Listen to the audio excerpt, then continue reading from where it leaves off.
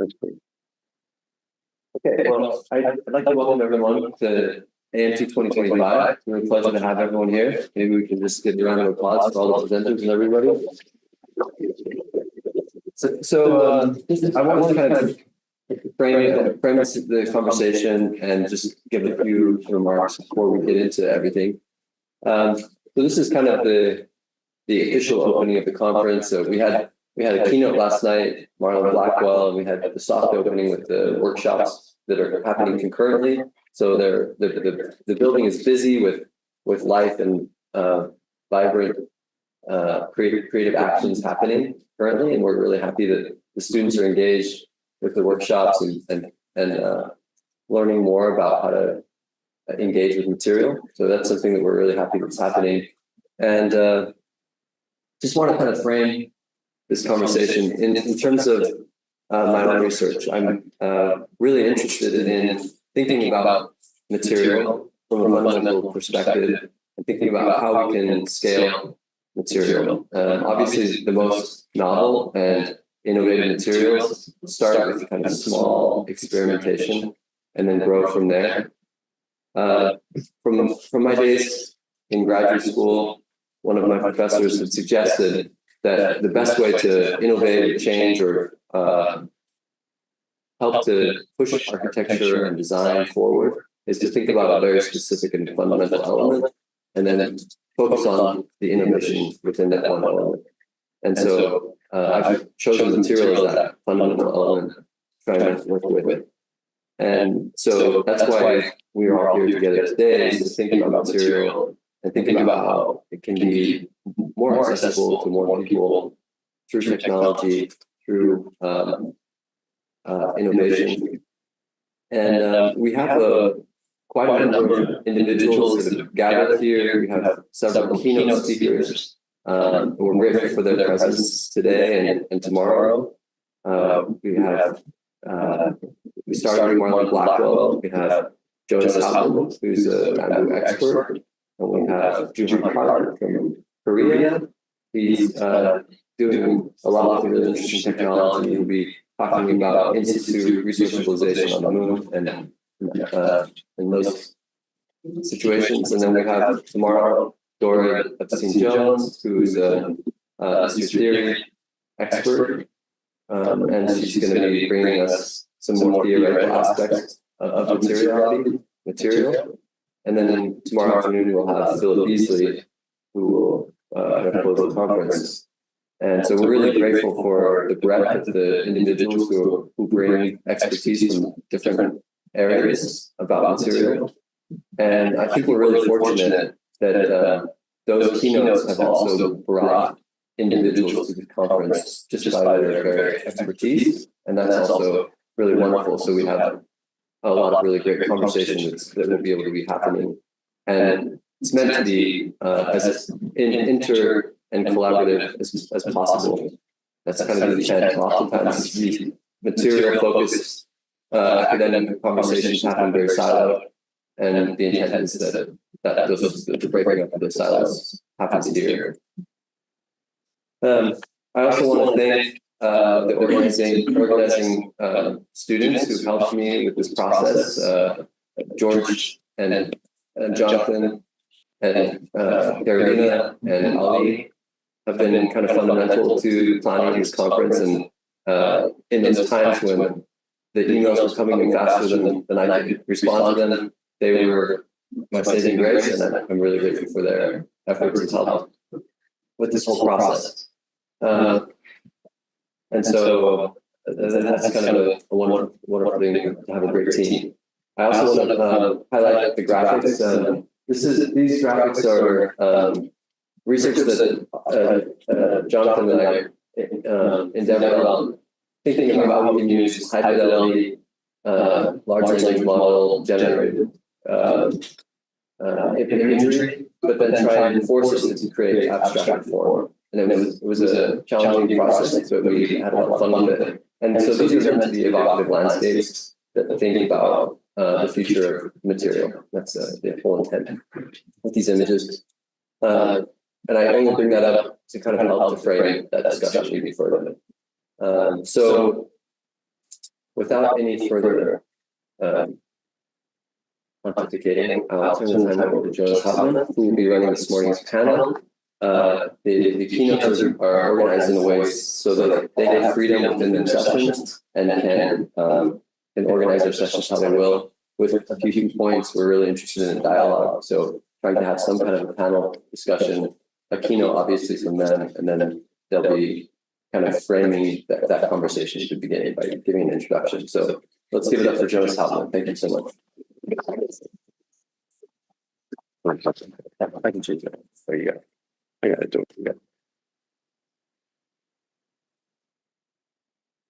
Hey, good morning. So I just wanted to thank the organizers to start with, and we're really looking forward to sharing some work and learning from others in the session whose work we don't know very well yet, but we'll learn more about this morning. So I'm just going to share a couple slides in the beginning, and then I'll close the session with most of my presentation keynote.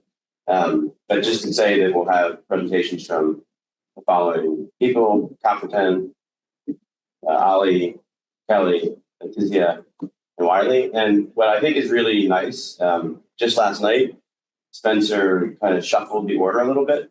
And if I would have had this session, I would have renamed it biomaterials. But I think that the alt is quite important. And as you'll see in the next couple of slides, I think that my inclusive way of seeing material embraces this idea of alternative materials that are effectively those of reuse. So I'd like us just to think about a couple of ideas to frame the conversation at a very kind of high level. Like, where do the materials come from? This is a really fundamental question. In reality, effectively, you could say they're not all earthen. It came from the cosmos, but you could definitely say they're earthen materials. But at what consequence do these materials play as we find ourselves in composition with them, as we acquire them? Do we extract them, or do we harvest them, cultivate them, or reclaim them? And I think when we get to the right two categories, we might wind up in a safer position moving forward. And if we remain in the left two categories too wholeheartedly as a civilization, trouble is already brewing. So I'd also like to make a kind of bold statement. I think we tend to, add some morality or definition for what is a biomaterial. But if it's from the earth, perhaps they're all biomaterials. But time, what about time materials? Maybe this is a way to think about it. So the work that I engage in is looking at materials that take less than 10 or 20 years to renew. To me, this is really an important idea. And between the alt materials of reuse and these fast regenerate materials, maybe this is the way towards the future. So I'm going to leave it at that point until after, actually I can get back, I have a few more slides. So I'm hoping to frame there's several bamboo papers. So I'm going to try to frame just a couple more thoughts about bamboo, and then I will stop. So what I like about some materials more than others is the ability to thoughtfully engage as humans in their cultivation in a manner that is what I would say more truly sustainable. So you could say that the timber is sustainable and depends on the lens of time. Some are arguing at the current rate of extractive use, 500 years, and we won't have timber the way we do today. Many other materials, stone, etc., these time frames are even shorter.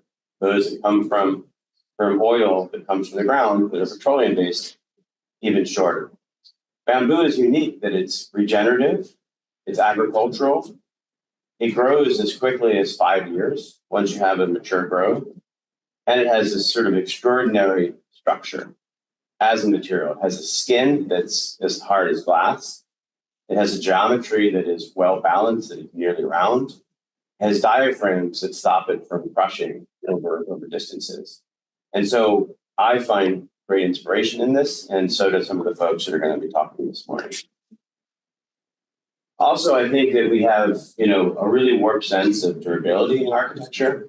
We have this grand idea that our buildings should last for 1,000 years, when many of them only need to last for 20 to 50 years. And some of these technologies that are 1,000 years old have stood for 200 years, but maybe they don't need to. Why are we asking housing to stand for more than 50 years or 100 years. I think the question of reuse might be an important one to bring into the conversation, but just the notion that we've been planning to have buildings that are durable enough to kick as hard as we want for the last 100 years, maybe it's a little bit grandiose of our culture and of many cultures that think about buildings in this way.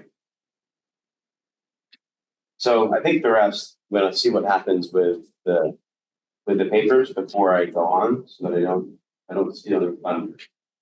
Let me just go back to my first slide. So Kalkidan is going to present first. I'm going to disconnect you, Kalkidan, because I want to read this bio, but I don't want to share that document at the same time. Then when you get up here, you can plug in.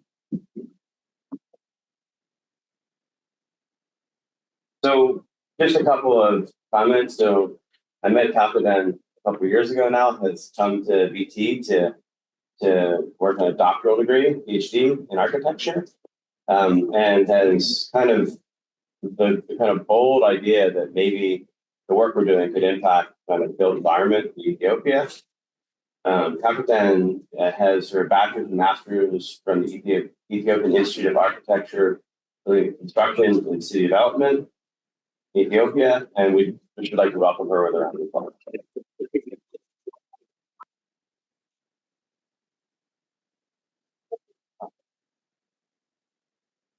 Morning won't be able to hear you. You don't have the mic closed. Thank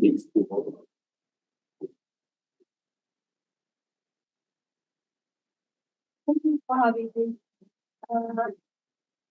Today I'm present the integration of bamboo and industrial housing for Ethiopian housing industry.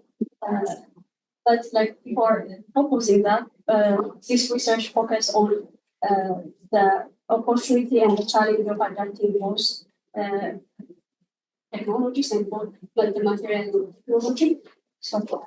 So I will try to frame the problem in the background, and then I will describe why bamboo, why industrial housing construction, and then I will try to see different case studies, and then we'll continue with the research approach and recommendation after that and conclusion. So to give you a little bit about background, Ethiopia is rapidly urbanized, and that urbanization is driven by population growth and rural-urban migration. It creates a significant increase in the demand for housing, and particularly in major cities like Addis Ababa. So the country urbanization rate exceeds from 3.8% to 5.4% per year, resulting in substantial pressure on the housing sector. For example, this estimation will indicate that in Addis Ababa alone, which is the capital city of Ethiopia, the backlog of the housing reached approximately 1.2 million units, with projected demand of 655,000 housing units between 2015 up to 2025. However, the supply remains significantly lower, with an estimated nationwide annual production of only 165% in 1,000 units. So this creates a huge demand in housing. And on the other side, the essential construction materials such as cement, steel, and aggregates has experienced continuous price inflation, worsened by the supply chain distribution and macroeconomic incentive,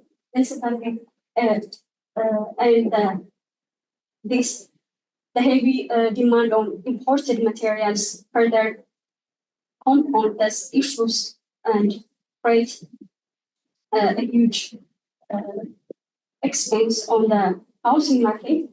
And in addition to that, there are studies, for example, involving energy and carbon emission of these materials, and it identified that cement, hollow concrete blocks, and reinforced bar as a major energy consumption. And primarily, they are the one who emit CO2.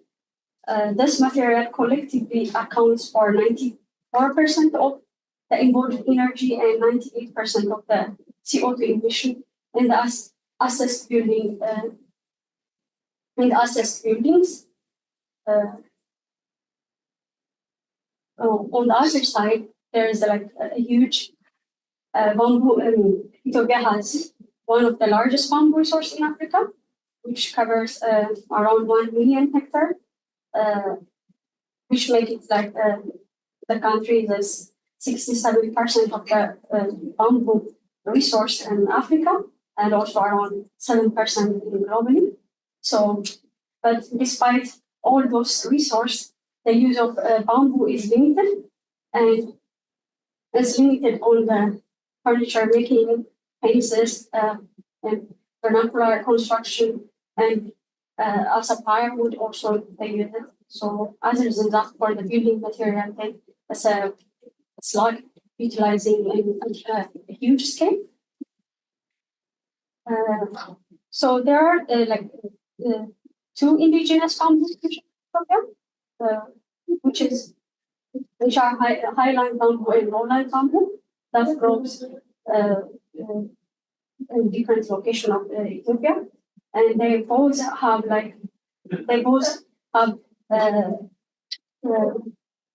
exhibited rapid growth rate and significant biomass productivity, makes them valuable for application in construction, furniture, paper production, and bioenergy.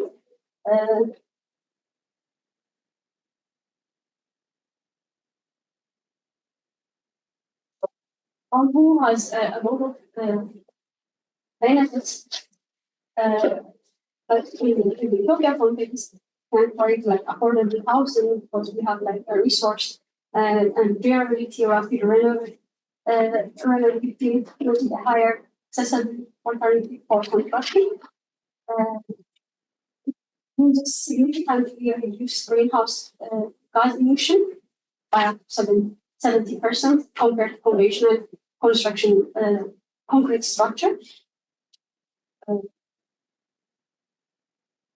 It also enhanced resilience, particularly in climate vulnerable regions like Ethiopia. So they are good in earthquake areas. And also, additionally, they create a social activity that generate employment opportunities for different group of people. So it has also a benefit of for forest ecosystem, which can create ecological benefit, carbon sequestration, solid stabilization, and also the social economic advantage that enhance the rural economy for the farmers, and all the value chain can be benefited from bamboo. But all this kind of has also a challenge, especially in the country like Ethiopia, adapting bamboo as a building material is challenging, and it has like technical challenge like standardized. There is a lack of standardized process and preservation techniques, so that creates a huge gap adapting to the larger scale. Additionally, the limited availability of high cost associated with the chemical preservatives and seasoning techniques, and also like the species in Ethiopia, the two species are exhibited lower natural resistance of biodegradations compared to certain Asian species, further intensify the need for effective treatments. So, and on the other side, moreover, like the absence of formal standards for bamboo process and grading complicated the integration of bamboo into modern constructions. So, and the other side, there is also a market and a supply chain challenge that limits the effectiveness of Ethiopia's bamboo sector. So, a weak bamboo value chain and inadequate market infrastructure result in a poor linkage between producer, processor, and end user. Additionally, small-scale farmers and producer frequently face difficulties due to lack of reliable market access, so insufficient facilities and inadequate financial incentive to invest in bamboo cultivations. And also it has a logistical constraints, such as poor transportation network and inadequate storage facility, further contribute to the supply inconsistency and elevated costs. And it was also a big challenge in accepting bamboo as a building material. So there is a perception. Bamboo is commonly viewed as a material suitable primarily for low-income housing, lead to negative perception and reduced demands, particularly in urban areas where modern aesthetic and structural durability are valuable. And in addition to that, there is a knowledge and expertise gap. So there is a limited availability of technical experts and insufficient research focusing on modern bamboo construction technologies. Additionally, a shortage of training architects, engineers, and craftsmen in bamboo construction restrict innovations and limit the scalability of bamboo-based projects. So, to define industrial housing construction is a holistic term that includes prefabrication, modernization, modularization, offsite fabrication, or modern method of construction. So why we are adapting or proposing to industrialize housing construction through bamboo is because it has like a huge benefits. It ensures like reduce project costs, reduce post-construction and labor expenses, and minimize on-site building durations, leading to improved overall project timeline. Additionally, off-site construction deliver better quality outcomes, reduce health and safety risk, lower environmental impacts, and it promotes resource efficiency. And also, it has like there is a research in World Economic Forum. They suggested like adapting industrial housing construction significantly contribute to the GDP growth and employment in developing countries. So by improving essential infrastructures, utility service, and providing affordable housings, it enhances living standards and also stimulate broader economic development.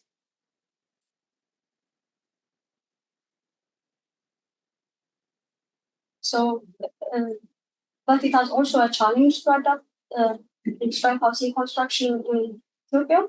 So one of the key challenges to adapt is the fragmented regulatory framework and lack of supportive government policies.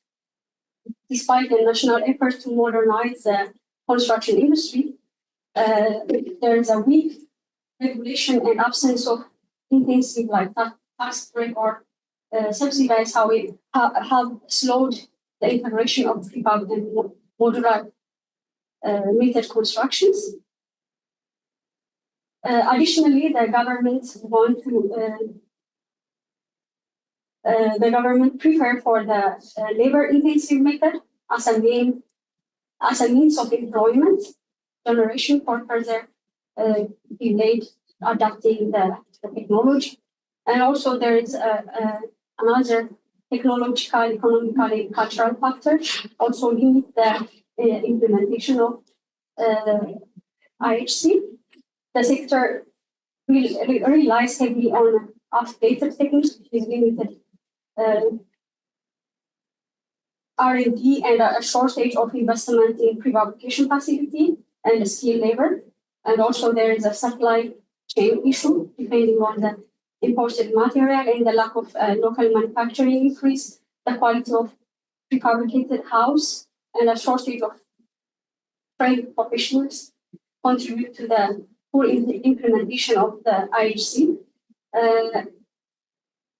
And also there is still a negative perception about adapting IHC. There is a public skepticism and lack of promoting the technology. So as I mentioned, like it has integrating both bamboo and IHC can be has a potential like to reduce costs, minimize environmental impact, and also improve housing affordability. There are research, there are case studies. I will explain those examples later. So those examples show significant reduction in carbon footprint. So one of the examples is CBFT, which is a cement bamboo frame technology. It is an innovative and sustainable housing solution that combines bamboo stay-sized frames and flexibility with cement-based reinforcement. Utilize treated bamboo poles in a frame system stabilized by concrete foundation and cement plastered wall. CBFT enhanced structural resilience against extreme weather, including earthquake. The integration of steel reinforcement joints and adhesive international standards like ISO ensure durability and safety. Environmentally, the CBFT can be reduced embodied carbon by up to 70% compared to conventional concrete and brick system. So material innovations such as using flattened bamboo instead of steel mesh further reduce the resilience of high emission material. CBFT also promotes affordability and social equity by lowering construction costs through local labor and prefabrication, with successful implementation in low-income housing by organizations like Bair and Philippines. And the second one is a mass bamboo, which is a light modified bamboo panel, such as developed by Professor Jonas Hauptman, offers a sustainable and structurally efficient alternative to conventional building materials. Unlike fully reconstructed composite mass bamboo, retains the natural form of bamboo columns arranged in cross-laminated layers to enhance load distribution, straightness, and stiffness while reducing rolling shear. This system leverages digital analysis and fabrication to optimize performance and enable scalable prefabrication, particularly in regions in resources like Ethiopia. Sustainability is further supported by minimizing material waste and energy use. Data-driven selection of bamboo column based on diameter, straightness, and nodes distribution using biomass adhesive. Also reduced reliance on synthetic driven bamboo panels as promise offering the alternative to a mass timber and concrete in sustainable architecture. So this can be also a good example to adapt to Ethiopian context. And the other and a bigger scale is a bamboo core. It offers cutting-edge solutions for sustainable construction through its engineered bamboo wood hybrid wall system known as a prime wall.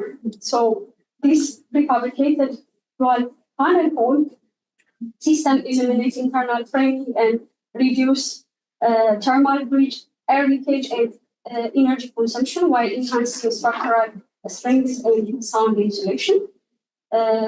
So it makes from laminated Bair bamboo. Bamboo core panels are prefabricated off-site for rapid on-site assembly.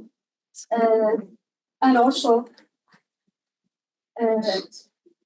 the life cycle assessment of this building model shows significantly reduction in embodied carbon emission due to bamboo's rapid growth and carbon sequestration capability and reduced material waste.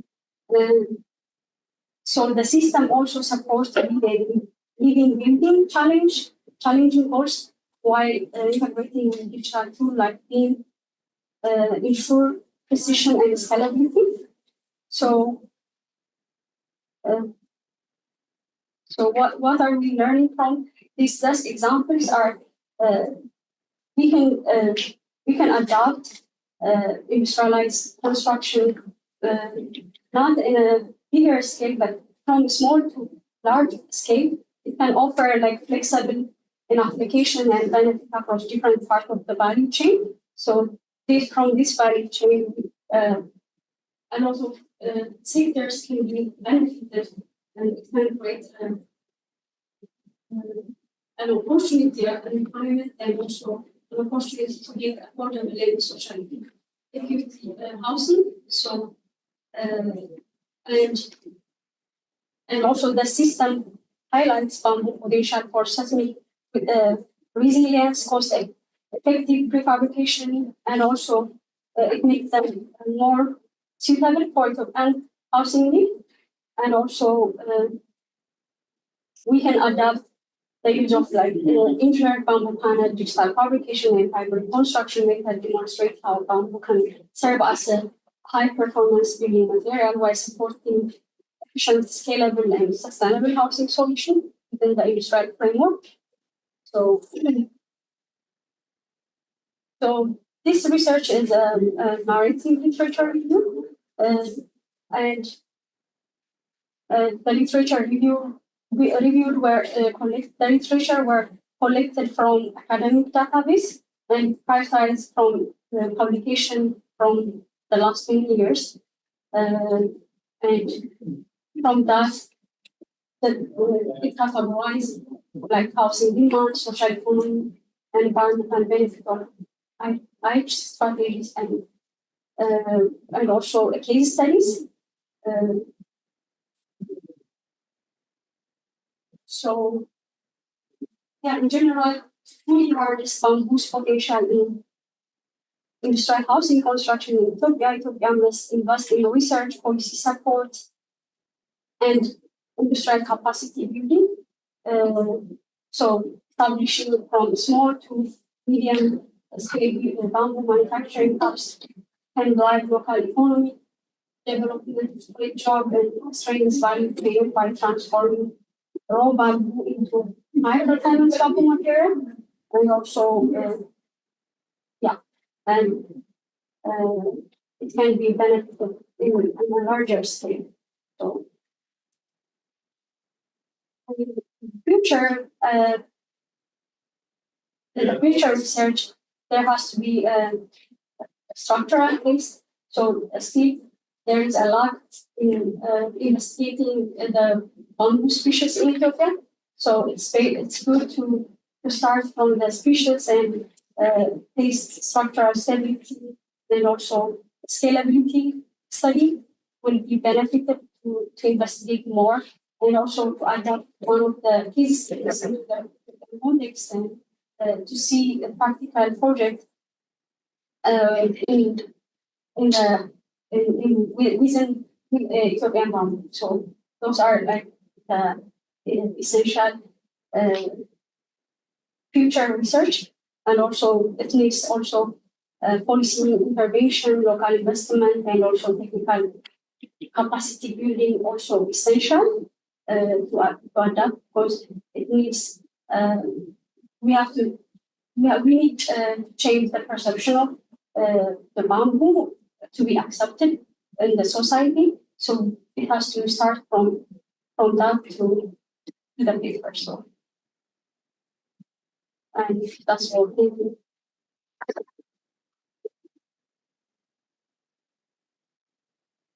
So actually, we'd just like to field at least one question. Are there any questions from the group?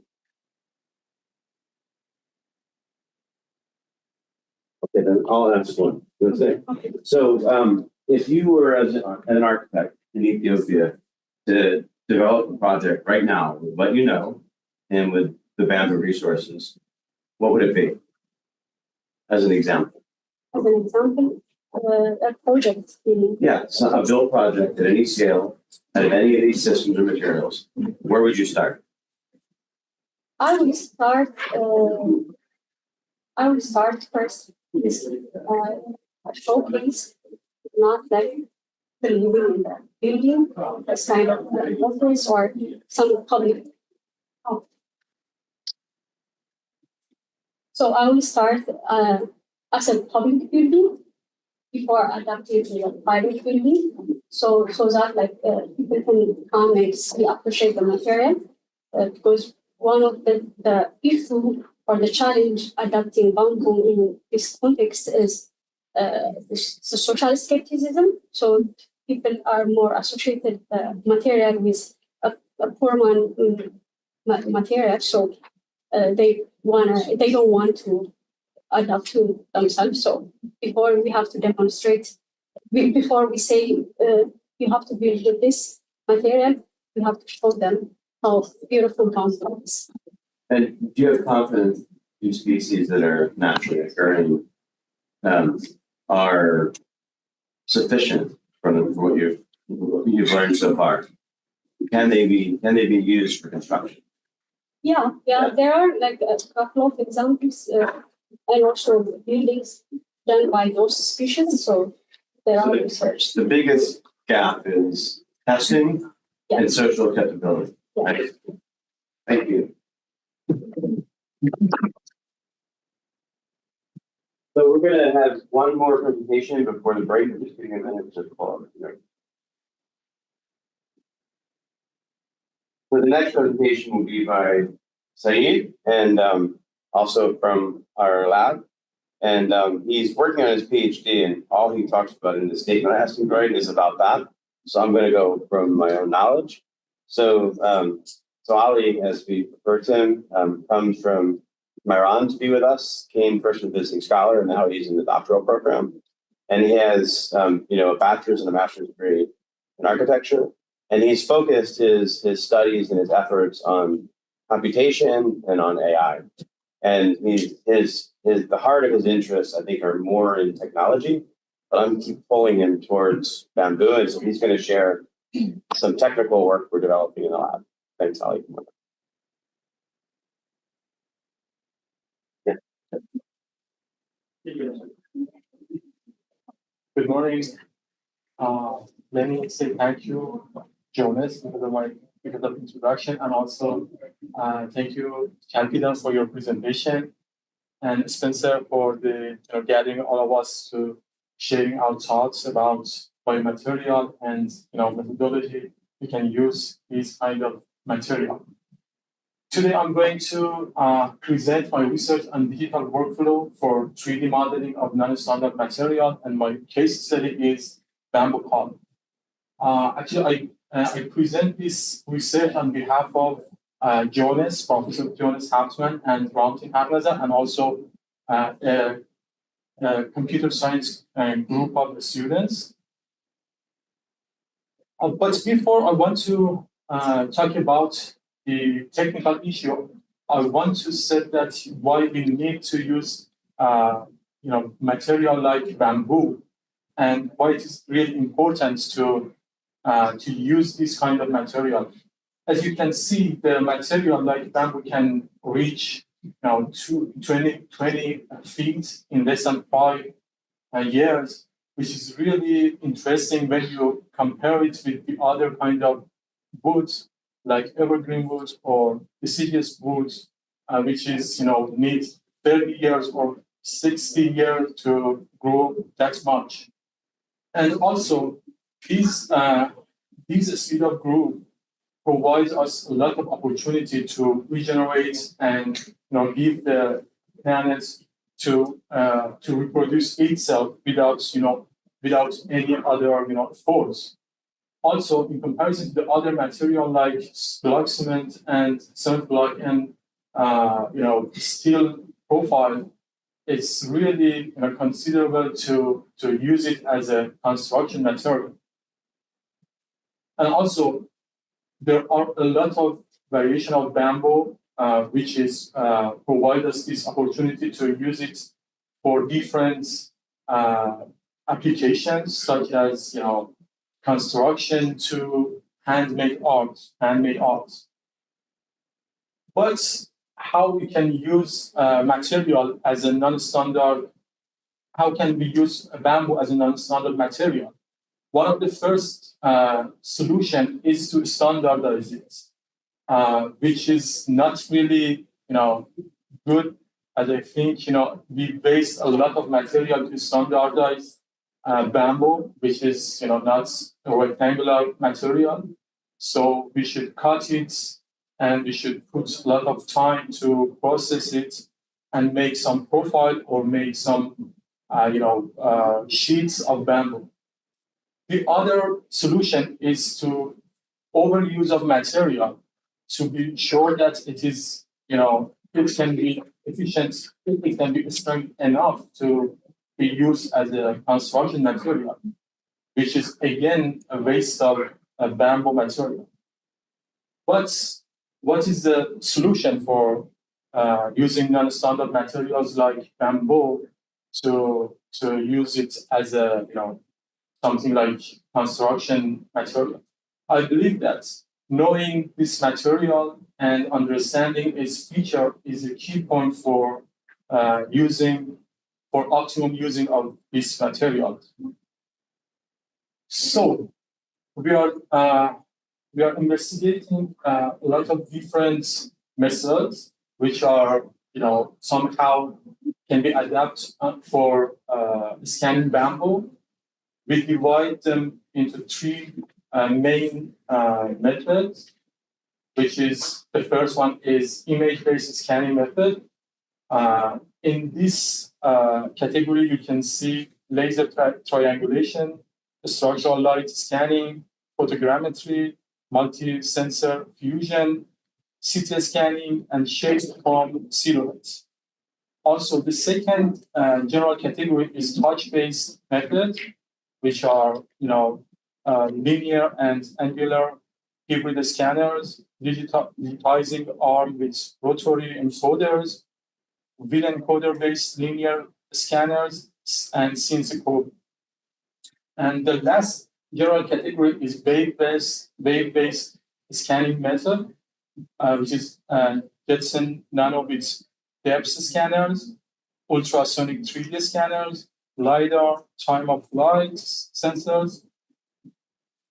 In the next step, we compare these three main categories in different areas such as affordability, compactness, accuracy, speed, and deployability.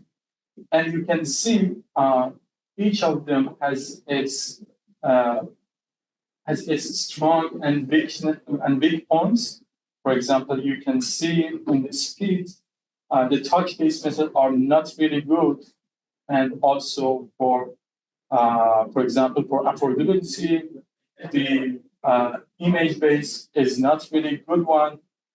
And for accuracy, the image-based and the touch-based is good, but the wave-based methods are not really good. So there is not a specific method which is good for all the area, but we can optimize them for specific use like scanning bamboo. Our first try was to using CNC probing for scanning bamboo. As a normal probing, you need around 1,200 tons for scanning a 12 feet bamboo, and it took around it takes around 20 minutes to finish this process. But we understood that if we can optimize the points, we can decrease the time of scanning, but also increase the precise of scanning and the 3D model. So before we start the scanning, we take a photo of bamboo and we understood the position of nodes. And for that area, we put more points for scanning. And in the other part, we try to decrease the number of points for scanning. So by this method, we can save around, we can reduce the time of scanning from 20 minutes to 6 minutes. And also we improve the accuracy because we can use more points on the specific points of bamboo, I mean the nodes of bamboo. And also by this method, we can, we can reduce the machine work, which is really important for long-term using of CNC for these kind of tasks. In the second method, we are trying to make bit encoder-based linear scanners specifically for bamboo scanning. So in this trials, we made a machine for scanning bamboo. The wheel travel through the bamboo lengths and it's record the position of wheel in, for example, for each second. So in this method, we can scan 12 feet bamboo in around 2 minutes. But the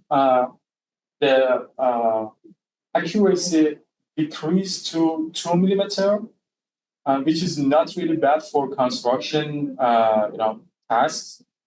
But the point is that we can make this machine with a $500 budget, which is really affordable for everyone, I think, or in all over the world. In comparison to the general category, we can see that the bit encoder-based linear is really great in comparison to the other touch method. So by this effort, we can increase the speed, which is one of the weak points of the touch-based scanning. And also we can increase the deployability and affordability. In the third try, we use the shape from silhouettes method for scanning the bamboo. As you can see, for the image-based method, one of the critical points is the speed. And also the other one is affordability because it needs really expensive technology to do that. But we are trying to optimize this method for bamboo. So we make a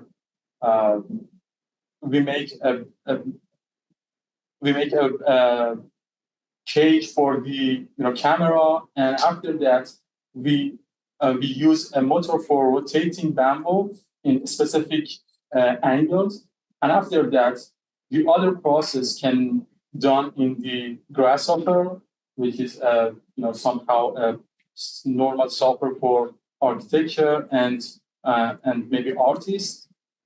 By understanding the age of bamboo in the pictures, we can extract lines, and after in each pictures, and after that we can producing a 3D model of bamboo in less than 10 seconds. So the total time for the scanning and having the 3D model is around 2 minutes. and the accuracy is less than 1 millimeter. So in this picture, you can see the differences between these three methods, which is not really a big one, especially when you compare it in a 12-feet bamboo column. And at last, I provide you a chart for comparing the shape from silhouettes with other image-based method. It's increased the speed of scanning, and also it's increased the deployability and affordability. Again, the total cost of this method can be less than $500, which is very good. To summarize all of these items, all of these methods, I want to say that although the accuracy for image-based and shape from silhouettes and will encoder is decreased, but I think they are accurate enough to apply in construction tasks, and also by using the optimized probing, we can have the maximum accuracy, but we lost some time for scanning the bamboo column. So thank you so much. So once again, it would be great to field a question, and I'll help you. Yeah. Actually, of both presenters on these types of bamboo construction. I really loved your presentation as well.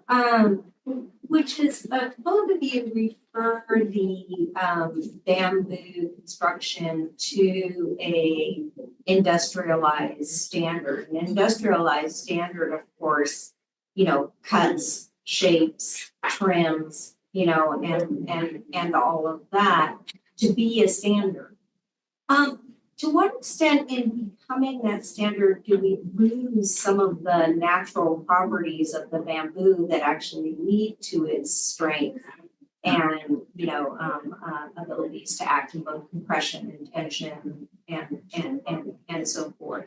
I'm not exactly following what is truly gained by working within the industrialized methods of a kind of 20th century accumulation, rather than say, now I think the task might be having to understand a kind of newer form of industrialization that doesn't necessarily need a measured piece.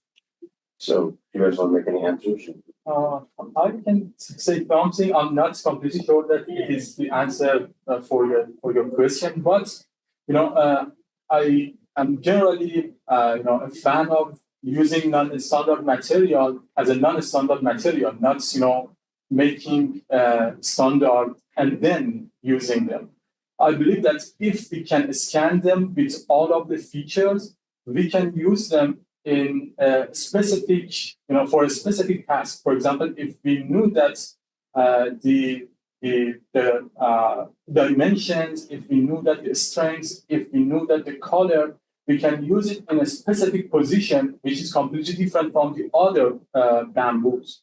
So I believe that if we can collect all the data for each bamboo column, we can use it as a non-standard material, and also it can help us to use it for a specific tasks like computational design, because in computational design, we can understand, for example, in this position, we need a bamboo with these features, for example, with specific features.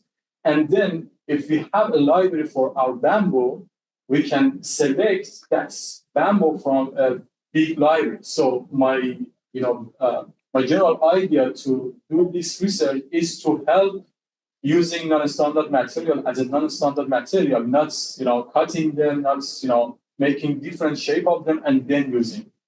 So I'm not completely sure this is your answer, but part of it. No, it's part. It's part of it. But that necessarily also means then that you welcome non-standard formal outcomes. Yeah.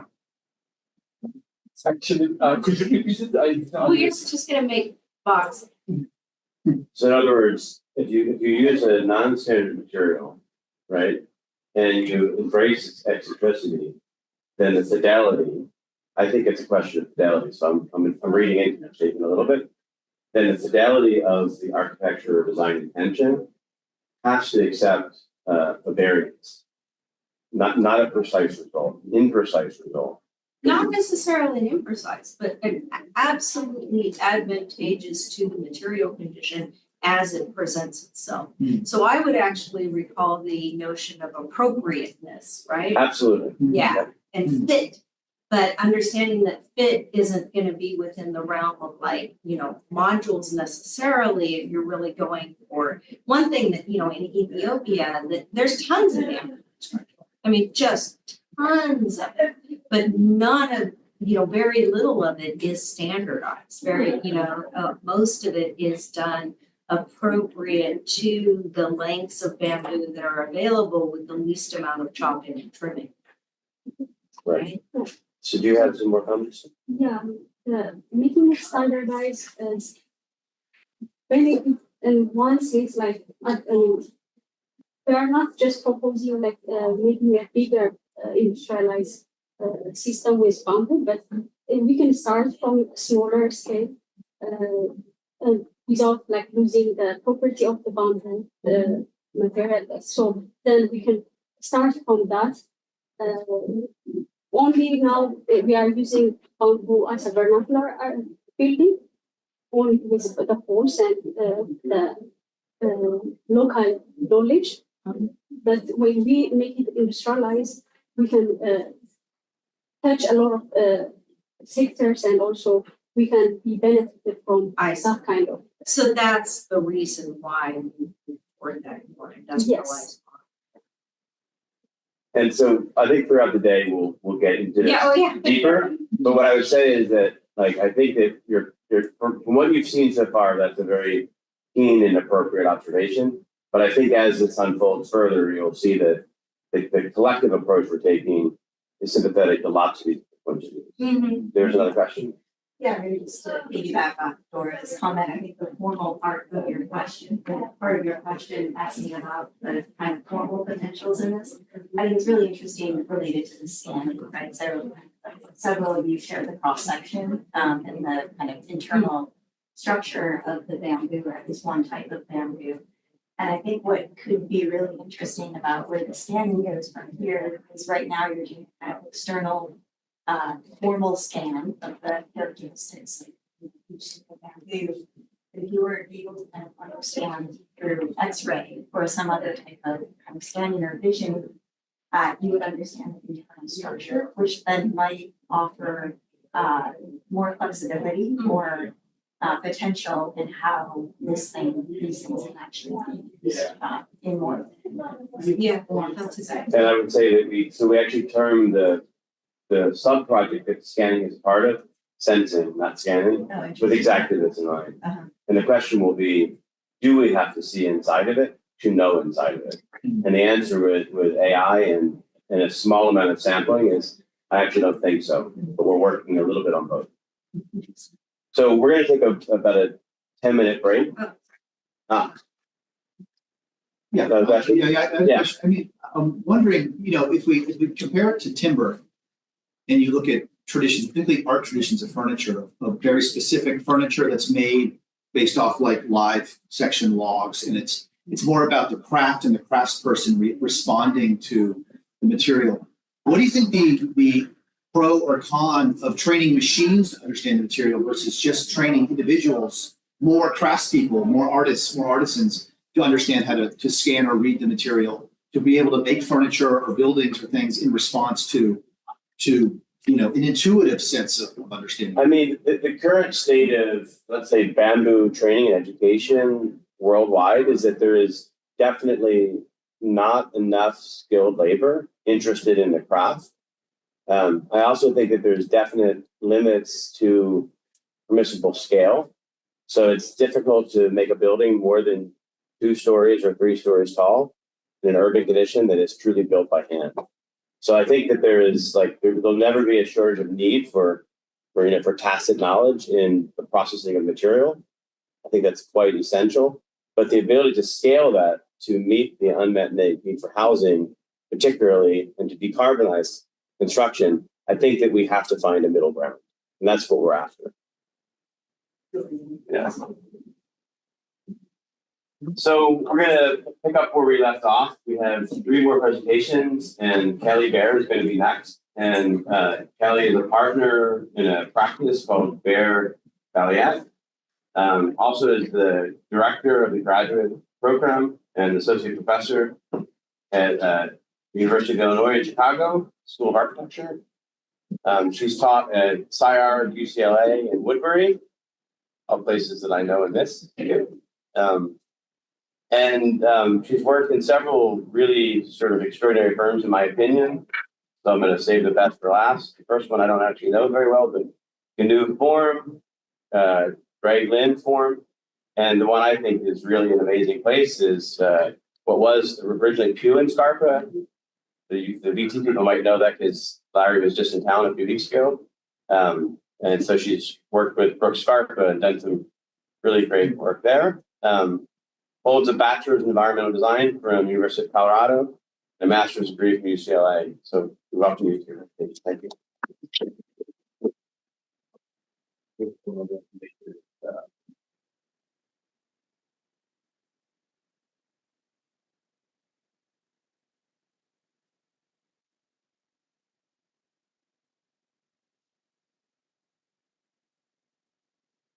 Well, thank you, Jonas. Thank you, Spencer, for putting us all together in one room.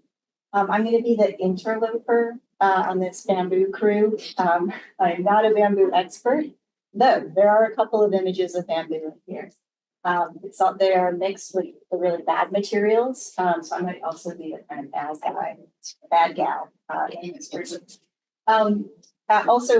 Thanks for the introduction and the focus on practice. I'm not going to talk about practice really at all today. I'm going to talk about teaching, which is not something I usually do. Some people do. Okay, so some say we have enough buildings in the world. Using photography to halt the demolition of buildings important to Chicago's cultural heritage, generally during the time of urban regeneration of the 60s and 70s.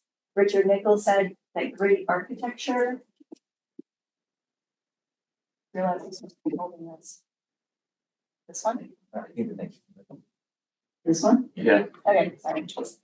That great architecture has only 2 natural enemies, water and stupid men. Urging the pressing need for more sustainable practices of building with the social, cultural, and political desires of preservation. Waste Not is a pedagogy that poses the question, what if we teach to design and build with what we already have?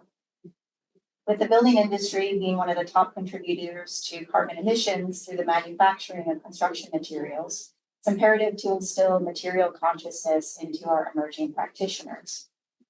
Shifting to a circular economy in the building industry addresses both sustainable aspects of material production, consumption, and reuse, as well as cultural ones.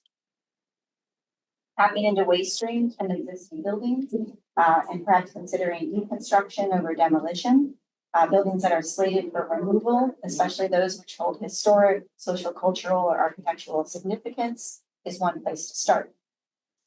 This paper traces a history of materials place within pedagogies, from apprenticeship models to more formalized models of education that emerged in the 16th century.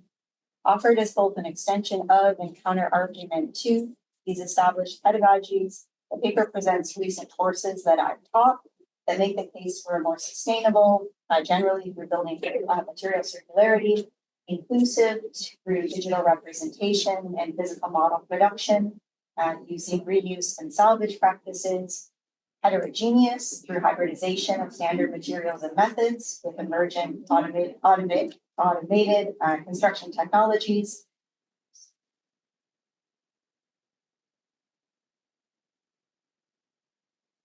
An impactful culturally and socially pedagogical model for the architectural education and for the profession at large. Just a few little slides. Stumbling around. This is maybe considered a primer or an introduction to the lecture. The paper was submitted under the primary topic of pedagogy. It's worth noting that nowhere in the conference organizers call for papers or listing key topics is the term pedagogy mentioned. However, given the Academy's duty to prepare today's architecture students for an unclear planetary future, it seems worth discussing the role of material in architecture pedagogy here and now. So in that spirit, the paper is written in a lecture format and more specifically should be read as lecture notes. The intent is to trace a timeline of material pedagogies found throughout the history of architectural education, present current approaches to material-focused curriculum across design and technology coursework undertaken in recent years, and finally to speculate on the wider implications of this disciplinary work on the profession at large. So to start, past pedagogies. To engage in an architectural discourse as a material practice is to frame the materials we design and construct with, the historic, technological, cultural, political, and economic forces that they emerge from and engage with. Material pedagogies have a long history within architecture, dating back to the origins of training through apprenticeship models, long before it emerged as a formalized discipline. In the apprenticeship model, the act of working under the mentorship of a master was intended to put the student in direct contact with both materials and methods. The environment in which these materials and methods were taught were deeply tied to their locations, and their historical precedents were all around, making the construction site the classroom. A shift that follows the movement of the architect, craftsperson in the field, and practitioner in the office that we would see emerge within the profession in later years. In mastery, Robert Greene posits that mastery is the process of transformation through observation of the rules and procedures that govern success in a particular environment. While Greene uses the term observation, the apprentice was only capable of deep observation through total immersion and active learning. In a material practice, this means exposure to both successes and failures of the unpredictability of the learning environment, i.e. the construction site or the workshop, is never static, nor does it offer the controlled environment of the research lab or classrooms consistent with earlier models of education. Eventually, the Beaux-Arts would shift from an apprentice model to the classroom model, the effects of which we still see in the curricular structures of most schools of architecture today. While observation was still at the forefront, it took the form of more passive formats such as lectures on tours of buildings, generally trading tools of construction with instruments of representation. While the introduction of a theoretical framework for architecture, as well as the result of discussions that stem from both public lectures and studio interactions between the master and the student, helps to formalize architecture as a discipline rather than a vocation, it removed the tacit knowledge of materials in their physical sense. A common exercise in the Beaux-Arts model asked students to draw material with exactitude. In fact, overall success in the program relied on the highest fidelity between the material and its representation, most typically through drawing and replica models of existing buildings or their fragments. Exercises, which almost always took the place within the confines of the school, often began with an initial conceptual sketch. The sketch would be handed to a guard at the school, and students were dismissed to develop the design and drawings and models on their own before returning to the school to have their final artifacts compared directly to the initial sketch, thereby extending their learning environment to the domestic realm. Projects found to not exactly match the student's initial conceptual sketch were not given credit for the course. It prevented experimentation, process, and the unexpected results that are often generated in material practices. With the emergence of the Bauhaus, the study of material as material returned. However, the pedagogy did not always necessitate that students work with material, but rather with simulations of material properties. Walter Gropius structured the Bauhaus model around the idea of workshops intended to support research that suggested a return to more transformative processes from initial ideation to final design. Joseph Albers asked beginning architecture students to work with materials in ways that were uncommon to them. Certainly a focus on material, however, one that favored abstraction over literal material properties. Later assignments or exercises, what Albers called matière, French for material, asked students to combine actual materials to test their readability and their ability to appear or be perceived as other materials. This approach to material would eventually lead to the formation of Blackwell College, among, of course, many other things, where an anecdote about Annie Albers mistaking a note nailed to a painted wood column as marble would exemplify the idea of material ambiguity. And here I'm using a Shawinski photograph of kind of performative aspect of material being kind of embedded into the curriculum of Blackwell College, because there is a photo of the Annie Albers painted wood column that exists. At the same time, Gropius's decision to center the curriculum around workshops could be seen as a return to not only the immersion model, but also to the market-driven labor focus of apprenticeship. Gropius's financial model for the Bauhaus relied, in fact, on the production of design objects, designed and fabricated by the students, which is maybe happening over there as well, to partially fund the school. Objects that were not sold were often reduced to raw material and reused either by the same student or by another attempt at product profitability, or by others just for prototyping and research purposes. The following teaching experiments collected under the title Waste Not set out to learn from successes and failures of the earlier pedagogical models outlined above. Framed in both disciplinary terms, material practice, and environmental terms, material circularity, the teaching focus embraces the immersive working with your hands format of the apprenticeship model, the exquisite material representations of the Beaux-Arts, and the transmutability and material simulations of the Bauhaus model, of course now using digital tools in tandem with analog ones. To engage in architectural discourse today is to frame the materials, as I mentioned before. In Waste Not, the material practice is theorized through a rereading of Semper's Origins of Architecture. In 4 Elements of Architecture, materials, methods, and their elemental roles within a building are siloed into 4 distinct types. We know them well and won't go through them. But Waste Not offers a counterpoint to Semperian notions of material autonomy.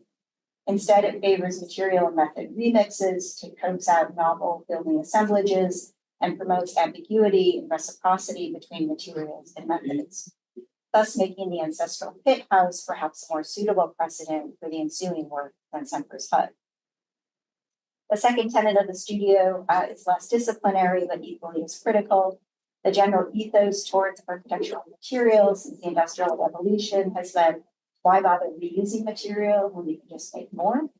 And instead, we frame material at all scales as living, evolving, and transmutable matter, and therefore its methods over time, as well as material properties, are up for reinterpretation. A shift from thinking about buildings as having linear lifespans to cyclical life cycles. Given that material availability and construction phase timelines often do not align, the major downside to circular economies in the construction industry is having enough of any one material at any given time for its reuse, at least consistently. Circling back to the rereading of Semper above, Waste Not addresses this conflict through material reprocessing between 2 or more existing building materials. Centering design methodology around physically reprocessing material encourages students to generate new material and constructs and assemblies with existing materials and methods that are not often put into dialogue with one another. The topic of Waste Not evolved several years of teaching technology seminar electives and design studios, both at USC and 1 semester as a visiting professor at the University of Illinois in Urbana, big school as we call it. Where research focused on hybrid construction types between standard building technologies, so wood, masonry, steel, and concrete, and emerging digital and or automated technologies, specifically additive and subtractive methods of construction. The research made clear the need to address pressing issues of construction waste, regardless of the material or the methods applied. This is wood and 3D printed wool being woven through lightweight framing, or the insertion of a mail order 3D printer chassis that uses wood waste from demolition of a portion of a typical suburban house as aggregate. These seminars laid the groundwork for the Waste Not Studio, which is a third-year design studio that commences the core sequence, the design sequence at UIC. And falling under the topical theme of urbanism, the studios have approached the topic globally, the theoretical and environmental implications of building in a metropolis, as well as locally, the social, cultural, and political implications that building anew has on an existing community. I won't get too into that part of the studio. I'm keeping it in the material lane, but we are kind of engaged at all scales. The ensuing case studies illustrate the objectives, processes, outcomes, rewrites from the spring 2024 and spring 2025, what I'm currently teaching, Waste Not cohorts. So this is very fresh stuff. Students were asked to meet 3 primary objectives in the spring of 2024. The first was to acquire knowledge of circular economies and practices of deconstruction in the construction industry. The second, acquire analytical tools and methods for dissecting an existing building. And the third, to develop research into a speculative architectural building that supports material circularity. In the first instantiation of the studio, so last spring, we occupied the middle ground of this graph, which is charting the economic value versus the environmental value of circularity in a building, or in building construction in general. The studio was divided into 3 assignments, dissect, site and salvage, and project. Dissect centered on the idea of unbuilding, which is a term borrowed from Jan in a text about Gordon Matta Clark's building huts. For Matta Clark, unbuilding was an act of anarchy, or as he called it, anarchitecture. As much a verb for how he used the medium of buildings and the photography of those buildings, and more specifically building materials in his work, as it was a statement on building preservation. Using salvage building materials obtained from literally slicing buildings in half, the medium became the message, a critique of capitalism through removal. The process of dissection generally necessitates a body in its entirety to start with, and this initial exercise offered buildings in Chicago slated for demolition as hosts for the process. Students and their faculty unbuilt these buildings along a spectrum of scales, from the recycling of building materials to the reuse of building modules. We're back to the chart that I shared. Primarily a digital modeling and drawing exercise, dissect, catalog existing building materials, elements, and modules, and analyze their viability for reuse. The site and salvage assignment shifted to a primarily model-based exercise, physical model-based, where students were asked to walk a given site in search of building material waste. An infill lot between the historically and architecturally significant Century building, which is a Halliburton Roche building from 1915, and the Consumers building, Jenny, Money, and Jensen from 1913. 2 buildings caught between a preservationist battle against city-led demolition, offered a literal scrap bin for students to forage for model-making materials. This waste was brought into the design studio, physically modified by splitting, stacking, intersecting, merging, and finally assembled into abstractions of mass and void strategies.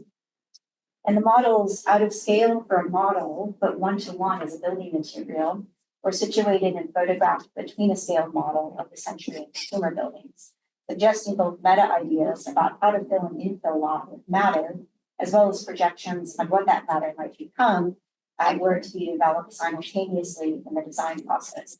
The literal and abstract working in tandem rather than in sequence.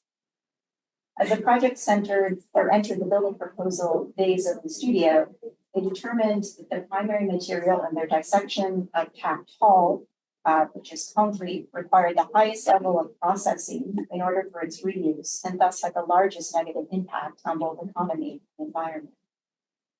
To offset this, they proposed reusing the building that formerly occupied the site, a non-landmark commercial building, thus shifting the dissection work from the middle of the graph to 2 opposing poles, one end being the recycling of building materials and the other being the reuse of an entire building. Given the program of a material bank, the project developed into a repository for the storage and processing building material waste, as well as a public space for cultural and social knowledge transfer around issues of material reuse and circularity.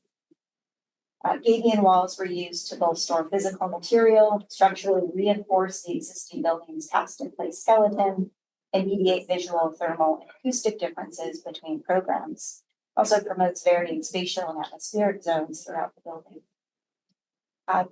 Grinds, gabions, and grids, the project's title, found symbiosis between an existing post and beam structure and gabion infill construction that emerged from a design methodology centered on the simultaneous physicality of building materials as well as their abstraction.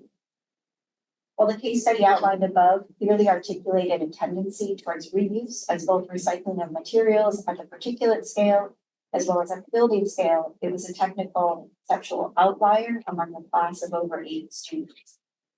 Most students, if not all, approached the dissection phase at the scale of a building element, a brick, a building component, a wall, or a building module, a larger assembly of multiple components.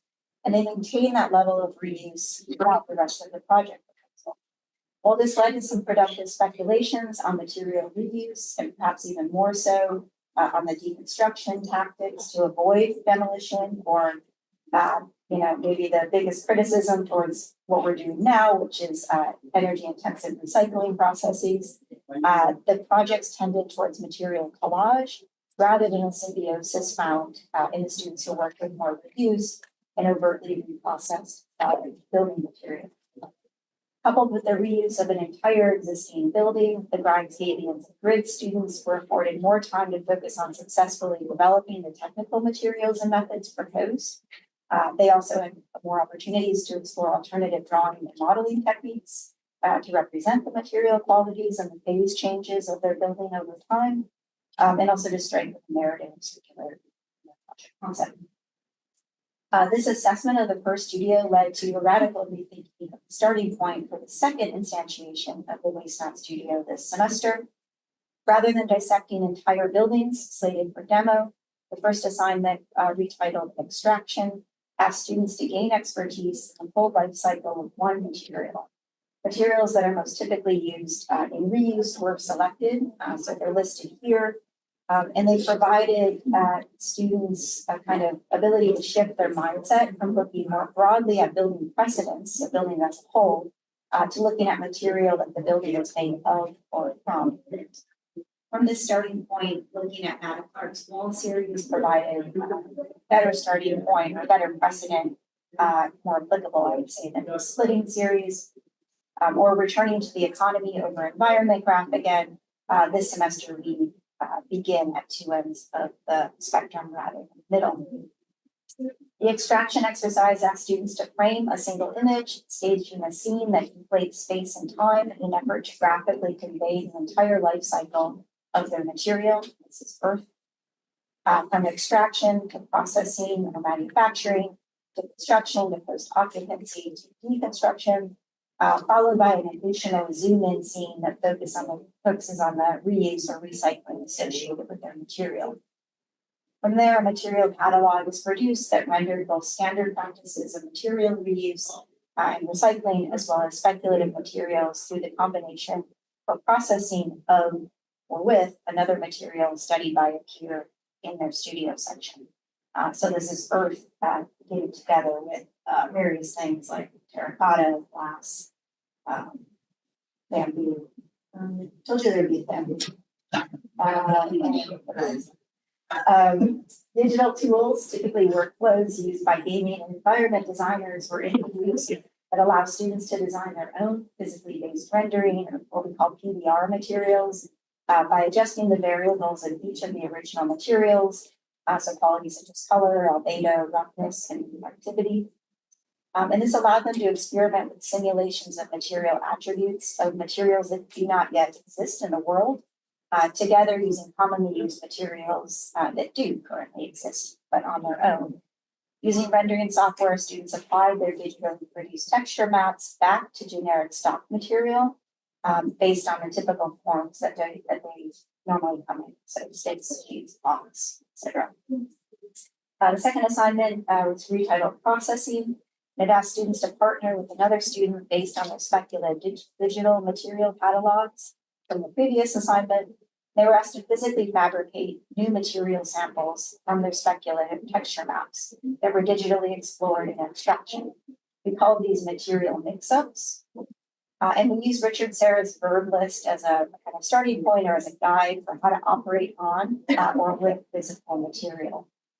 The pairing of two materials yields a third new material embedded with the potential for attribute variation that would inevitably come with the salvaging of building materials sourced across several deconstruction sites. For most students, this was also their first time working outside of the traditional modeling, methods, both analog or digital. They were encouraged to explore new tools and techniques to combine their materials to reflect the digital simulations. This led to more urban and suburban and rural, even foraging for material models rather than Amazon orders for work trips. Some of the techniques used to mix their materials included filling and embedding, laminating, baking. So we're getting back to the kind of domestic realm of Bauhaus workshops, curing or bosons, baking, curing, vacuum forming, casting, embedding, foaming, knitting, weaving, and layering, just to name a few. The resultant material samples were 2- and 3-dimensionally scanned and fed back into the digital environment to be deployed in the building project. We're not going to get into now, but I will say it's a 500,000 square foot adaptive reuse project for one of Chicago's original central manufacturing district warehouses. So we're kind of starting at a particular level and deploying at the 500,000 square foot level. Get back to you on how that goes. So just to conclude, projections also as a conclusion. In recent years, material practices such as Demeron, Holthrop, and Ensemble Studios, to name a few, have been described as alchemical, as it is the construction of material itself and the processes of its fabrication and assembly that conceptually ground their work as well as translate to the estrangement of their spatial and environmental effects. In our own work, in my practice, Bair, we've tried to kind of toe this line of waste not, but coming at it from the manufacturing end or manufacturing point of purchase. And so our MoMA PS1 project was actually working in collaboration with the company in Riverside, California, that produces HDPE pipe, which I to see this all over at least in the Midwest, along the highways, getting ready to be deployed into the ground. We actually worked with them to take all of their material that didn't meet their quality control, which is about 5% of their material. And usually that quality control had to do with the extrusion process not being exactly perfect all the way through. So it was minute differences that for us, for what we needed to use it for, didn't matter. In fact, we actually embraced that variability. But for them, it was not consumer ready or approved. And so really, I think in this project, you can also see that kind of generation of different diameters and different levels of corrugation would have to be deployed because we knew that we couldn't get all of one type of material. And the only times that this would really be revealed would be a few key moments in the cuts into the pipes. And then also working kind of more at the domestic soil, looking at using waste aggregate from conventional light wood framing in the 3D printing of components. This is for an ADU project that we are still working on. And then more recently, working with, this is a project that we're still in design phase with. It's going to be built in Spain this summer. But we are working with an inherited pile of like 42 sheets of plywood and looking at how we can use plywood as or to rethink kind of wood framing, but through the thinness of the plywood sheets that we've been built. So as waste not matures as a pedagogy, it finds closer ties to the theoretical and technical underpinnings of other coursework that we typically find in a standard architecture curriculum. However, the resultant work diverges from known material histories and theories within the discipline and standard practices within the profession, as material is not taken as a free, but rather as a point of transmutable departure. In the introduction to Reiser Yamamoto's Atlas of Novel Tectonics, Sanford Quinter likens the invention of gun cotton, a material that stemmed from a famous and unintentional accident, to the work of the firm. For Quinter, Reiser Yamamoto's use of the diagram is, quote, the vessel that holds the inherent features of any material construct. And I embrace this analogy, though from a much more literal standpoint. I encourage students to view the material practice of architecture not as a free, as pre-described construction types, which generally or often is predetermined by others, clients, budget, occupancy type, nor is an end stage practice of assigning materials to the elements of a building, but rather as the starting point of a design methodology that embraces nonlinear modes of learning and of building. Thank you.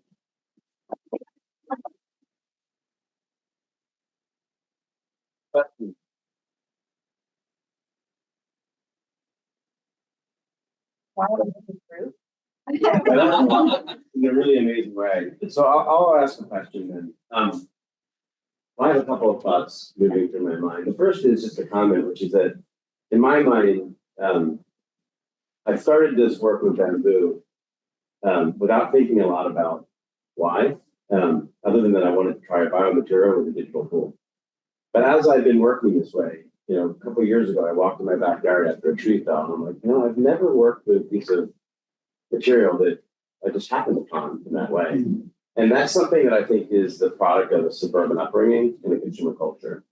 And in my mind, reuse and biomaterials, if they're thought about with the right lens, as I've said, beginning with cement is even a biomaterial, they really are one and the same. And so I wonder, from your perspective, perspective of pedagogy, like, how do we get our students to walk into their backyard, right? And the thing that I think is both powerful but also unknown is at what level of abstraction will we have an impact on their thinking?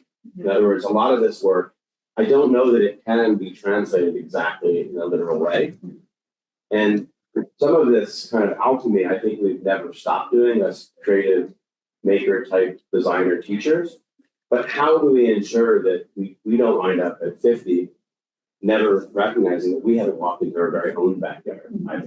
So that's an open question for some more comments. Sure.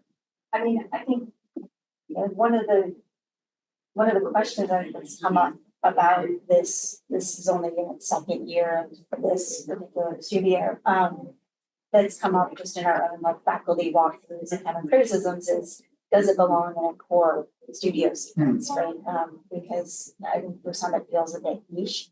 But I would say it certainly does. I try to kind of make the case that it also does the kind of knitting or the weaving between other parts of the curriculum, maybe that other studios don't do as directly, don't confront us directly. But I think to the question of, well, I mean, also it then requires all 80 to 100 students, however many in that cohort, to come across this and be exposed to the idea that there's a lot of stuff out there. You can probably source from what you can find, both from a kind of backyard standpoint and from a reconstruction of an entire building, or from kind of urban foraging and things like that. So I think it puts it into their mind, but I think it has to be written into the assignment, right? Those students, even in last year when we said, okay, you're making massing models, their immediate thought was well, I need to order these materials, and we didn't let them, I've been more lenient this year, there's epoxy in here. It's probably hard to look at the order, been more lenient with this more processed version of the studio, but in that one, I was you have to carry it.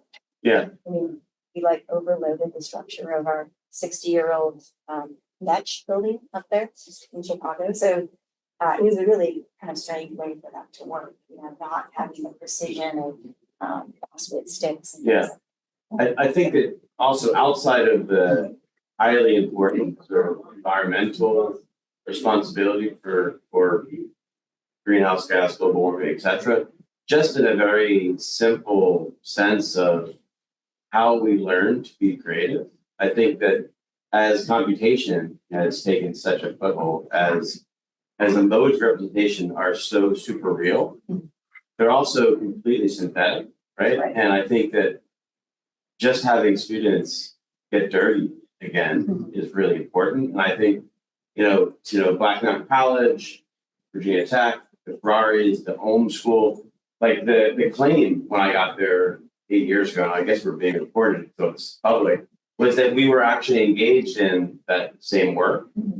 I think the lens of which you shared today, I kind of understand that work more than what I did before, but I also continue to disagree that we were actually fully engaged in that. I think we still had the workshops, there's still sort of the geometry of how we were engaging with there, but the real kind of hands-on quality of one-to-one making to explore what the built environment might be, I think had largely been forgotten, or the fidelity had gotten to be so low that there was little left. And so that's one thing I've been trying to think about, how we engage in this, digital future, is how, whether it's for the sake of the environment or just for simply teaching designers to be well-rounded in terms of the modes of representation or of design, how might this interact? What I really like about what you shared is that you don't really have to be engaged in sustainable thinking to understand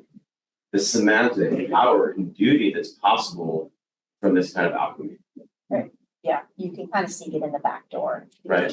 Well, it's ironic that it comes in the front door, but after doing it a few times, people can just look at it and be like, holy shit, is that cool, right? And that some of that happens even more easily as you loosen up the kind of, as you said, you let the resin sneak in, right? I mean, in other words, it doesn't mean that it's not a guilty pleasure for everybody, the faculty as well as the student making it, but there is an awareness of that responsibility that wouldn't be there if it was only coming in the back door there.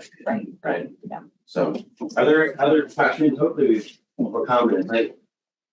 I'm gonna ask Marlon. You already have your hand up too, so I can't wait. All right, well, I want to hear what you're going to say. It's Philip. I have kudos, a reminder to myself, and a speculation about some gaps in questions.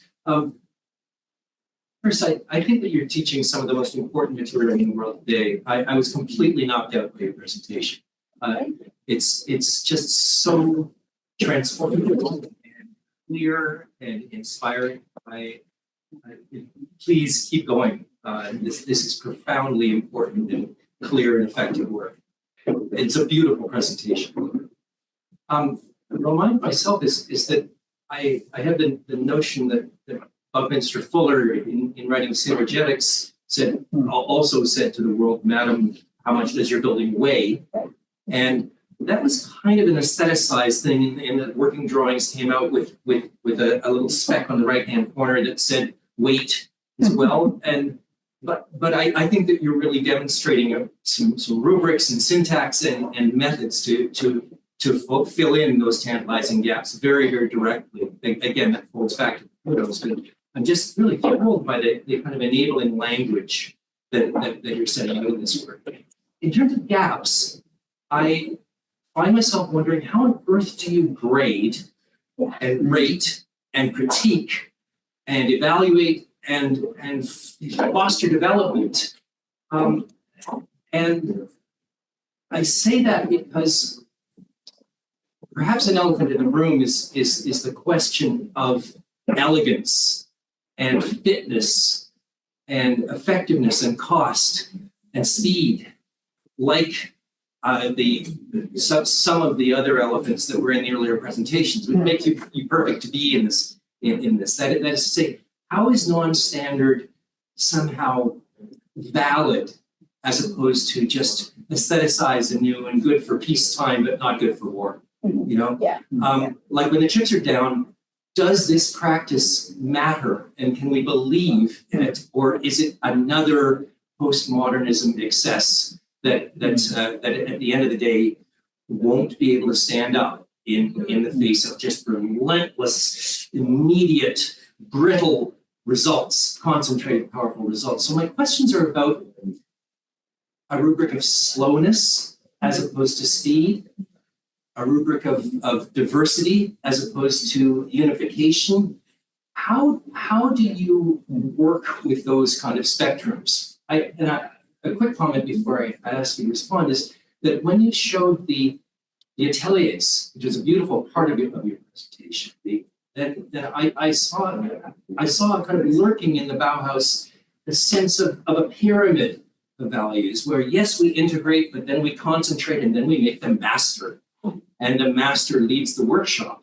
And that kind of hierarchy is not replaced by the Bauhaus, it's enabled by the Bauhaus. So I'm wondering about your models of agency and the reward structure then that deals with ideas that perhaps going slowly is actually better and more effective than going fast, for example. And making a mongrel might in some cases be actually exactly what you want, rather than making that intakte Kunstwerk.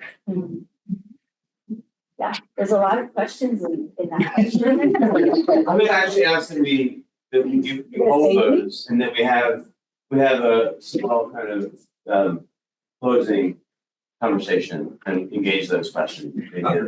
Okay, you're going to give me a chance to write them all down. Then I will respond. Yeah, for sure. that was really great. Yeah, feedback. Cheers. Yeah. So let's one more round of applause, and then we'll. So next we'll have Letizia's presentation, and she's a visiting scholar at Virginia Tech, working on her PhD at the University of Bologna in structural mechanics. However, she's actually an architect, which is an unusual but amazing combination. She's on the RILEM committee, and she's going to share her work with stardomes. And I'm excited to have just another translator talking with us with a couple of different cultural perceptions to share. So thank you.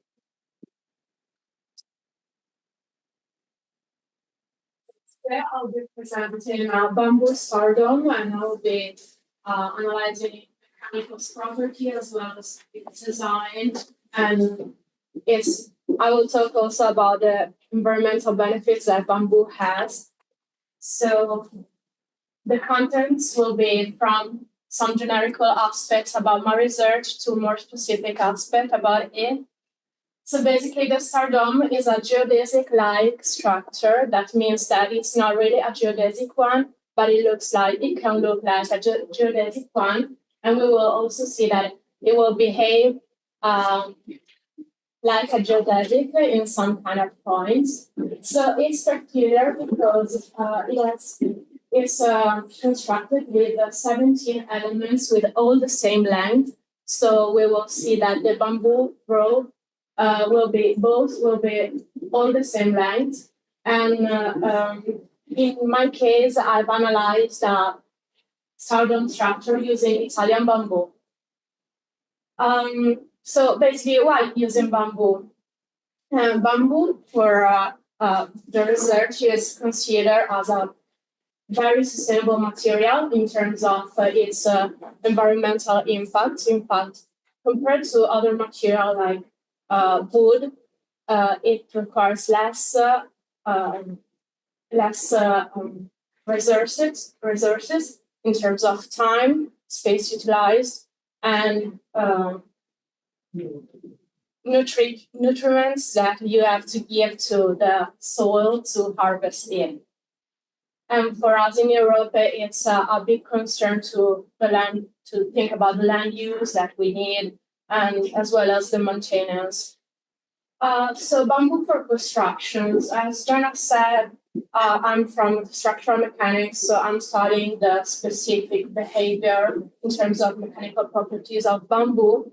And it's very fascinating because if it's correctly applied to the structure, it can behave somehow like steel, but if it's not correctly applied, it will not behave very, very good. So the importance of bamboo is not to use it or not to use it, is how to use it. For the stardome, the material preparation takes a huge part of the whole process. In fact, also the cane selection is crucial. It will be an active bending structure, so you're not supposed to use a cane with a huge wall thickness, which would fit perfectly for other solutions.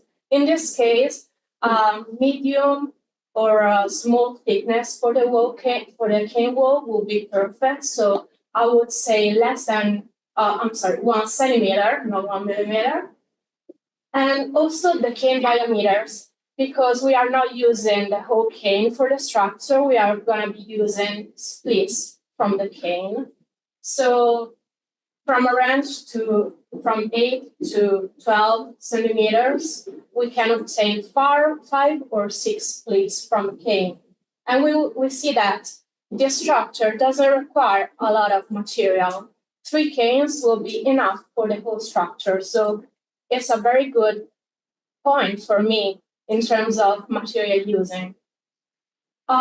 Basically, for the split themselves, we'll be needing 2 different types of splits.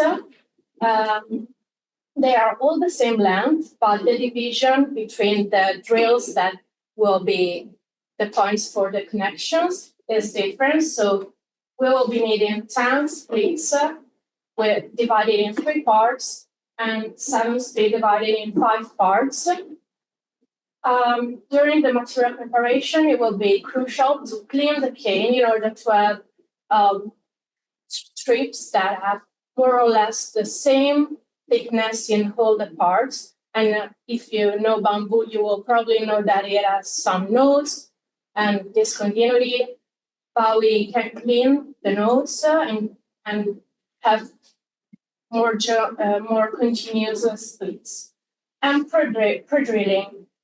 In this research, I used bolts and screws as connections, but you can also use other types of connection. I will explain later why I use bolts and screws.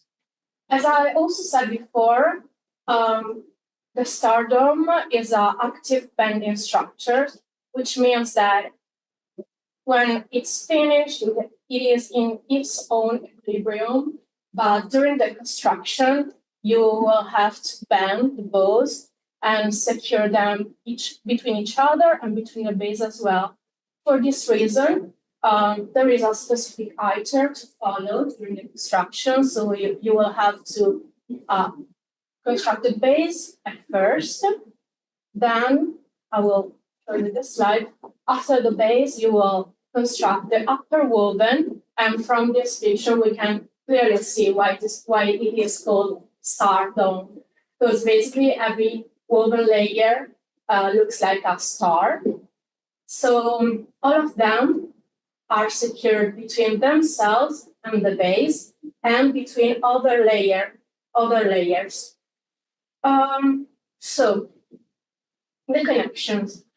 It is important in this type of frame to use design for disassembly connections, because it's an iterative process.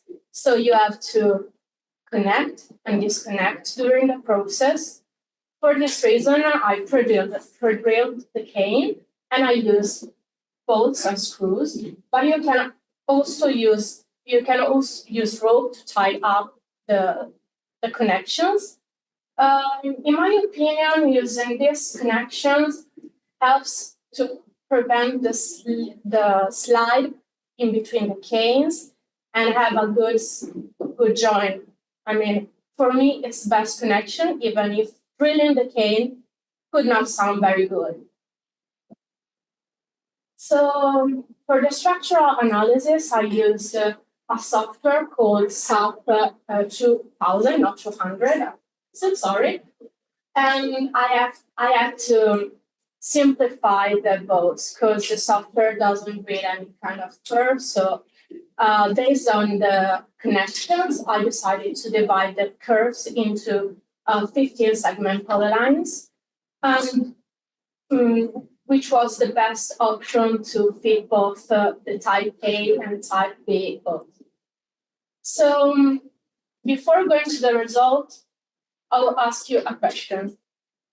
I said that sometimes the geodesic structures behave unpredictably.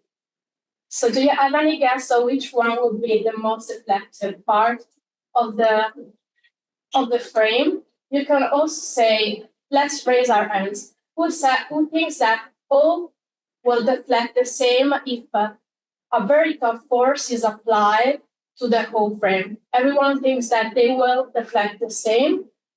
No? Any guess for the upper woven? 2? Okay. 3? Okay. Middle woven? 1, 2, 3. Middle woven. What about lower woven? Okay. So basically also from your response, we can see that no one has a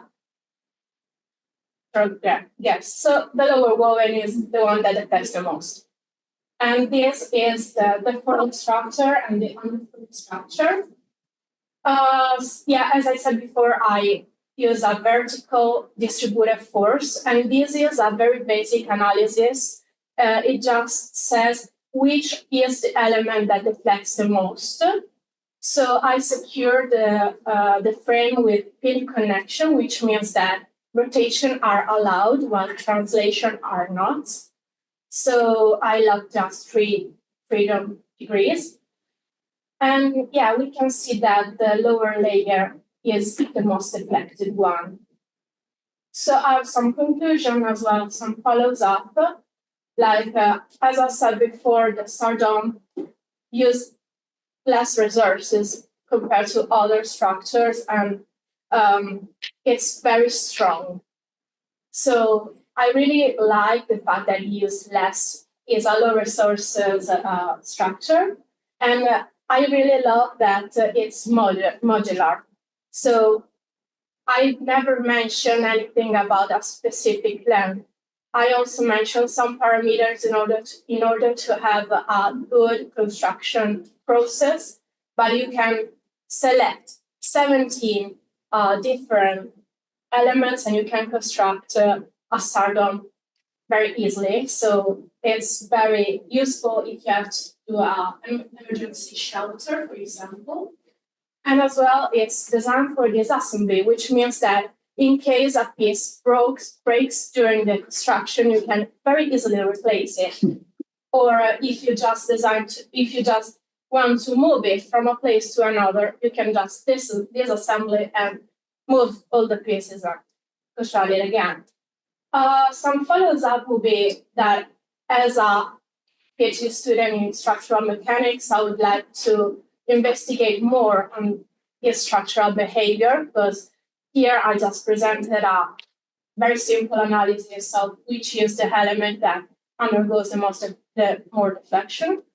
But I like to see how would it behave if I use different thickness or different width elements, as well as using different materials maybe, or different species of bamboo. And also, in my opinion, a parameter analysis for each geometry will be helpful, because I said that we are using all the same length elements. So also analyzing what other type of structure we can make using the same length elements will be interesting for me. So yeah, thank you everyone for your attention. Are there some questions? Question about the bamboo thickness. Is that a function of the species of the bamboo, or is it like a matter of when you harvest the bamboo? Or do all like bamboos just have different thicknesses and you have to choose the right ones? Okay, all the species has a different thickness. And for us in Italy, we usually have very thin bamboo. So also the place that you grow bamboo can affect its thickness as well as its strength. So yeah, it depends on where you construct and what species. There are also some type of bamboo which doesn't present any oak inside it. He's working also with this. So just to add to that, so the age of the bamboo rhizome, so bamboo is rhizomatic. So if the rhizome is mature, you start getting bamboo that shoots the same diameter. But then along the length, most species, even if they're semi-hollow or mainly hollow species, they tend to be thicker, even solid at the bottom. In the middle, they're thinner, and then as they get to the top, they get more solid again. So when you're making things out of splits, you can, if you want to use the whole split without subtracting any more material other than just splitting, you would, from most species, you can find a part that might work at a particular scale. So the biggest timber species that's commonly known is Dendrocalamus asper. You might make stardomes that are 3 or 4 times the size of the ones we were talking about at a minimum, because where that material bends well, where it has the right aspect ratio, would lend itself to really long parts that might be 50, even 100 feet long. So that will lead me to a question, which is, do you think that this has, outside of temporary structures, can you imagine in the space of architecture, because you're a translator, how active bending structures could or should be applied to the scale of more permanent building and building to occupy more than 2 or 3 people? In my opinion, if you add some layers, like if you use this frame as a structural part and you add some layers, like maybe also bio-based layers, for example, I would say adobe bricks, or also I saw a research that they were using broken parachutes to cover it. So in my opinion, using something that could be a byproduct or a waste from another element and construct different layers like we do for homes could be good for things like that. I mean, it could be a small shelter, but it can last long. Because as we I think we know that if you put bamboo in the outside and you live there, it will rot very easily. So yeah, if you add some layers, you will fit for long-term construction. Thank you. We will close the paper talks for this session with Wiley's presentation. I gotta find my notes again. So Wiley is an assistant professor at Washington University in St. Louis and a founding partner of Leopold Brown. Thank you. And they practice in Munich, in Stuttgart, and he's a fellow of the Institute of Lightweight Structures, also in Stuttgart, and his MArch is from the GSD. And he has a bachelor's in anthropology, and very much kindred spirits. The director of his school actually has been trying to bring them together, so we're very happy to have him here, and I'm very happy to meet him.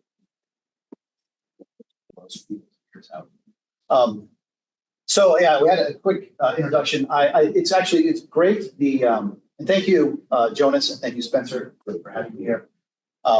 And it's great that we've had a presentation of all of the main benefits of bamboo, because I'm going to give a bit more of an experiential journey of how I became what I call bamboozled, and from a skeptical point of view, and then getting more into it. As Jonas mentioned, I am a practicing architect. I have an office that's based in Germany and the US. A couple of years ago, but you see some of my employees there. Founding partner, my partner is Andreas Leopold, Christian Goldbach. And we designed everything from stadiums to schools to community centers, housing, museums. And the fundamental of our design is environmental sustainability, social responsibility, but we're realists. And we recognize that in order for things to actually get built, it needs to be financially feasible as well. We really try to make things possible. So we build a lot in that sense. At the same time, I'm a more recently a professor at Washington University in St. Louis. And the kind of way I teach is through making and breaking and operational models, I call it. So students will make these, this is a particular tensegrity thing, but it's through experiences. So students ask, this is going to work? And I say, I don't know, let's make it. I don't really like teaching, but I like creating learning experiences. So I learn with the students. And so that's kind of the journey I'm going to get across here is, why bamboo? And so a number of years ago, when I first started teaching, 2019, I was kind of looking around like, what should I do? I'm a professor now, I'm supposed to do some research on something. And something that's kind of always bugged me is that, so this is what home construction in the US looked like in the 1800s. Basically a bunch of people, mostly men, walking around with their, tool belts, hammering some sticks that they got somewhere nearby and build a house. And here's how we do home construction today. It's basically a bunch of guys in tool belts, mostly men in tool belts, hammering sticks together. And this is actually ironic because this is a building I designed and got an innovation award for its energy positive and affordable housing. And what's interesting is I initially proposed it to be modular, this is in Boston, made in New Hampshire, and then transported and put up really quickly. But the city of Boston was basically donating the land, and they said, oh, no, it has to be all local labor. And it turns out what local labor means is the contractor has an office in Boston, and all their employees live in New Hampshire and drive down every day. So it's what you start to realize is that innovation is not a technical problem. It's a changing the minds of people problem. And so one of the things that I look at is like, we don't design our cars like we did 100 years ago, right? Like this would be ridiculous. And we absolutely don't design our phones like we did 100 years ago. So why do we still build our homes, which are like our biggest individual investment, the same way we've done for like 200 years? And so it's a question. It's like, oh, well, don't fix what's not broken. Well, the problem is, these are a little bit old statistics, but since 2008, the financial crisis, cost of housing has gone up and up and up, cost of building, and we're not building enough houses. So it's like continues to go up. So it's like it is a broken problem. And during COVID, we noticed that timber prices went through the roof. If you go to like, a box store and buy regular 2x4s, they like tripled, sometimes 5 times the amount. Although I was building projects with like big, huge like timber framing from local mills that were from stores out of New Hampshire and milled in Massachusetts, and the prices did not change. So I was like, wait, what's going on here? There's something funny happening. What you start to realize is that most of our standardized lumber is not coming from the US. So it was a global problem. We're actually shipping stuff in from Canada, a lot from South America, Central America, from all over. So I was thinking like, okay, well, if we wanted to like reboost the American system, we'd have to plant some trees, which might take 25 years. It's not a really, good solution to this. So what's an alternative? So I started, looking and ran into bamboo. And it was like, oh, we're talking about like a 5 to 7 year turnaround, not a 25-year turnaround. Let's investigate this.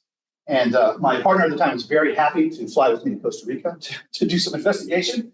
And so I took some students down there and went to this permaculture farm down on the Osa Peninsula and started looking at like how do you deal with bamboo? And so we walked out and, went about 150 feet into the jungle, and with a sawzall, we were able to harvest 60, 70-foot poles.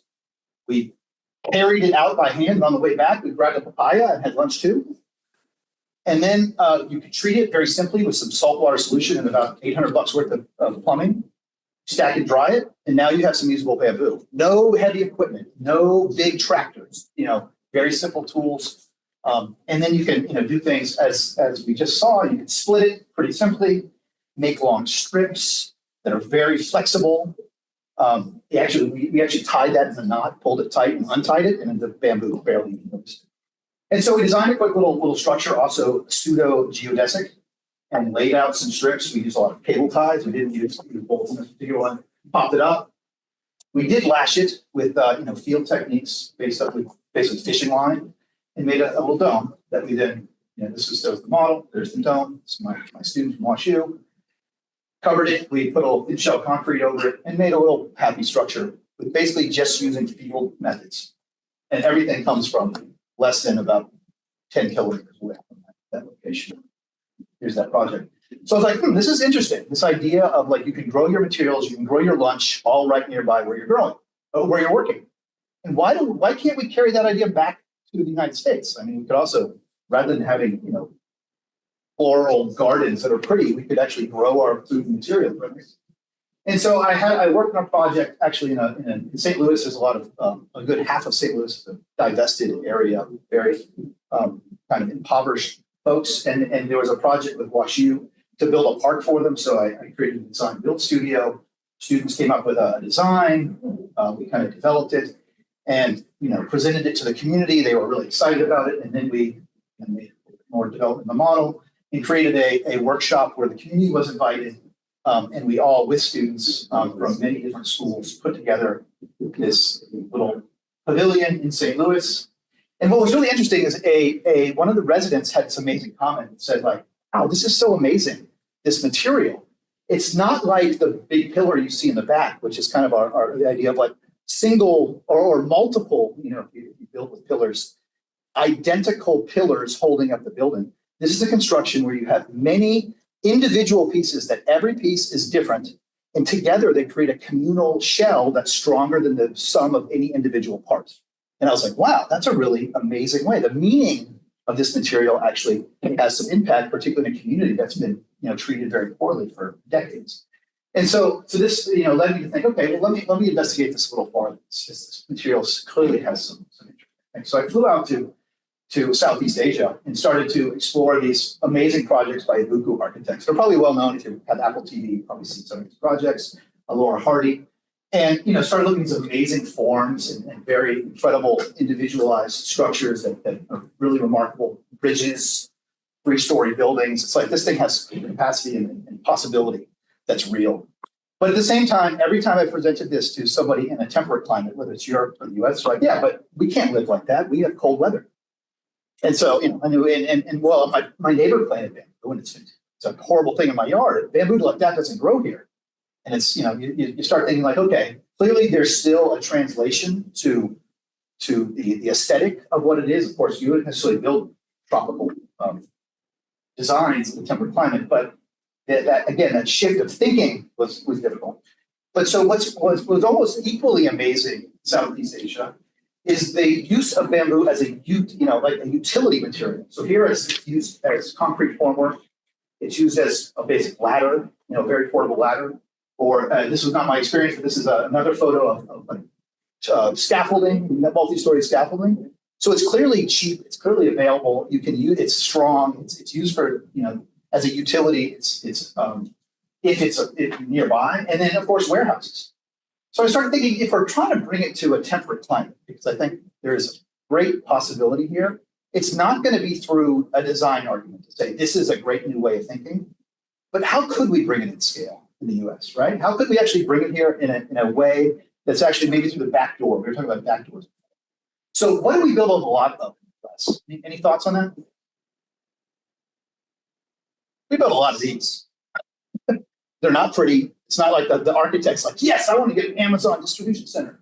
But as of 2018, it's the most common type of commercial building that we've been building. And as of 2024, a couple months ago, $9 billion worth of warehouses are under construction, 25% for Amazon.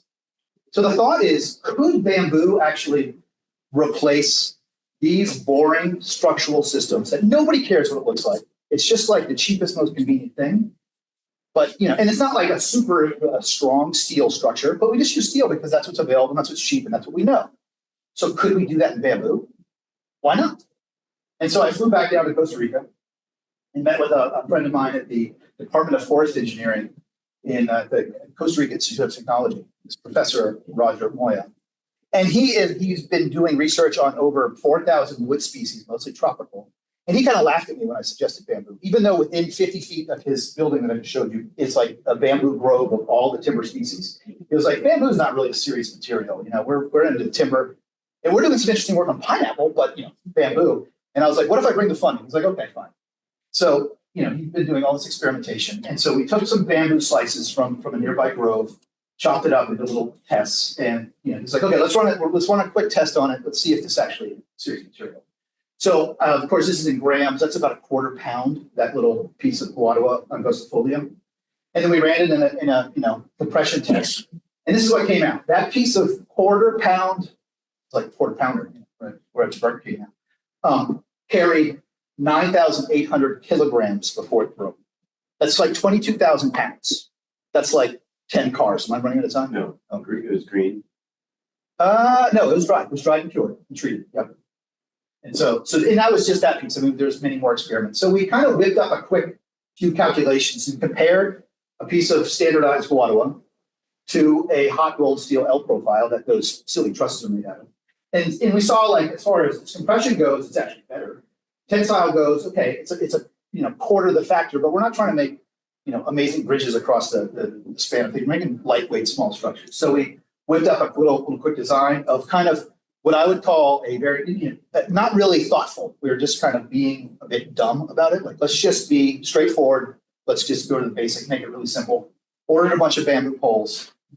Well, got some of my bamboo builder friends from nearby who came and were like, okay, yeah, we can put that together.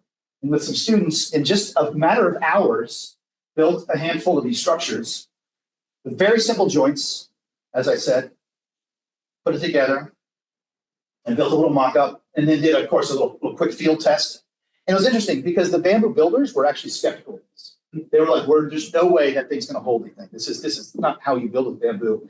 And me and my students climbed up there, and then finally they did, but there was still this one that was like, I'm not sure.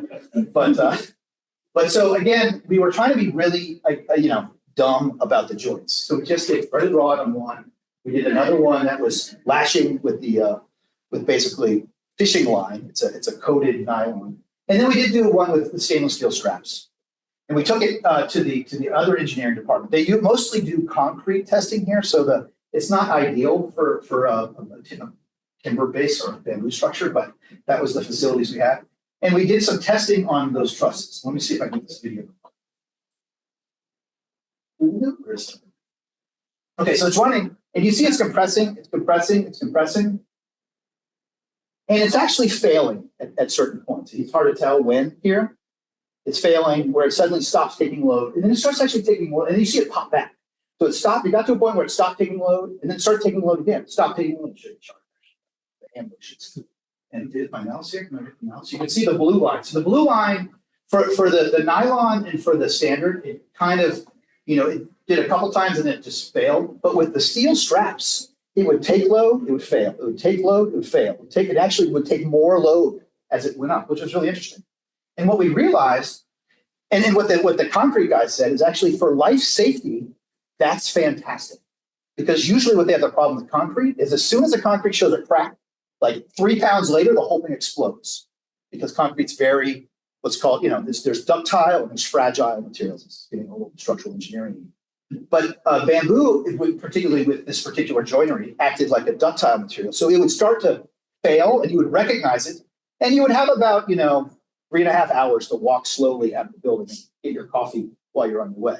So there's actually, as far as life safety, that's in a lot of ways more important than some of the other aspects. And so what we saw is it was actually the steel straps were stopping the splitting.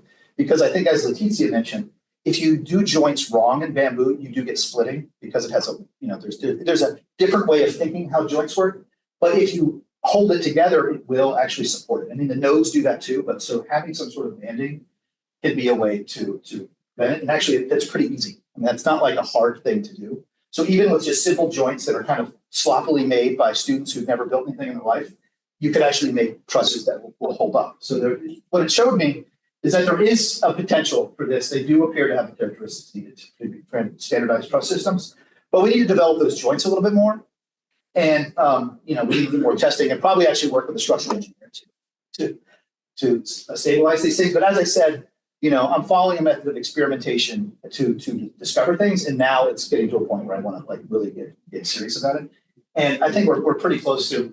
I've done a couple other experiments since then, and I think we're pretty close to a method that I think could work. And it's a matter of then again changing the minds of people to say like this is possible. And so that's actually more of an issue than I think the technical solutions. So I started the question why bamboo. And really, the question, when you think about all the things we've heard about, it's carbon sequestration. It produces the oxygen it produces. It can, it's good for water retention. It has all these ecological benefits, and it's light and easy to use. You don't need huge, heavy equipment. It's a small business dream because with like 3 people, you can harvest it with just a few things. So the question really is, why not bamboo? Thank you very much.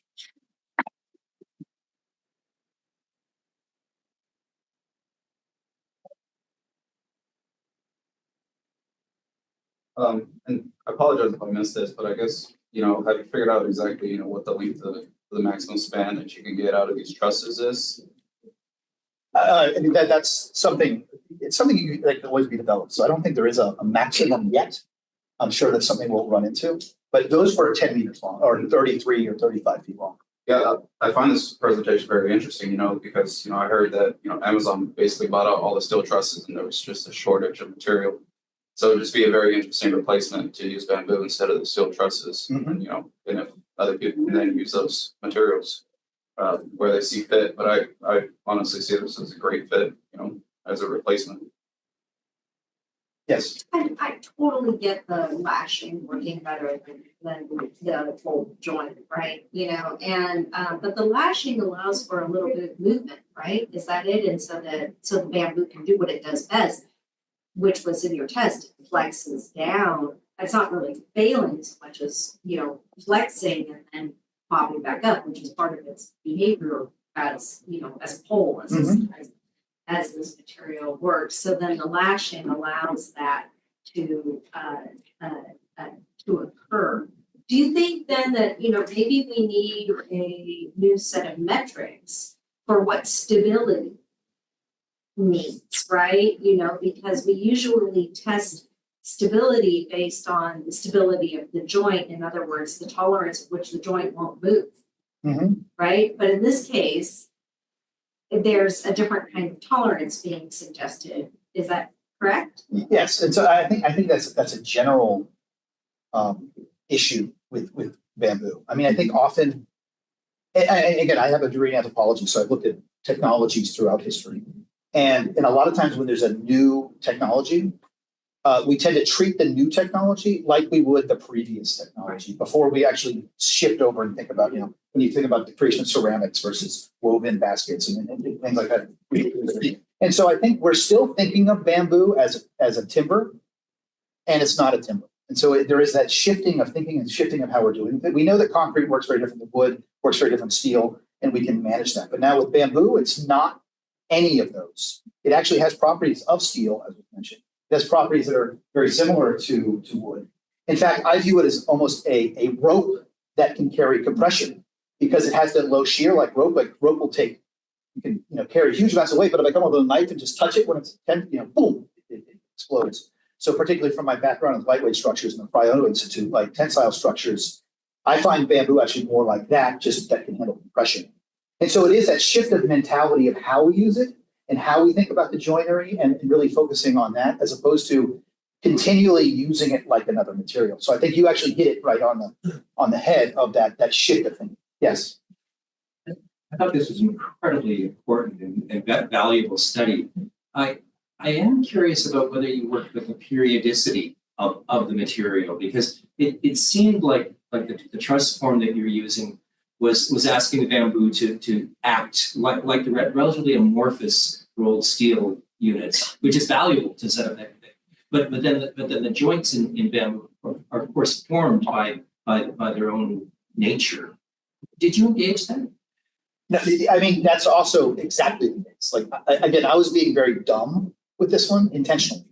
And I say dumb, but very simplistic. It was trying to create that direct translation of how we visualize steel usage and turn it into bamboo to just see where that stands as a baseline that we can move from.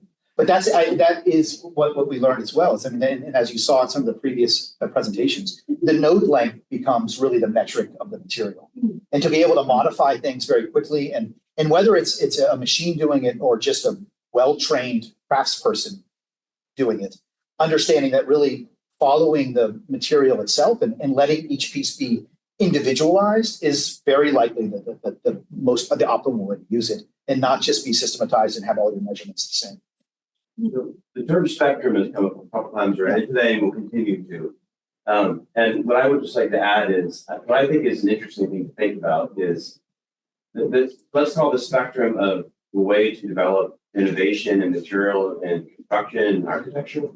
There may be these two paradigms. One is like completely incremental, and that's the one with great intention explored. And the other one is with like a kind of a clean slate, right? A new way of working. And I think that we ultimately really do have to be doing both. And I think that it takes these full-scale physical experiments just to kind of place oneself both in technical sense through the validation of testing, but also in an intuitive sense. Like Yes. what is like theoretically possible, what is actually possible, are not always the same thing. And I think we have to use what we know already at times or to place ourselves as designers and inventors on that spectrum. Yeah, exactly. Hitting it from both ends. Is there any more questions? I want to go back to Dora's question comment because I think there's something really rich there that I think needs to be explored. We have mass dampeners in towers to minimize the movement because of social, because of Comfort. well, comfort, Yeah. and then also just like social perception or the perception of something that's solid or stable, right? And I think I feel like we have to get past that. I mean, we see Philip's work, which is all dynamic, and it is about embracing the dynamism of spaces. And I think bamboo kind of plays into that, where it's meant to be swaying in the wind, right? And for it to be dynamic allows it to have strength that normally a static material doesn't allow for. And so I think this might take a really long time to be able to get to the place where people expect their buildings to be dynamic in fundamental ways. But I think that we need to get there. When you think about something that's rigid, like you said, it shatters, right? But then when you think of something that's not rigid, flexible, then it can respond and be and flux back or recoil essentially. Yeah. And I think that we have to get there. Well, I mean, this is actually a project that I'm working on in Nicaragua right now. It's an open air classroom, and we had a bit of like at the opening, people dancing, and the floor flexes, and people actually initially were like, "Whoa!" and then they were actually like, it became part of the fun. They're like, "Wow, it's responsive. It's like a trampoline," and so and of course it was perfectly safe. But that I think there is we can learn, but it is that shift of thinking that is much harder to do than to come up with technical solutions, I find, in my experience. Yes. Your background in anthropology is interesting to me. I guess I'm wondering, I was just doing some Googling. There are native bamboo forests in the US. Absolutely, yes. Why, are there examples of indigenous or vernacular bamboo architecture in the US? And what is, if so, or if there's not, why not? And what is the resistance or why can't we do it?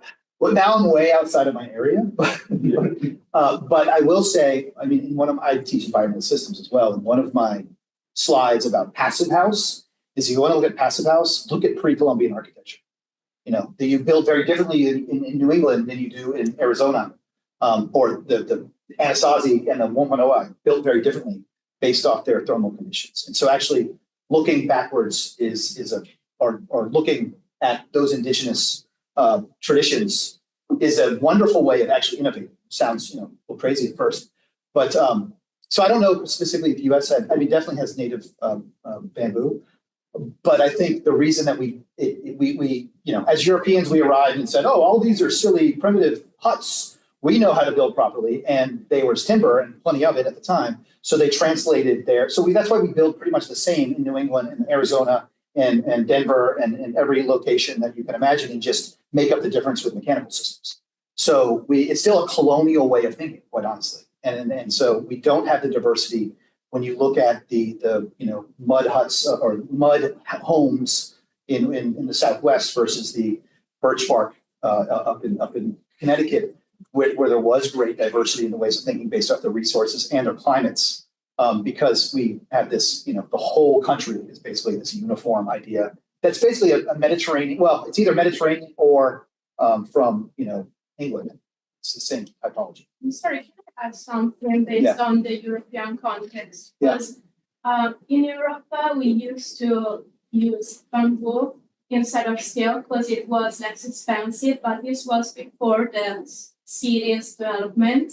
So then when we had a boom for a very huge increase in the house demanding that buildings became higher and more engineerized, I would say. Also standards became something mandatory for build something.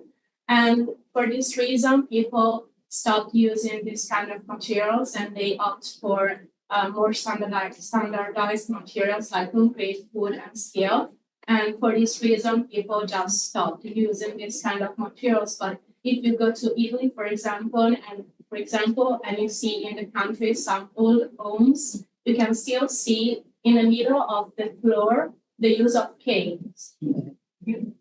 And they are still good because they were protected, so they didn't rot. So I think it's something because of the engineering and the development of new and bigger buildings that make us stop using this kind of materials. Well, I mean, in Europe, my experience also is even wood homes are considered kind of cheap and if there's a new resurgence of wood. I mean, in Germany, I'm speaking more specifically, but there was this like, no, masonry buildings are real homes. And even the shift to, we've been trying to get developers to build wood homes for years. And only in the last like 3 or 4 years are they actually going for it. We'd always do like a masonry version and a soft mass timber version. And so even wood in Germany has had struggled to come back. The roof would be made out of timbers, but like, you know, walls and floors. So bamboo, I think you're right. I think there's a loss of some of these traditions and ways of thinking. And it's now, you know, there is a resurgence, but it's still in the corners and edges. And I think that's my kind of concern is that we see a few examples, like Simone Valles did, you know, in the Hanover Expo, a pretty cool bamboo building in Hamburg or Hanover, excuse me. And there's a few examples of a few projects, you know, even my St. Louis project, it's all these like one-offs, but it hasn't taken hold and noticed the real value of this material. And it's funny when people say, yeah, but bamboo doesn't grow here. And I'm like, well, your phone didn't grow here either. And petroleum didn't grow here either, but there's a gas station every corner. So we are moving materials around. There's some problems with moving bamboo poles or even bamboo splits, but to say we can't move things around, at least kickstart things is ridiculous. And a lot of these species, or some of these species, can grow within, you know, the continental U.S. potentially. I mean, there needs to be research on that. But some of the less or the more temperate species, particularly I had my first, it's Philosophes and is called moso, could very likely grow in about half. One of the big challenges yet to be answered, and I think the warehouse work will point at this, is this fire, right? So in other words, steel has its problems with fire too. Mm-hmm. But bamboo is not like steel or wood this way. And we really don't yet have, there are very few experts researching it, and there's very little knowledge of how you would mitigate fire in a different way, or how long it will take for a bamboo structure to fail, right? Well, I mean, in Germany, and that's where the other half of my work is, it is classified, there's the research, it's classified as what's called a B2 material, which means a flame retardant but burnable material. This is how Simone Valles did that pavilion. So he did get it classified as so the silica layer on the outside does actually resist fire. Now it doesn't quite work like timber, but so there is a resistance. And this is the thing about warehouses is actually most warehouses aren't even protected steel. Exactly. So that's why it's like, let's start and let's bring this as a material into the quiver of a material palette and start playing with it. Just like when you go to Home Depot or any box store, and there's all these third-party products that are, you know, timber related. If we start using it and it becomes like a regularized material, they'll start being third-party products. One of the problems is coatings. Is actually we use a lot of like wood-based coatings, but the chemistry of how it attaches to the bamboo is a problem because it has a different chemistry. And so if we start having chemical engineers making proper coatings, and we have, you know, Simpson ties making Simpson ties for it, and all these third-party things because it becomes a regularized material. And that's the question on this. Like, how can we make this normalized and be another option, particularly in light of the carbon footprint of concrete, steel, and glass? Like, it is there, and it's really accessible, and like small farmers can grow it. And so there you go.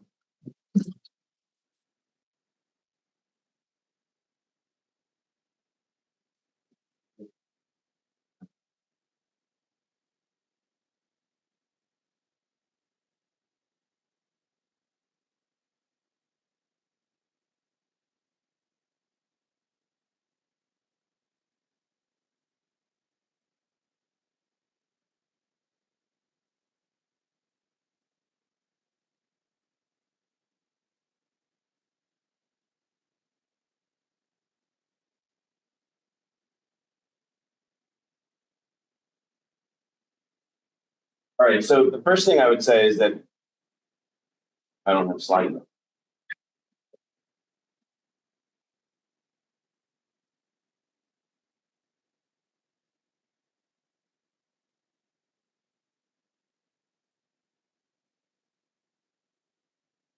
So I'd like to start by saying it's been really great to hear from architects that are getting their hands dirty, right?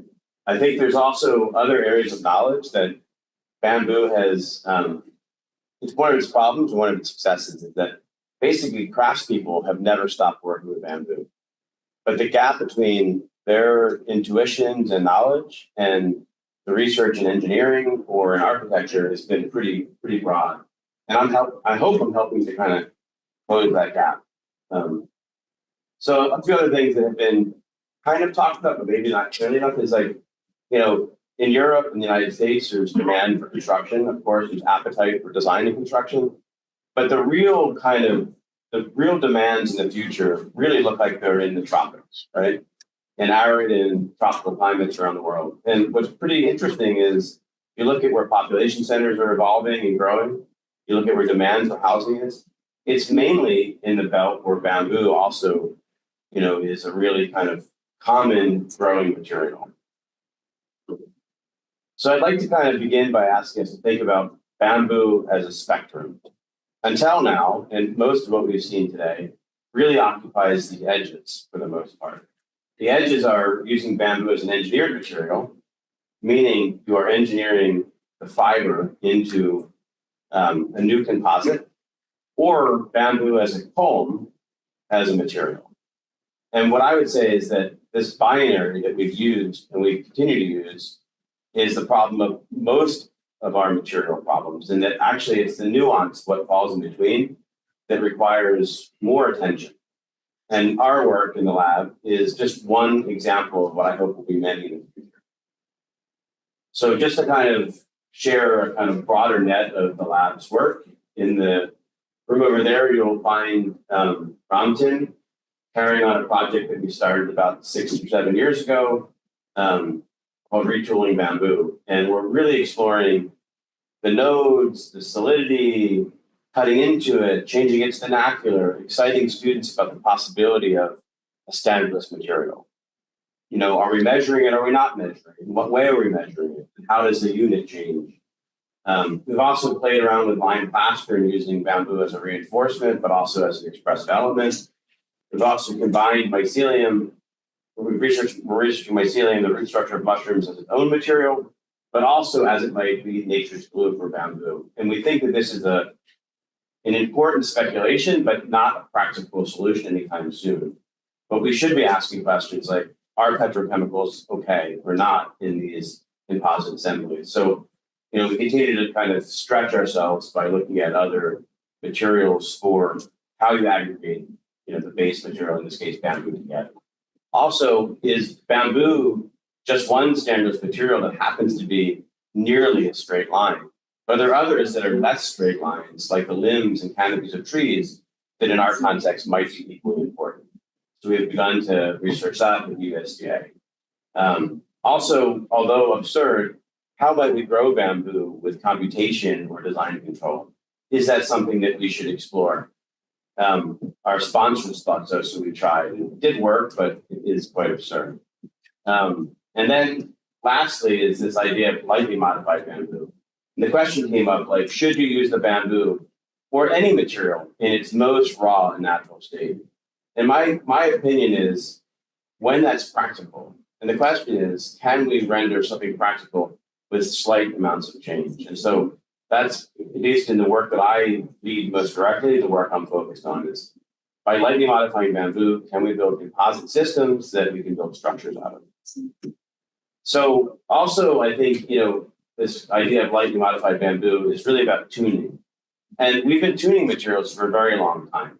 Right? With wood, we have lots of technologies that we've been developing for hundreds of years. Even with paints and coatings, we can tune the color. And in other materials, these are common technologies. Bamboo has had very little technical development in the last 300 years.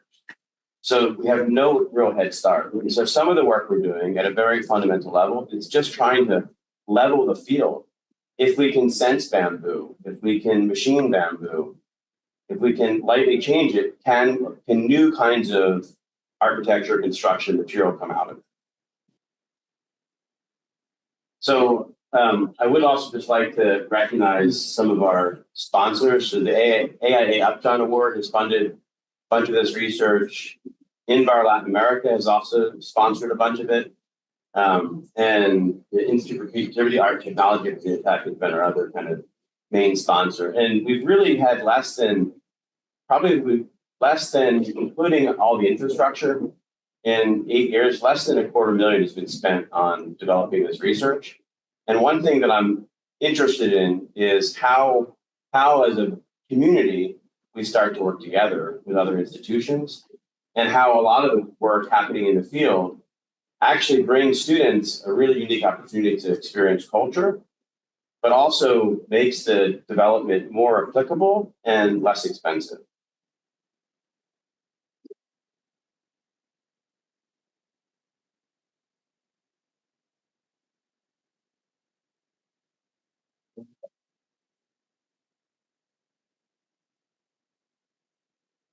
So, we really started with these two different trajectories, and I'm interested in sort of the opportunities that the morphology of bamboo might offer, and really how technology might interface with that. To go back to this idea, like, do we work with poems? Do we work with composites? And if it is a spectrum, where might our work sit in between? And what fundamental elements do we focus on? So we really focus on a couple, but the two that I think may be most important and have the most benefit to the broader conversation, one is the knowing or the sensing of bamboo, and the other is, like, how do we delicately modify it in ways that bring it more utility? And are those all digital? Are some of those analog? And what amount of change, what amount of subtraction or division is reasonable? So, on the left is the retooling projects, and you'll see Ramtin developing the next one of those using retractable frames. That project has gone through a series of kind of experiments, and they're really aimed at, like, trying to put people's hands, students' hands particularly, on a material, whether it's through assembly or through fabrication or even in mere act of cleaning the bamboo. Do we learn something about materiality that we didn't know before? Also, if we begin to think that the line of a sketch and the line of a building might be more synergistic and that we don't need a hard line, how might that change the way we think about making the built environment? And then on the other side, the more practical, perhaps one, is can we make panels that begin to mediate between what we might do in concrete or mass timber with a local resource in the tropics where we want to build. This work requires as much kind of design of processes as it does products or forms. So this is probably the work that I'm most interested in myself personally, which is to hack and build tools and machines to treat bamboo as any other material that has appropriate technologies available for its articulation. We spend a lot of time thinking about how its morphology affects its fabrication. So early on, just, where do you cut it? How do you respect the node? Can you come up with a new logic? How much, this came up earlier, how much of your design intention should shift? So I never remember the red from the green, which is which, but one of these sets of lines represents the idealized model. The other one allowed us to flip each element in its position to avoid cutting through nodes. So if you want to avoid the nodes, can you simply just flip a stick and move a joint a little bit? And is that form perhaps add value to this, a more honest form that is somewhat symbiotic between design intent and material expression? So this is what that looks like in reality. So do you really you find a node? Can you just simply slip the joint? Yes, it changes the form, but is that, in this case, a big deal? My answer is no. So this was the sort of second of the three projects that help us clarify an idea, which is how to think about nodes and joints in a nearly solid bamboo in a way that might create aesthetic expression as you kind of reveal the inside, but also that would kind of remain practical and increase the efficiency of bamboo utilization.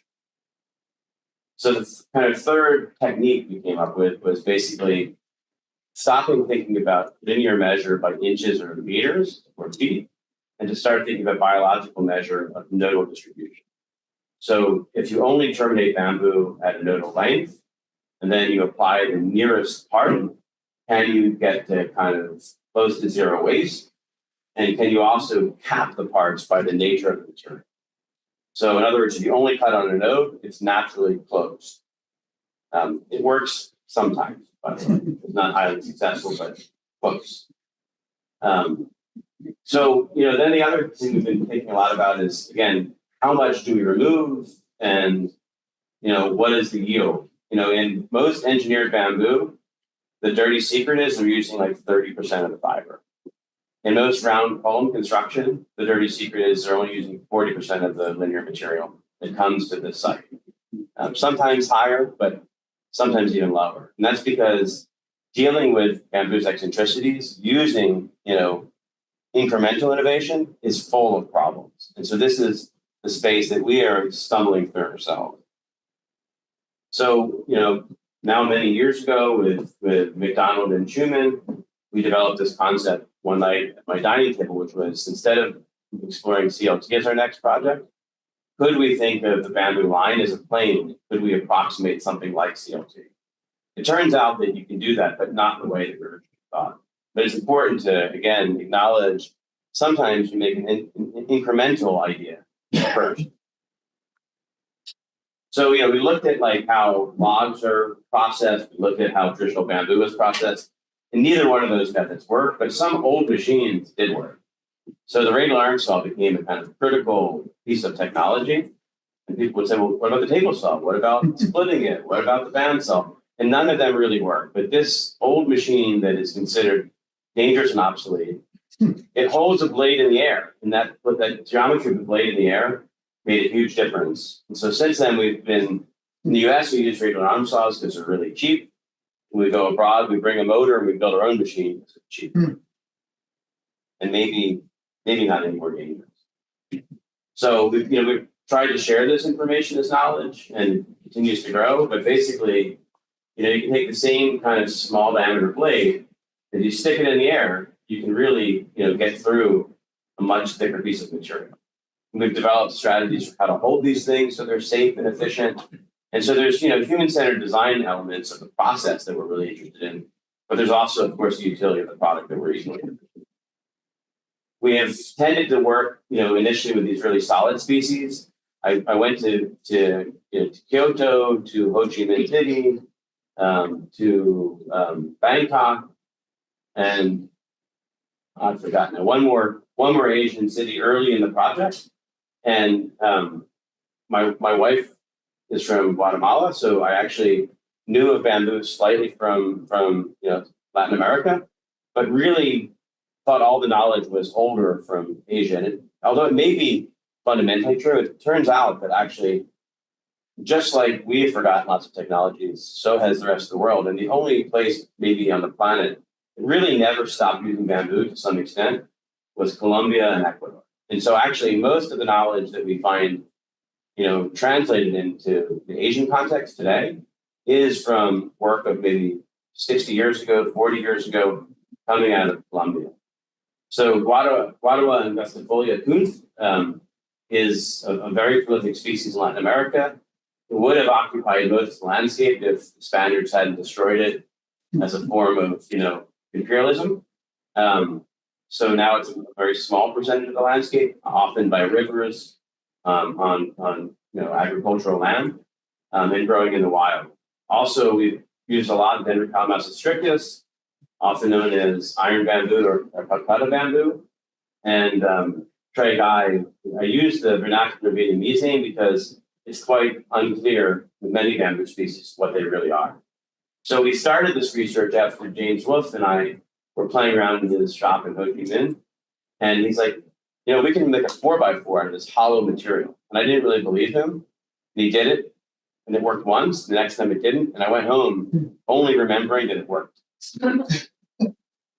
So what we do with this bamboo to kind of get some kind of ability to make it into a composite is we lightly modify its let's say its round diameter into two things that have parallel faces along a theoretical center line. And it turns out if you do that in really solid species, you get really little waste. And if you're surgical about it as you go up in diameter and hollowness, you still get a pretty low amount of waste. But it is notable that it doubles by percentage when the bamboo is more hollow. We don't need the thing to be totally flat and rectangle because we're only going to laminate it on two sides, not all four. So if you compare that to traditional bamboo splitting, this is just geometry. This is not a study of throughput. If you don't even turn these into rectanguloids, and if you ignore the actual process with which these are made, which removes quite a bit more waste, you still get 60% fall, or what some would call a co-product, which could be used for energy. With this process, in our best case, we get 6%. So this is like the most extreme polarized example, but there's some wisdom to light change instead of heavy change. It also translates to the number of steps in processing. Also, we think that you can use different parts of the bamboo for different parts of the building assembly, and that this third cut, and even what's called the kuhe in Ecuador, the fourth cut, are usually not used for construction at all. So their value is somewhat downcycled, but it is used for agricultural purposes, but not with the same kind of value. So we're thinking that maybe walls of different floors and floors with different applications in a single building don't need to have the same parameter. So this slide has already been shown in some form, but basically the taxonomy of the panel is there's a core, there's lath and layers and cross lamination, and then there is hopefully a very thin skin to avoid sun, water, and fire. We've made many different panels, one-offs for many different species, really just trying to sort of throw a lot at the wall and see what sticks. And momentarily, I believe that a panel that has 45-degree outer layers and a core running the long direction to the middle makes the most sense for a floor with pretty kind of high density of core members. Likely we'll still need some beams. And then for walls, a much more porous arrangement, and probably the bamboo could be much thinner in diameter as well. Also within a panel, maybe you don't need every element to perform the same way. This is why, parametrices, generative design, the scanning, all these things coalesce in this idea that to improve the kind of utilization, you really have to be really, really nimble with how you use material. So back to the question earlier about are we standardizing material? Not in the conventional sense, but we don't have all the answers in terms of the process yet either. So just in summary of the mechanical properties, which I'm far from an engineer, so don't ask too many questions here. But the panels have all taken about 8,000 to 12,000 pounds to grade. We've done a little bit more quantitative testing in more recent times that haven't been fully evaluated yet. And these panels are 2 foot by 6 foot for about 5 inches. So from this 12,000 pound, maximum kind of load, like in Wiley's work, when they kind of spring back, they're still amazingly stiff. But we kind of discounted that as something that you could use in current construction kind of logic. So we can span about 12 feet with a ½ inch of deflection to the floor panel. Then the question might be, do we get true composite action? And the answer is not really yet. But what is somewhat clear already is that in regular bamboo construction, it's hard to make a floor because it's not flat. In regular bamboo construction, you would avoid any broken or cracked member because it would not meet the standard. And we use all of them. We use bamboo that's rotted. We use bamboo with holes in it. We use cracked bamboo. By compositing it together, our elements equal or improve the stiffness and strength of the same number of elements in the raw state. And we get the benefits of unitization. So here's just a look at different panels and how they broke. And I just pointed this one as kind of the one that I like the best. just a slightly deeper dive, we've been looking at like, do we need connection systems that are more like CLT or more like flat pack furniture? And it's from the last week or two, I think we might be okay with CLT-like connections. But my earlier assumption is that because the edge of these panels is likely very vulnerable, maybe we need to move in further into the middle. And so developing tools that are inexpensive that can be used in the field has been another focus of the research. So should those be pipes? Should they be wood dowels? Should they be wood blocks and wood screws? But how do you assemble these things together is a question we're still asking. And so we've made 2 floors now, one in Ecuador and one in the Philippines. This now has 1.5 inches of cement on it and hasn't failed yet. But we haven't, and it's made with the wrong glue and the wrong saw. Long story, but jet glue sucks. So basically, you know, some of these things we're just testing in the field to see what happens. This is on a farm at Regenerative Field Institute, and Lucas is taking a small risk to put that much cement on an untested floor using tight bonds, not a proper structural adhesive. We've also been training, we're collaborating with Inbar, training construction bamboo carpenter that are being trained in these notions.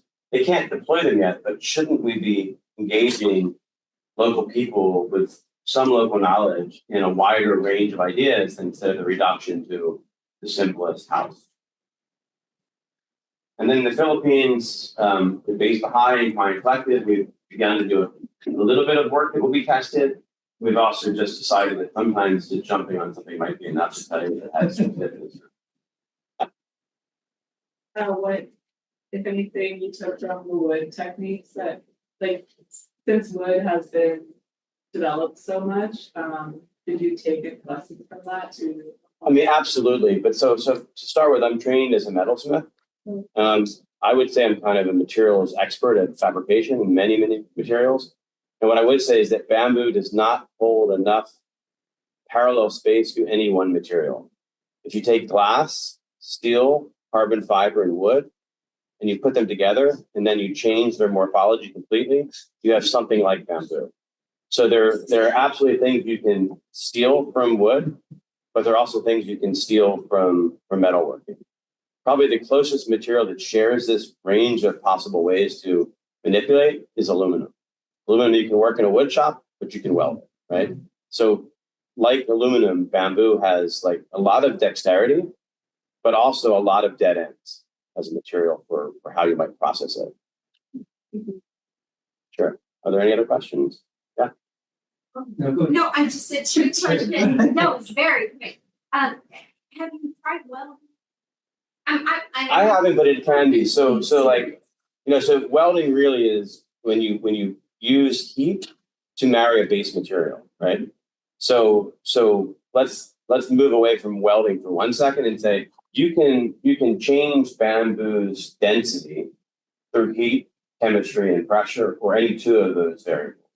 And you can definitely get ligand to cross-link across 2 pieces of bamboo in a thin strip. And there's a company that mostly makes composite materials for boat building in France that's got a proprietary method, which I think is Sonics, to make continuous filament out of bamboo.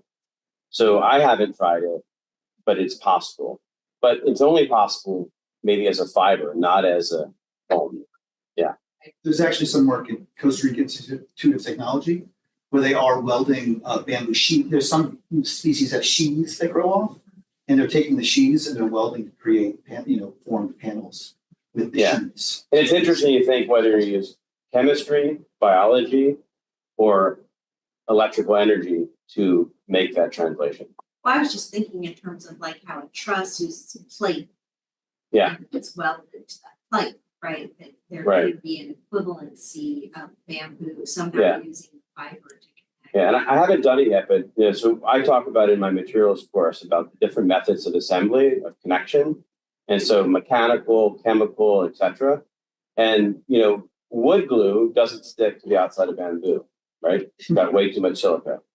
But there are glues that are, for like people who don't know much about the chemistry, they're a little bit like super glue, but much tougher and thicker, called methyl methacrylates.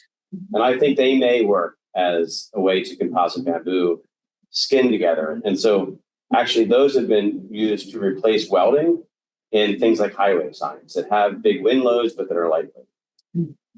Was there one more question? Your talk is an absolute feast, and so I'm just going to do a grab bag of three different quick questions. One, have you speculated about pollarding and bleaching? That is the kind of manipulations of the growth in order to control the periodicity. And secondly, can you comment about progress in fireproofing? Yeah. So, and third, how does bamboo age? Oh, you're gonna have to ask the second two again. I'm gonna start with growth. So there's been work by two architects, Oscar Hidalgo Lopez, who passed away maybe 15 years ago, and the other one is actually not an architect, designer craftsman named Brian Erickson, who's an expat in Costa Rica, and they've explored growing bamboo either through tires or pulling into complex shapes. We did a little bit of the same work with sticking bamboo plants on kind of rotisseries with fixed angles and using grow lights for the plant scientists to just prove that we could control change of curvature.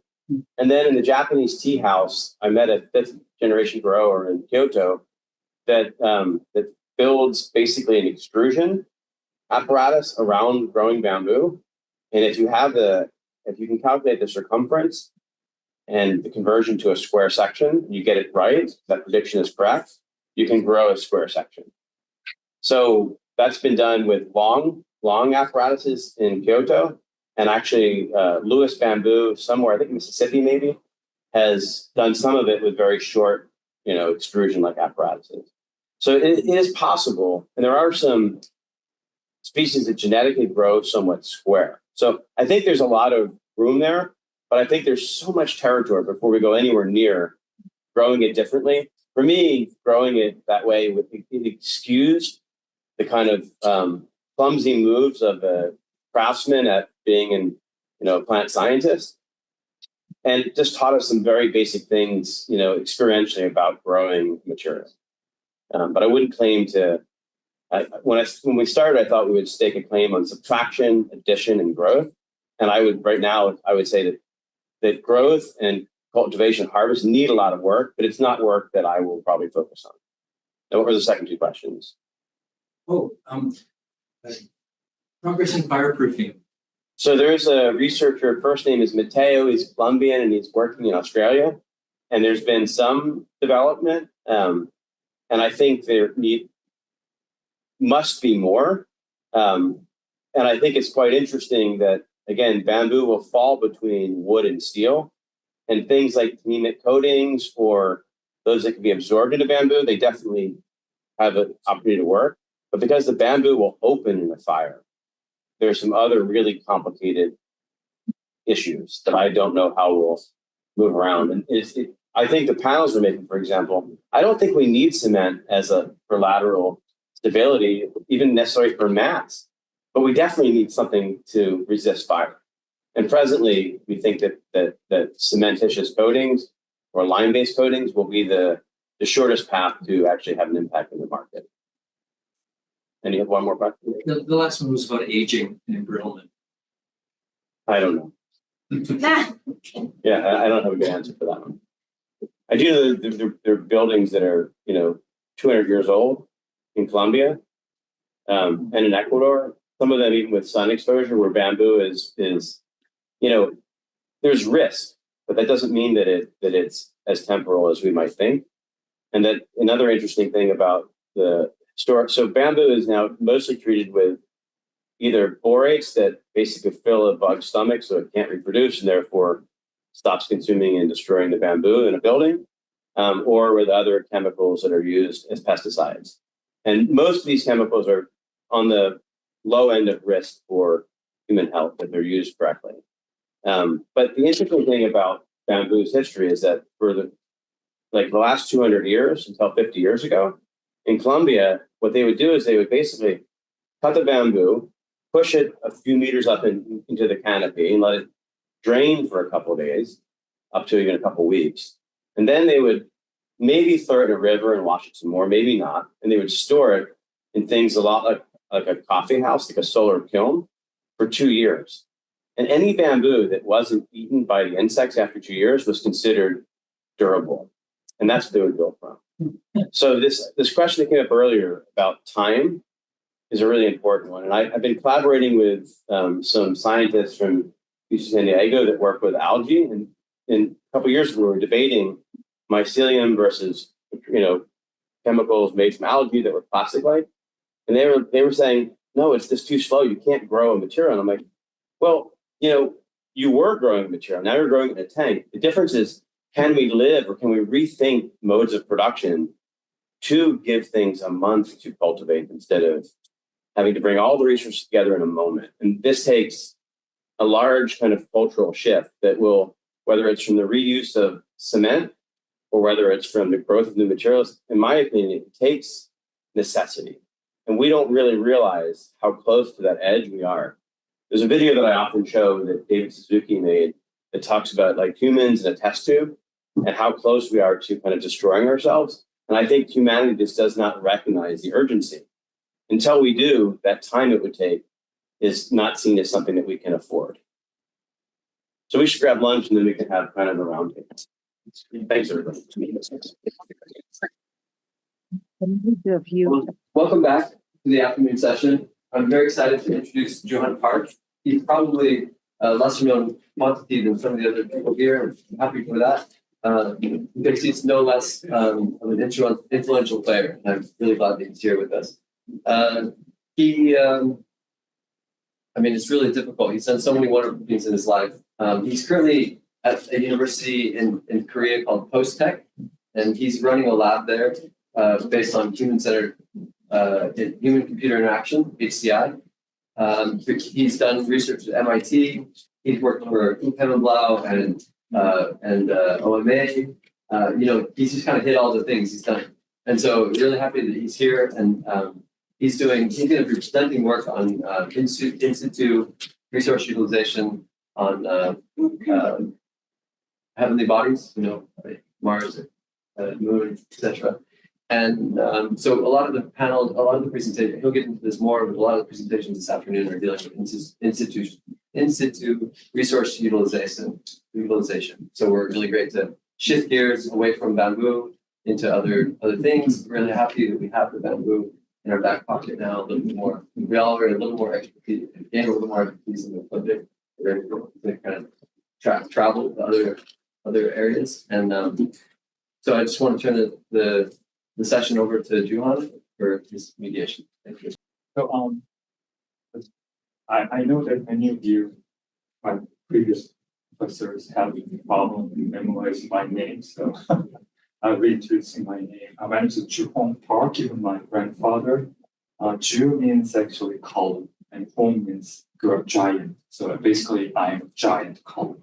So my grandfather might know that I've been an architect.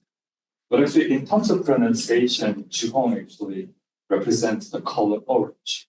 So you can remember it as orange juice kind of juice. Okay, so I'm a researcher in convergence IT engineering. So my job is actually connecting everything around IT technology. So that's what I do. That's my topic. And then today, I kind of read about amazing papers today that Olga and also Avery and also Neil, and also including mine. And I kind of thought about how can I organize these amazing projects together. And kind of one way to do it is actually referencing Bruno Latour's mediated situation, always my favorite theory. So just everybody knows about it, just for some people who may not be familiar with it. Bruno Latour theory is called the actor network theory, AMT. And then actually he explained that there are different actors. It doesn't matter whether some of them are humans or some of them are artificial objects. And actually they together create another network. And this network actually translates all the participant object, including human being or non-object or non-human being. And this translated or transited or networked condition actually actually transform the original being to something else, and then they never come back to the original purpose before. And actually, during we all remember that during the last COVID outbreak, you already mentioned that we can never go back to the previous normal. But actually, I'm very kind of excited about the last 3 hours presentations about bamboos. And actually, bamboo to me is basically the food for panda. But actually, but now bamboo is amazing potential that structurally, ecologically, then now I have a very different understanding of bamboo because of the network that we created here. And actually, I cannot go never back to the previous bamboo at all. So, so today, and then actually in this section, we are going to talk about sugar kelp and also mycelium and also earth material. That agent is actually work with 4 and 3 amazing presenters here, and then actually create another new network. Then probably we all together will create a new network and new understanding about this new material. And then we cannot go back to the previous state once we understand after watching this presentation. So, instead of kind of like simply switching gears from bamboos to this amazing material, actually, previous, I kind of remember widely, you actually mentioned about great question in the middle of presentation that should machine train about material or we should train human being to deal with the material? And actually this session is answering that questions that it's not really about dissectional word that teaching machine the material, human material. It's actually machines or technology or material. They became create a new network and could be a new condition. Then actually we are actually mutually become a new agent or new property. And then actually together we kind of will explore how those new conditions will give us a new insight about it or about them. What I mean by them is both material and the technology that all of 3 that Olga and Avery and Neil will talk about. And actually that the hidden agent here is actually those 3 presenters. And we are kind of we will see that how amazingly they present or they create a new network with those materials. And then we think about that as material as one agent. And then actually Neil and presenters are actually platform. And actually we all know that how platform changed the content as if like the things that I cannot do anymore is actually waiting a taxi or waiting a pre-programmed schedule on a TV. I cannot tolerate that because this time is actually while you're watching YouTube or Netflix, you only see that what you exactly want to see at the moment that you want to see that video. So actually you cannot go back. As almost similarly, you don't really wait for a taxi anymore. You call a taxi using Uber exactly when you need it, and you just at the moment that the taxi will arrive, you just go out. So actually, that platform actually changed the content, not just changed the content, but actually how we interact with the material is kind of totally translate or transform. And actually here today, again, Olga and Avery and Neil will show us how this kind of material as an agent and platform, their technology, their insight will transform the way how we interact with these new materials. So from now on, actually, I first introduce Olga.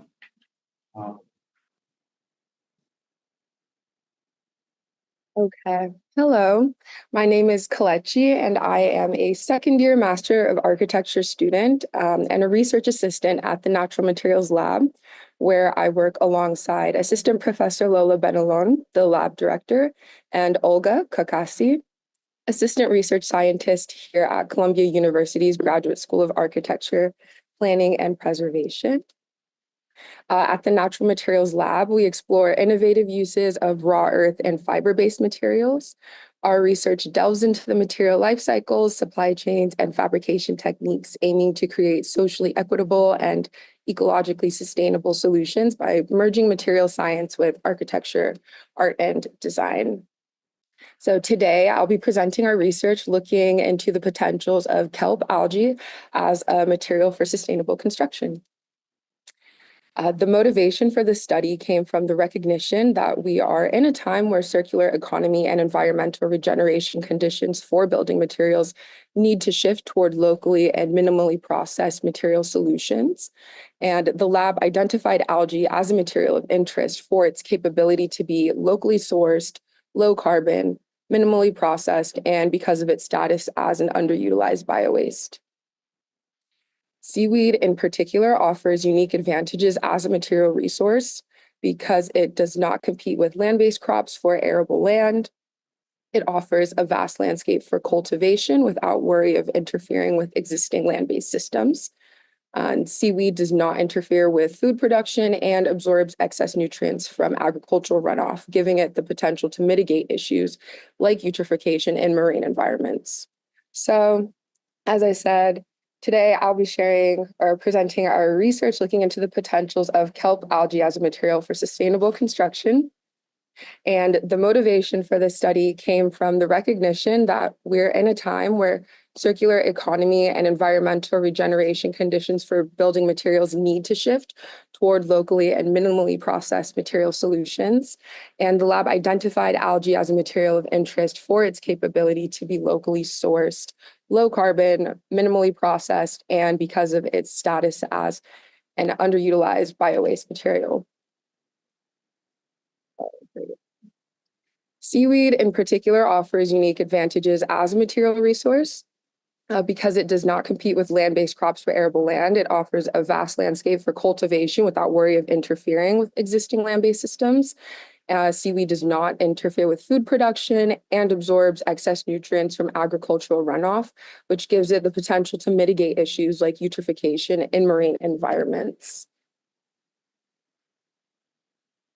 Historically, various species of seagrasses have been utilized in their natural form, often bundled and compacted together to create fiber mats for insulation purposes. These seagrass mats provided an effective, low-cost, and sustainable means of thermal and acoustic insulation in buildings.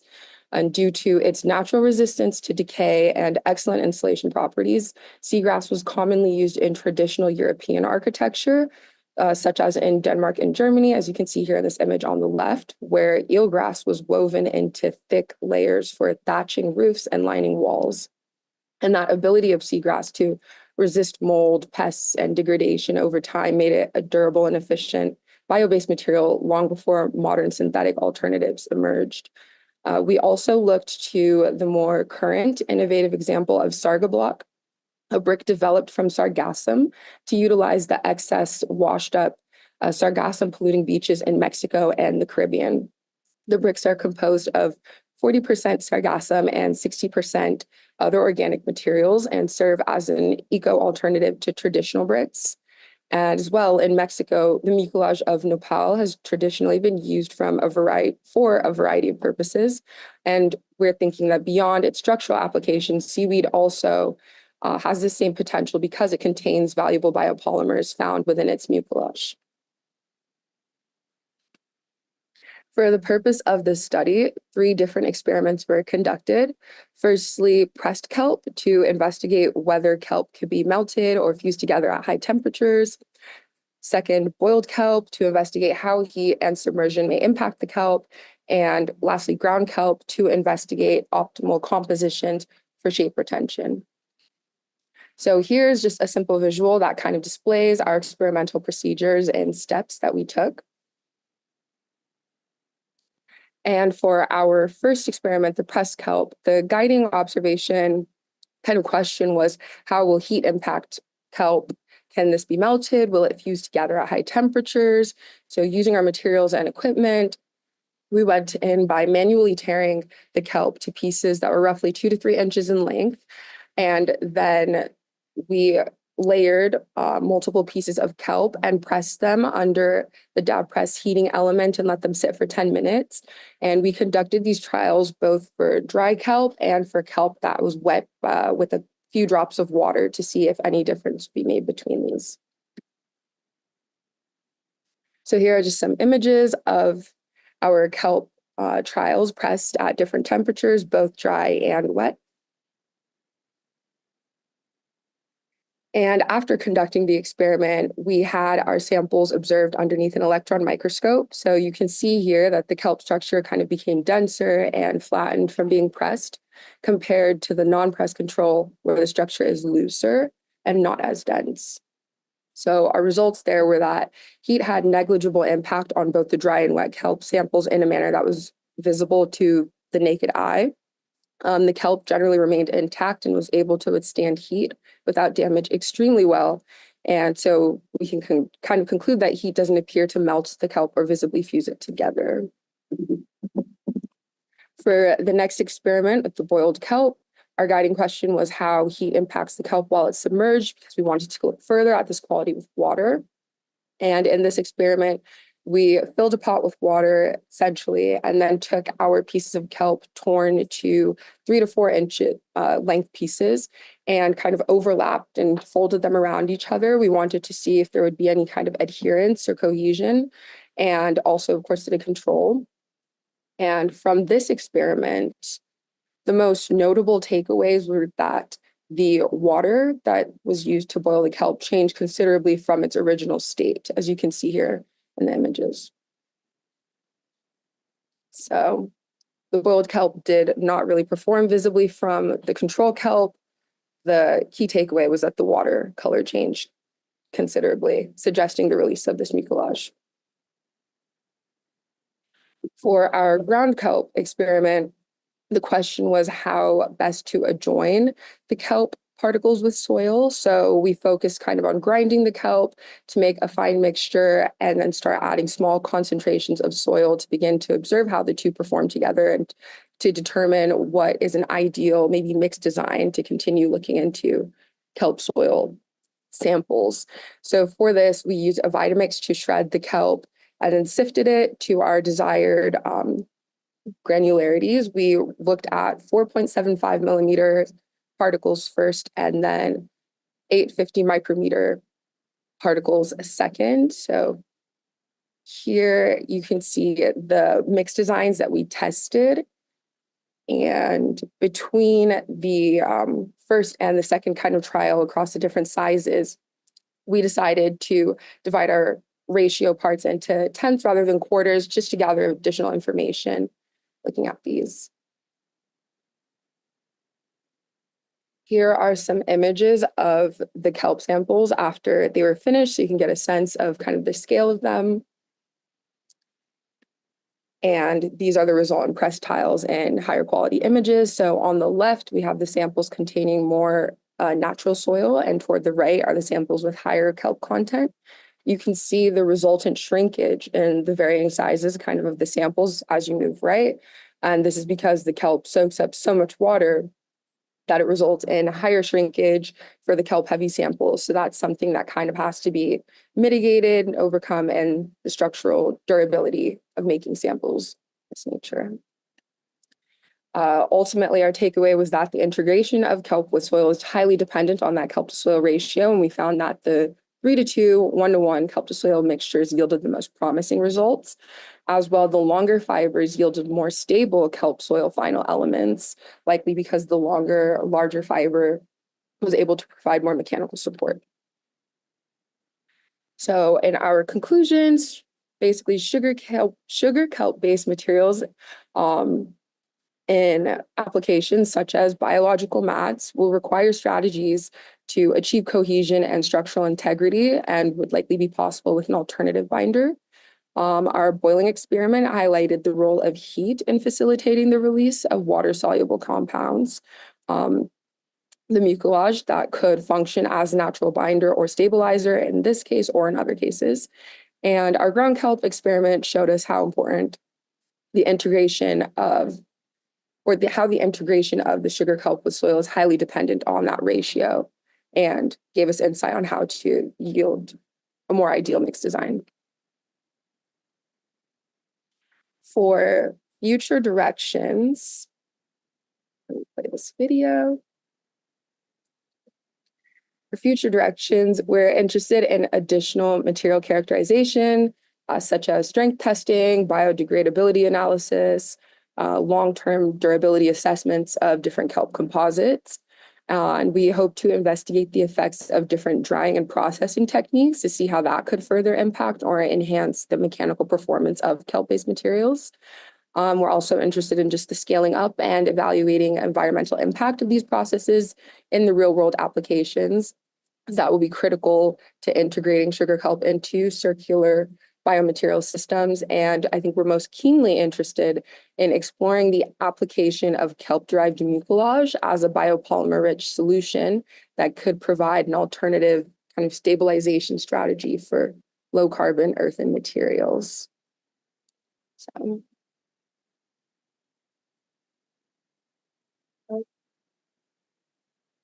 Well, that's the end. Thank you.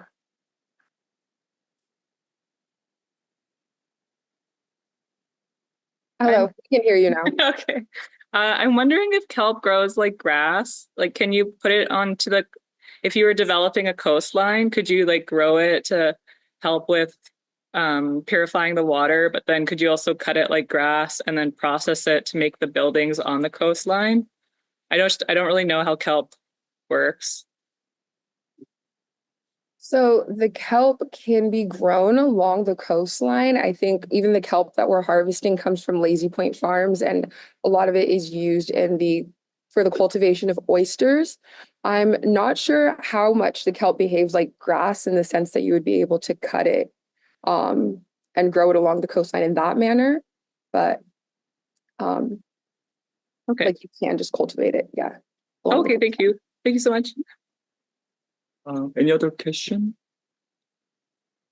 Actually, I have some minor question that in your presentation, you show amazing tables showing some other components or elements. Would you mind explaining what the table enlighten us?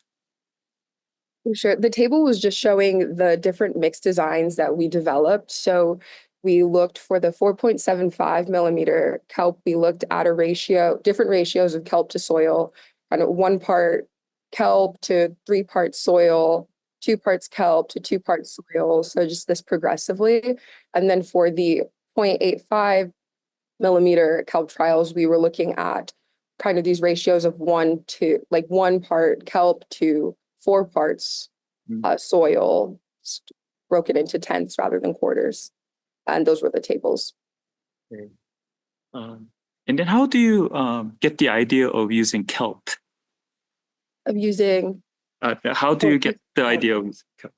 I think we were interested because we had the opportunity to go to a kelp farm and to kind of harvest some of the kelp and see what we could make possible with it. So I think we're always looking for new ways to kind of explore and apply what we're doing here. And it was more that we had access to the kelp and just decided to jump in and start asking questions about what could be done with it and what experimental pathways we could start to look at.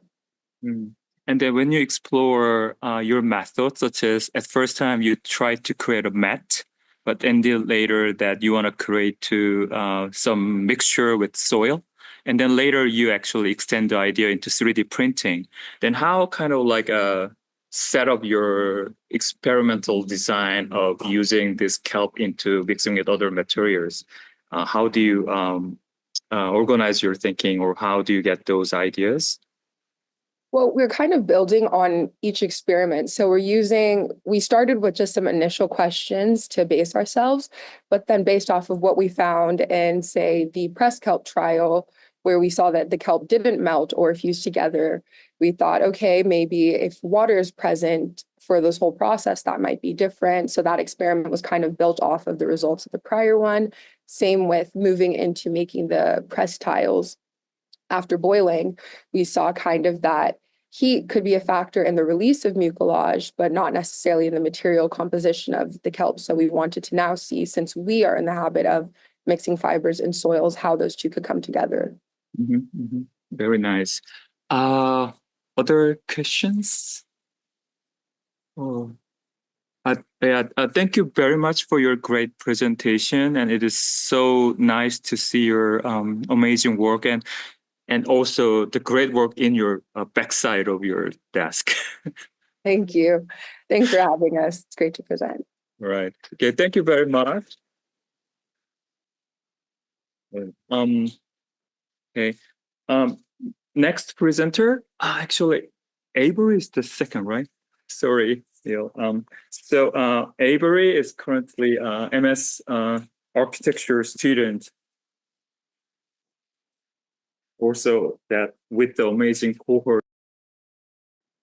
All right, sweet. Well, first off, thank you so much, Juhong, for the introduction, and Spencer for having us here. I'm really excited about it. And I'm excited to present my paper that explores secondary coatings for mycelium-based composites, looking at the interaction between materiality, appearance, and perception.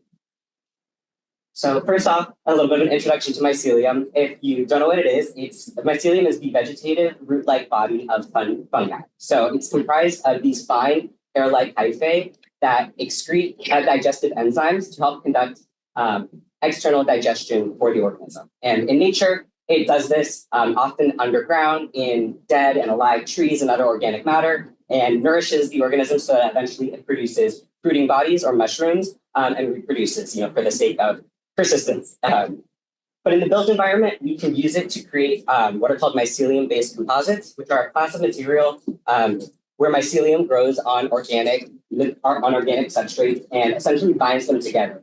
Some folks refer to it as nature's glue because of its natural binding properties.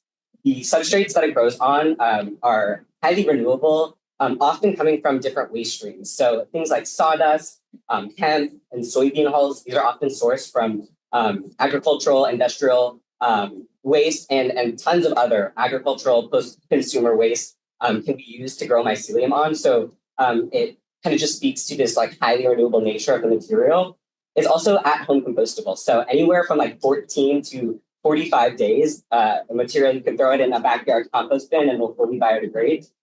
It's also a very highly insulative and fire retardant material. And in addition to these kind of material benefits, it has pretty highly tunable mechanical properties, ranging anywhere from bone-like to cork and wood-like, depending on how you process it.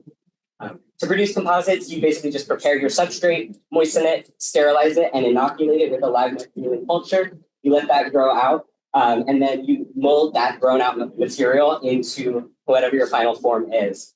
And a little bit more background, why mycelium-based composites? So in the United States, in 2018 alone, over 10 million tons of furniture were landfilled.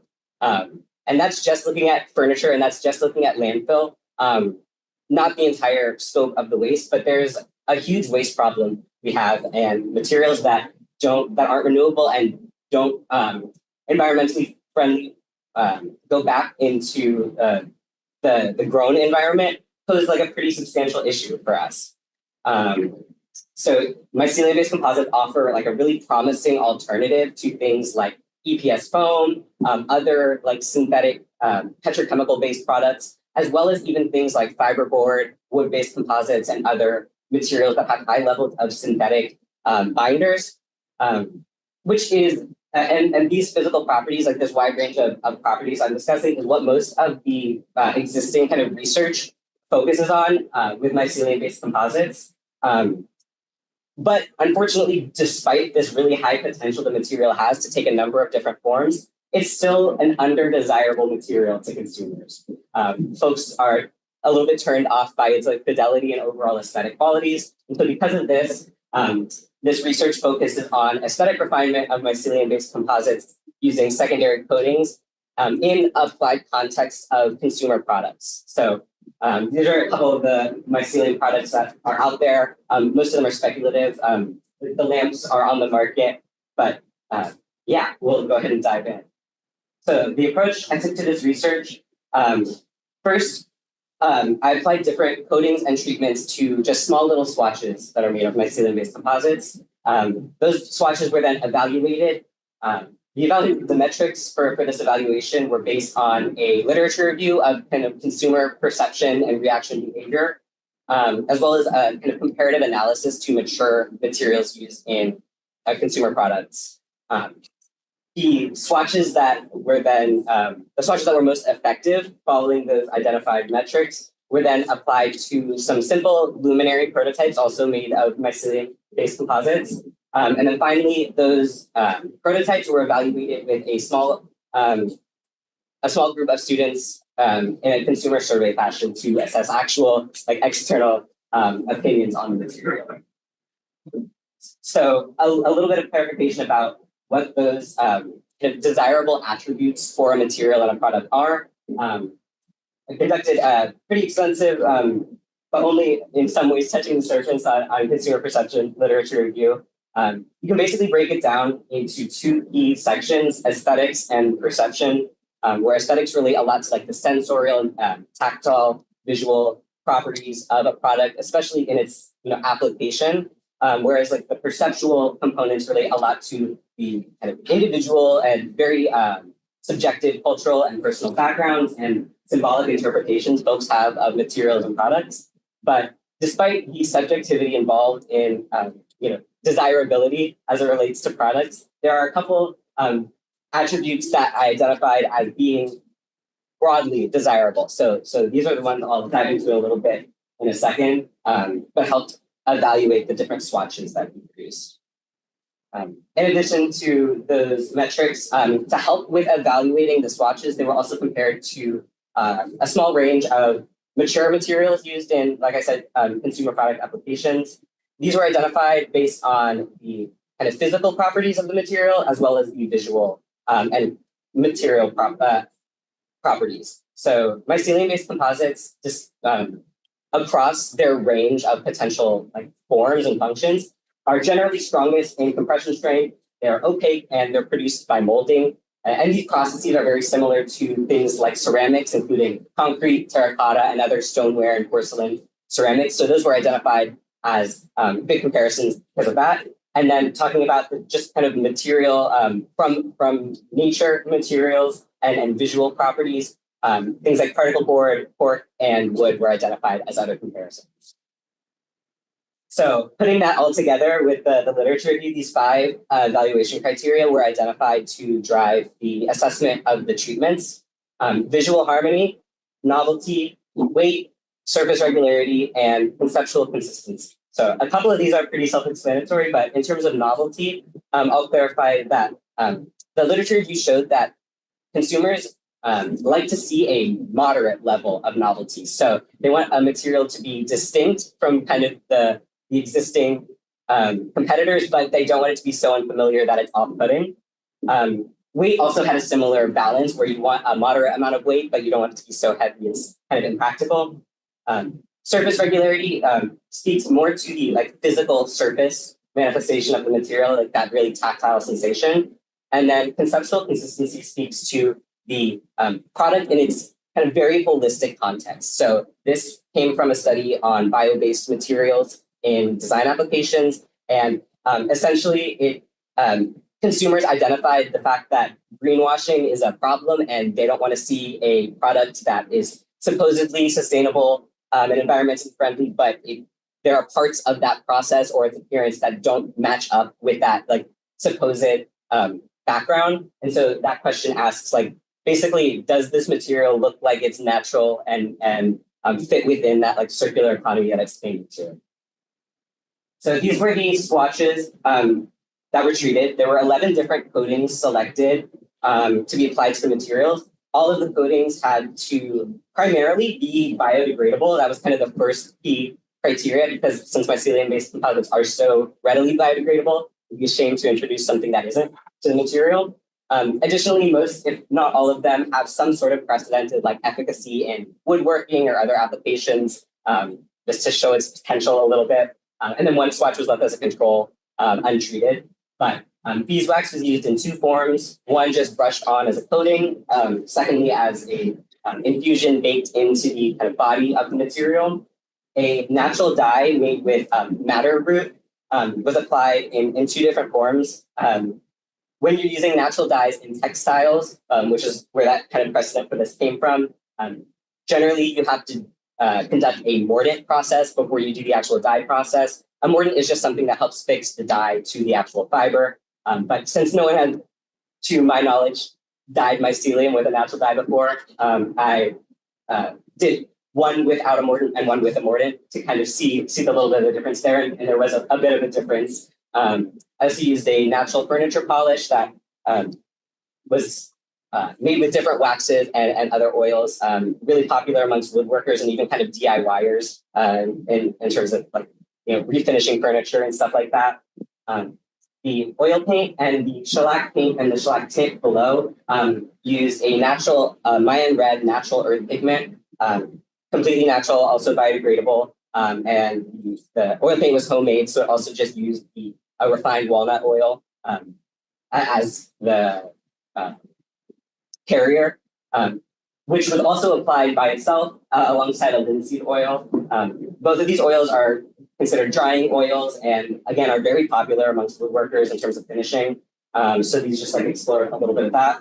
And then the last big ingredient was shellac. If you're unfamiliar, shellac is derived from lac beetles, which grow on trees and other woody plants, often in West Asia and but all over. And it's essentially a like waxy animal-based resin. It's also fully biodegradable and depending on how it's processed can be more or less environmentally friendly, but does have the potential to be done really sustainably. Now talking a little bit more about these evaluation criteria to assess like how harmonious visually it was to have a little bit more quantitative support to this. I used histogram analysis in Photoshop, just assessing basically the variation in luminosity or value of the scans. And while this isn't like the most robust method to assess a material surface, it does have precedents used in like quality control and surface monitoring in production. So I use that just to give a couple points and take away a little bit of my own potential biases in assessment. Novelty, like I mentioned, I'm comparing to the material comparisons and seeing how similar or dissimilar do they look. Weight, pretty self-explanatory. The swatches were weighed before and after coatings, and that was documented. Surface regularity was assessed both just by feeling the materials and looking at them in person, but also they were scanned on a flatbed scanner, and due to that like really short focal length of the scanner, the areas that are more blurry are more recessed in the photo. So I also use those images to help guide that assessment of the swatches. And then in terms of conceptual consistency, this is probably the least objective evaluation metric, but I essentially just asked how environmentally sustainable does the swatch look after it being treated. And this is a kind of high-level overview of how those materials ended up performing. This is a little bit more focused, showing the ones that did perform most successfully. So there were 4 that were identified as having the highest potential. And then the uncoated control was also used in the prototype, again, as a point of reference. So the beeswax infusion, natural polish, and shellac all performed most desirably in 3 categories and undesirably in 1. Shellac paint performed highly in 4 of the categories and pretty poorly in just 1 of them. But these were identified as the coatings and treatments to apply to the prototypes. So a very like simple design was made, and the prototypes were produced using kind of standard mycelium production methods. So we should show like an overview of what those look like. And with these prototypes, they were evaluated by a group of 8 students who were asked just a couple key questions about, how do they perceive the material? What about the material do they like? What about the material don't they like? And also just to help contextualize the mycelium in the broader scope, we asked what materials does this prototype remind you most of? So that's what I'll kind of run through for each of the prototypes. So the uncoated version, folks in some ways liked the texture and the consistent color. It was also thrown out that they liked it was hard looking, but generally folks did not like how unrefined it looked. It was received as looking kind of like mold or compost. Also very rough, very lightweight, and the sound when interacting with the material was pretty undesirable to folks. The bolded, by the way, bolded terms are ones that multiple students agreed upon. So those kind of had the biggest impact in driving some of the students' conclusions, but folks related it to things like foam, popcorn ceiling, and stucco and plaster. So other kind of semi-refined materials, but pretty rough. This shellac version, folks enjoyed the color and the visual texture, as well as the smooth tactile finish to the material. In addition to just applying the shellac as like a single coat, as was done in the swatch, with a couple of these prototypes, they were also sanded on the surface and applied in a couple different iterations, just to, again, drive for a little bit of greater surface fidelity and smoothness. Folks did not enjoy the physical, some people said it felt a little bit sticky, and other people disagreed with the kind of texture and said that they didn't love it. And it also was agreed that it looks a lot like OSB, potentially like wood, but materials, again, that don't necessarily have that high level of refinement or fidelity as you want in a consumer product. The shellac paint arguably performed the best out of all the prototypes. Folks really enjoyed the uniformity of the color and the finish. Some people liked the color choice, some people didn't. But overall, they enjoyed the fact that it was cohesive and also shiny. However, the surface, while smoother than the control, was not perfect. So that was another key thing that we're looking for a little bit more refinement in. And it was also compared to things like plastic, painted wood, and rubber and powder-coated metal. So it definitely lacked in that conceptual consistency kind of criteria. And that was another one of the kind of key criticisms of the prototype, was that it didn't match up with, it didn't look like it was going to be a material that was highly sustainable. The beeswax infusion, folks loved how good it smelled. It smelled, if you ever smelled beeswax, it does have that kind of like honey smell to it. And smell was not anywhere on my list of criteria, as you all probably noticed, but people loved it. They also liked the fact that it was more cohesive in its texture, but it still lacked that true consistency that they're looking for. Some folks also agreed that it looked moldy, especially with the some areas being more or less white.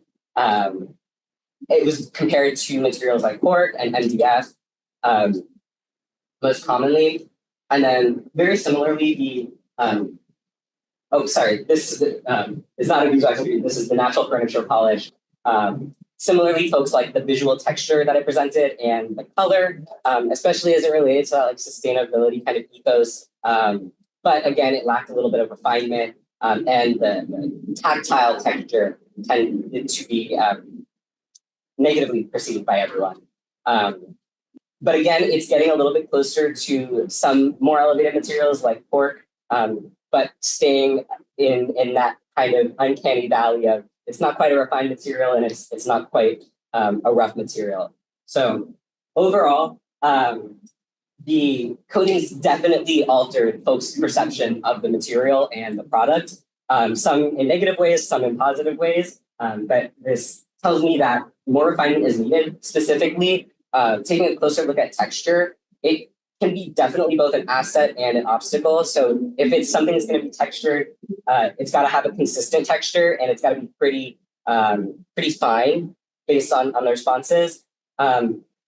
Otherwise, it should be completely smooth. So that kind of emphasizes some of the findings of the literature review, saying that surface regularity is really critical. But as I mentioned, I also learned that scent should be a consideration in all of this, with folks really reacting positively to the beeswax. And also there were some notes, not necessarily about the coating itself, but of the fidelity of produced prototypes. So that emphasized the fact that the build quality of the object is inextricably linked to the material and the coating itself. So paying closer attention to the kind of holistic picture is really important here.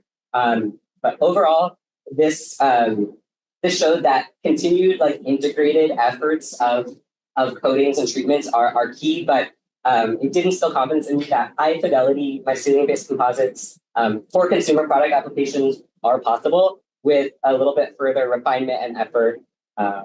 Hopefully you agree with me, but if not, I'd love to hear like any questions, comments, concerns, but that's it. Thank you.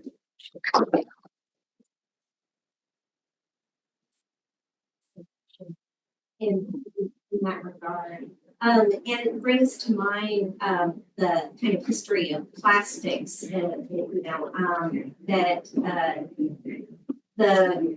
it wasn't going well, so to speak, in plastics until Italian designers started doing them, right? You know, and so I think you might need some Italian designers. Here we go. We Yeah, you know, but do you see what I'm saying? Yeah, right? absolutely. You know? And it's just like that. It led style, and I think that that's the interesting quotient here is, you know, how do you now turn this into not having to catch up with style, perception, desirability, and everything like that, but how do you now lead with it in such a way that, you know, it creates that murmur. Yeah, I love the way that you put it, like the glimmer of it and the, you know, resolution. So very important work. Thank you. Yeah, curiously, just to that point, Italian design has been one of a big influence in my broader thesis looking at product design because of its kind of physical, like blocky forms. It lends itself pretty well to the mycelium's physical property. So I think that's a fantastic point. I'm glad you brought And that the color. Yeah.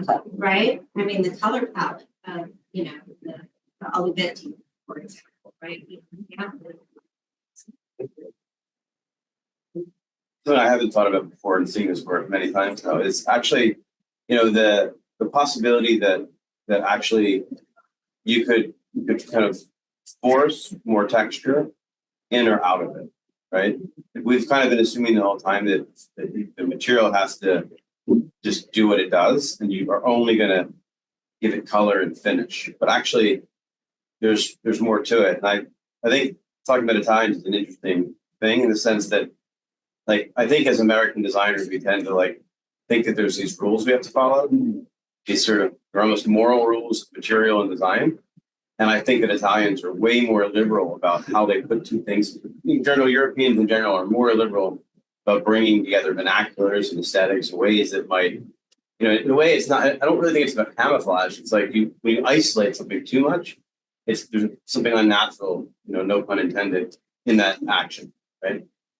Yeah, that's a great point. About some, whether you are considering, but the values that the children have BMW some number of years ago was looking at replacing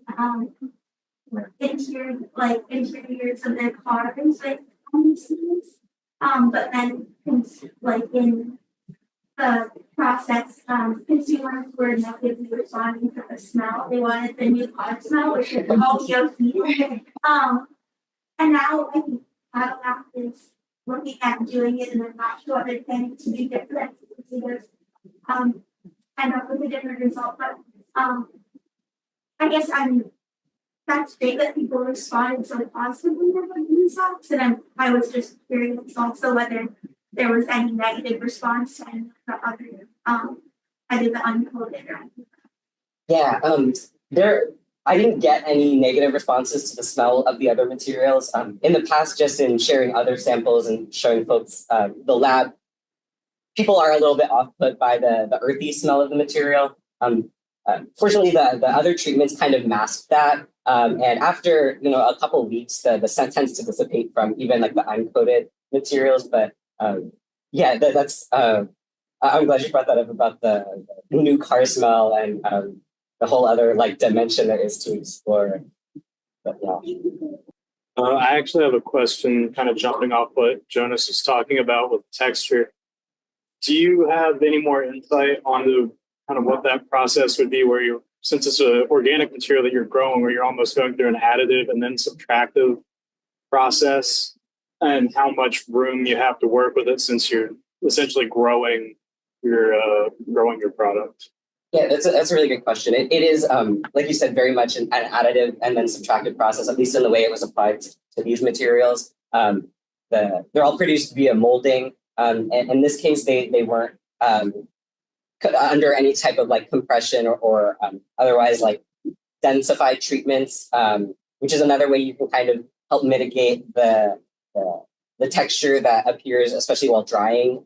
So having something that's like a little bit more compressed, you can get a little bit more of a smooth surface. But it is very much like a kind of have your base form, and then from there with different treatments, you can subtract some of the texture away. But it is a pretty brittle and a precarious material, so a little bit more work is left to do in order to find like a true process that, like a truly subtractive process that's really effective at doing that.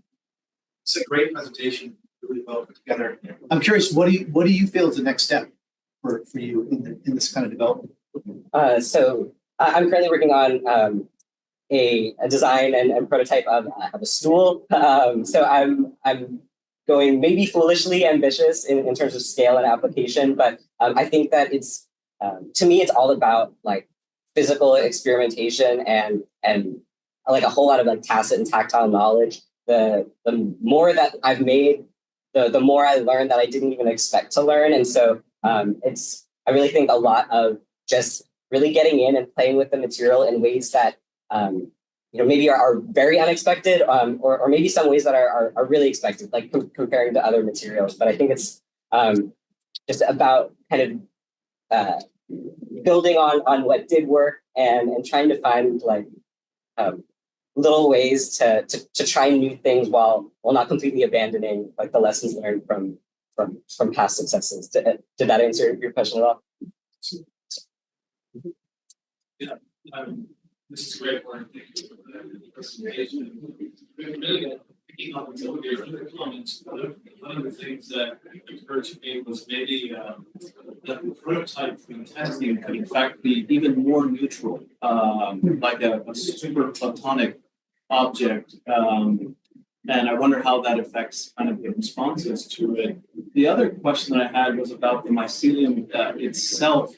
Do you feel there are any innate properties of it that could lend to the finishing? Like, could there be such a thing as a mycelium patina or something like this? I'm thinking about certain metals or woods that are valued for how they age, whether cedar grays or whether a certain bronze over time is even more valued because it takes on characteristics, and whether or not the mycelium could get you to an interesting place in that way.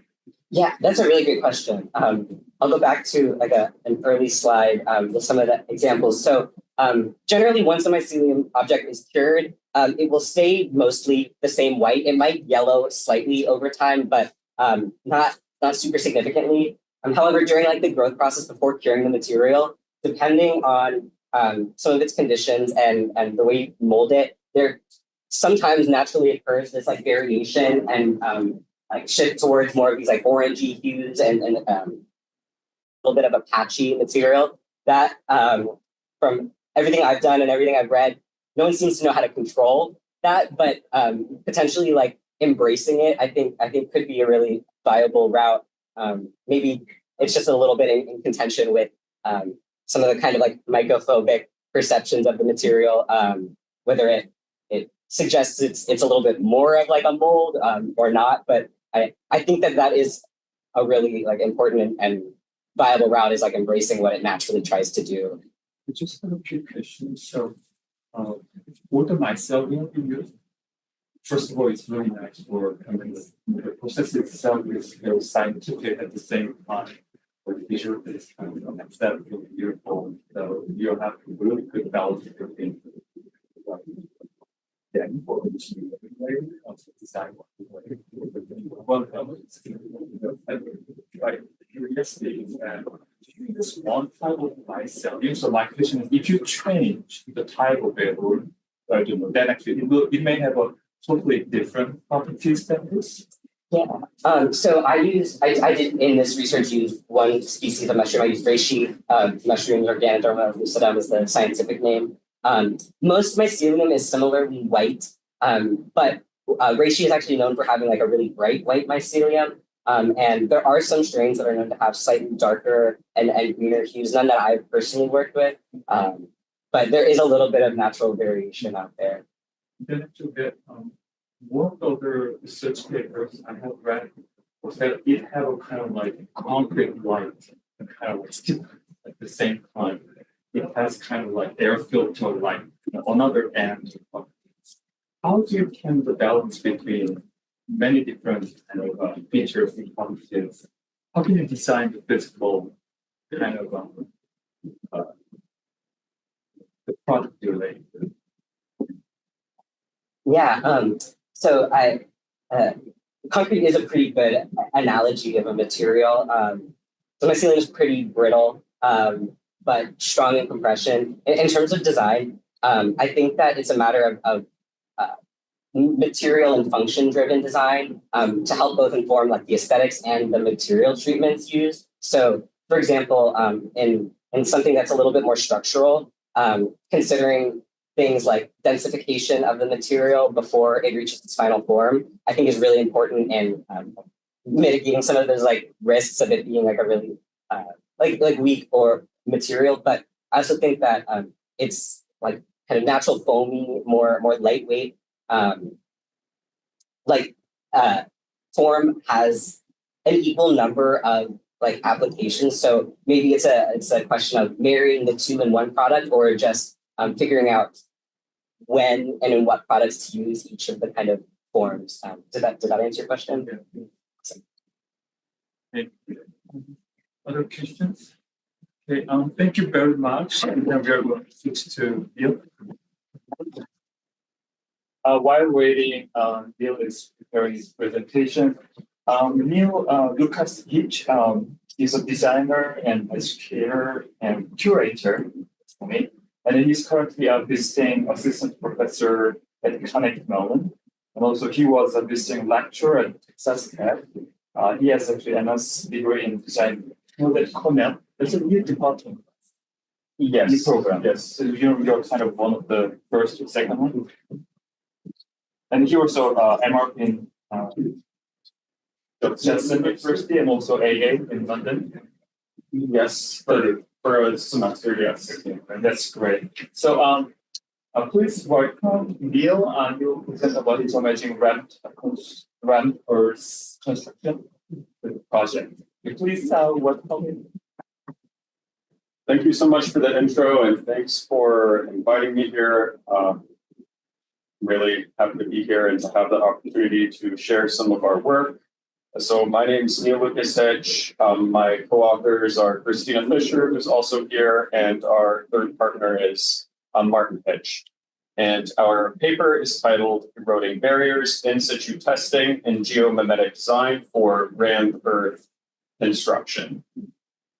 The paper details the design, testing, fabrication, and installation of the dining room, which is a public rammed earth pavilion built for the city of Bondurant, Iowa, as the first phase of a 6-part master plan we're designing for the city.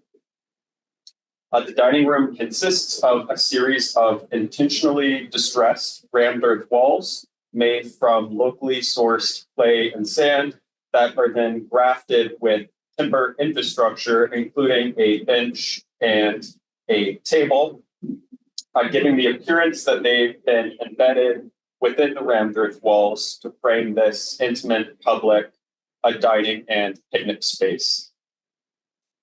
Here, the paper investigates the concept of erosion on two fronts. On the one hand, exploring the poetic distressing of rammed earth walls to sculpt architecture using geomimetic design principles.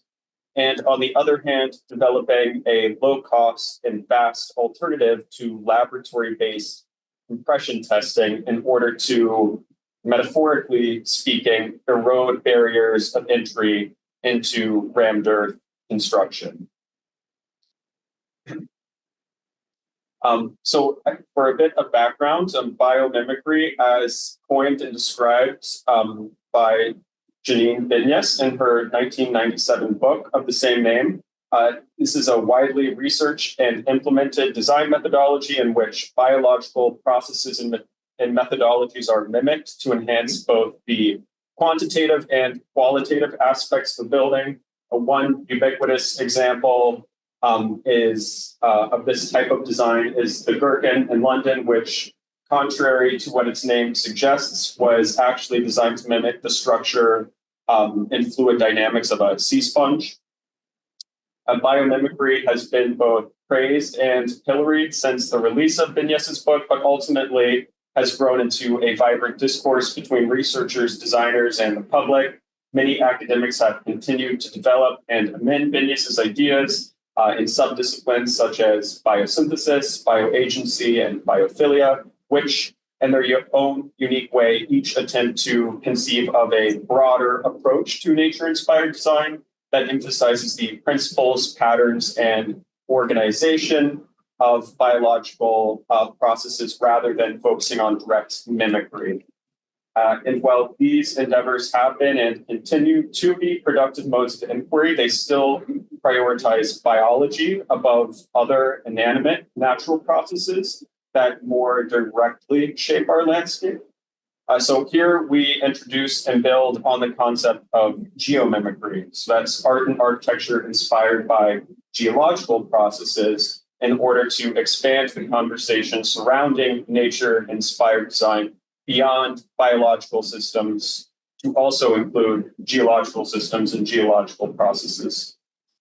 So we're specifically interested in processes of erosion, and even more specifically, we studied fluvial erosion, which describes a natural process of geological design characterized by the weathering of earth and rock, driven by kinetic and abrasive forces of flowing water, which gradually remove material to induce these morphological changes. It kind of works as a form of natural subtractive manufacturing, if you will. So taking inspiration from these natural geological processes, the dining room was conceived as a series of distressed rammed earth walls made from variable parts, sand, clay, silt, gravel, and cement, that were then intentionally eroded using moving water that was sprayed onto the walls post-ramming. So while biodesign attempts to provide a framework for sustainable design, prioritizing core tenets including adaptation, integrated growth, and resource efficiency. In architecture, these principles often manifest as modular yet disposable systems for efficient but expensive and extractive systems, often or sometimes producing externalities that may undermine the intended sustainability goals. Geological systems, by contrast, as seen in this diagram of the rock cycle, operate through long-term material flows, erosion, sedimentation, compaction, uplift, repeat. So this offers a model of circular material use in architecture where earth, for example, can be excavated, utilized, demolished, and reintegrated into the landscape without disrupting this cycle in an idealized situation.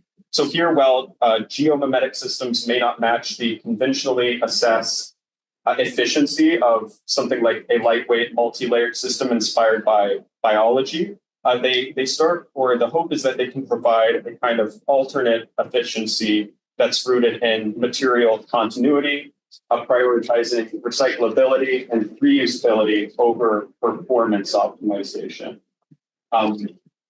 The economic logic underpinning biodesign, which maybe is encapsulated by Buckminster Fuller's maxim, how much does your building weigh?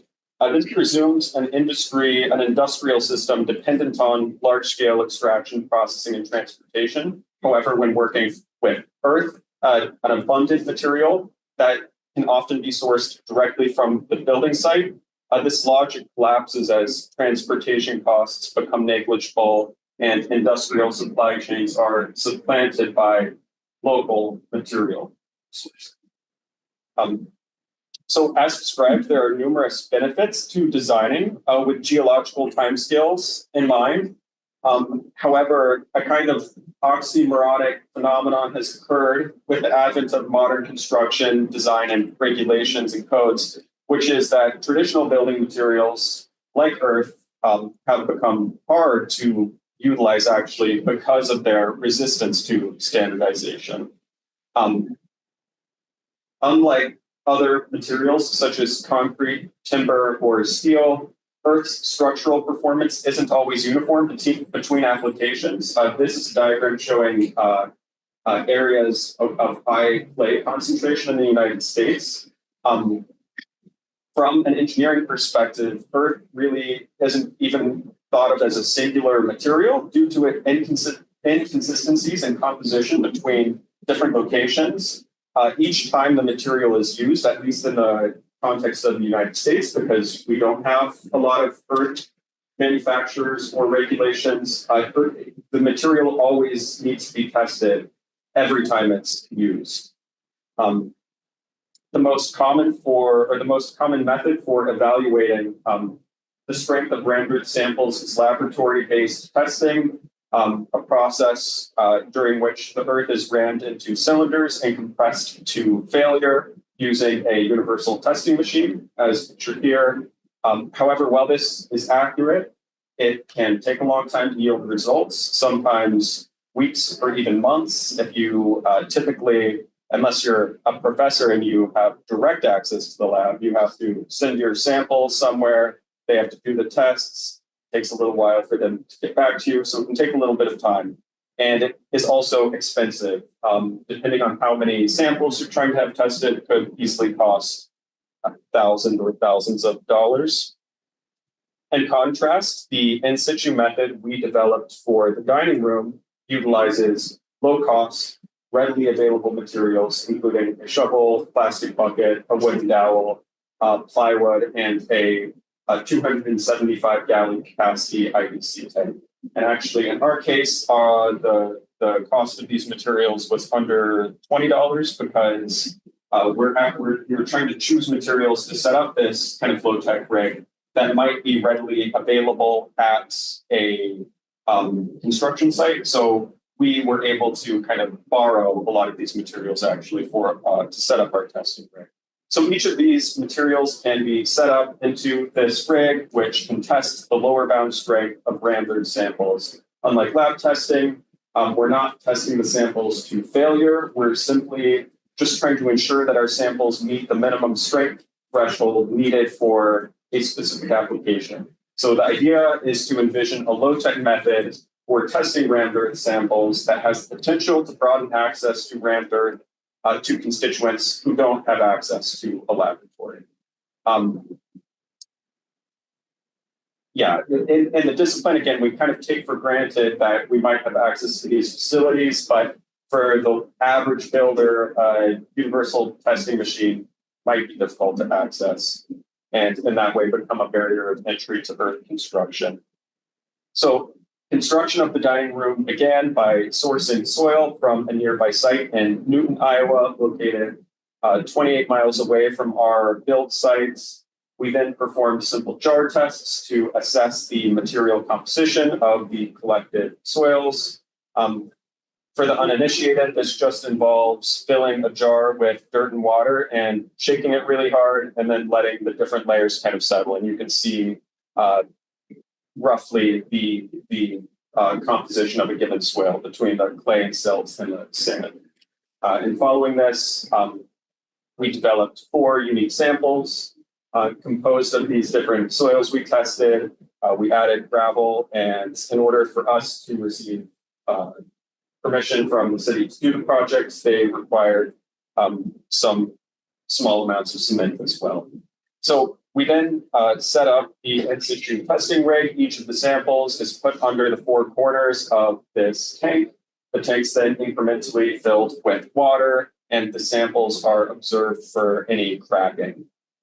During our testing, we were able to fill the entire IBC tank with no observed damage to any of the samples, meaning that each of the samples could withstand an applied stress of at least 46 pounds per square inch, which is above the minimum performance threshold of 30 pounds per square inch that our structure was engineered to withstand. So it's not perfect for every use case. Obviously, if you need earth as kind of load-bearing wall, you might need to find another method. But at least in some use cases, for us, we were able to provide this data.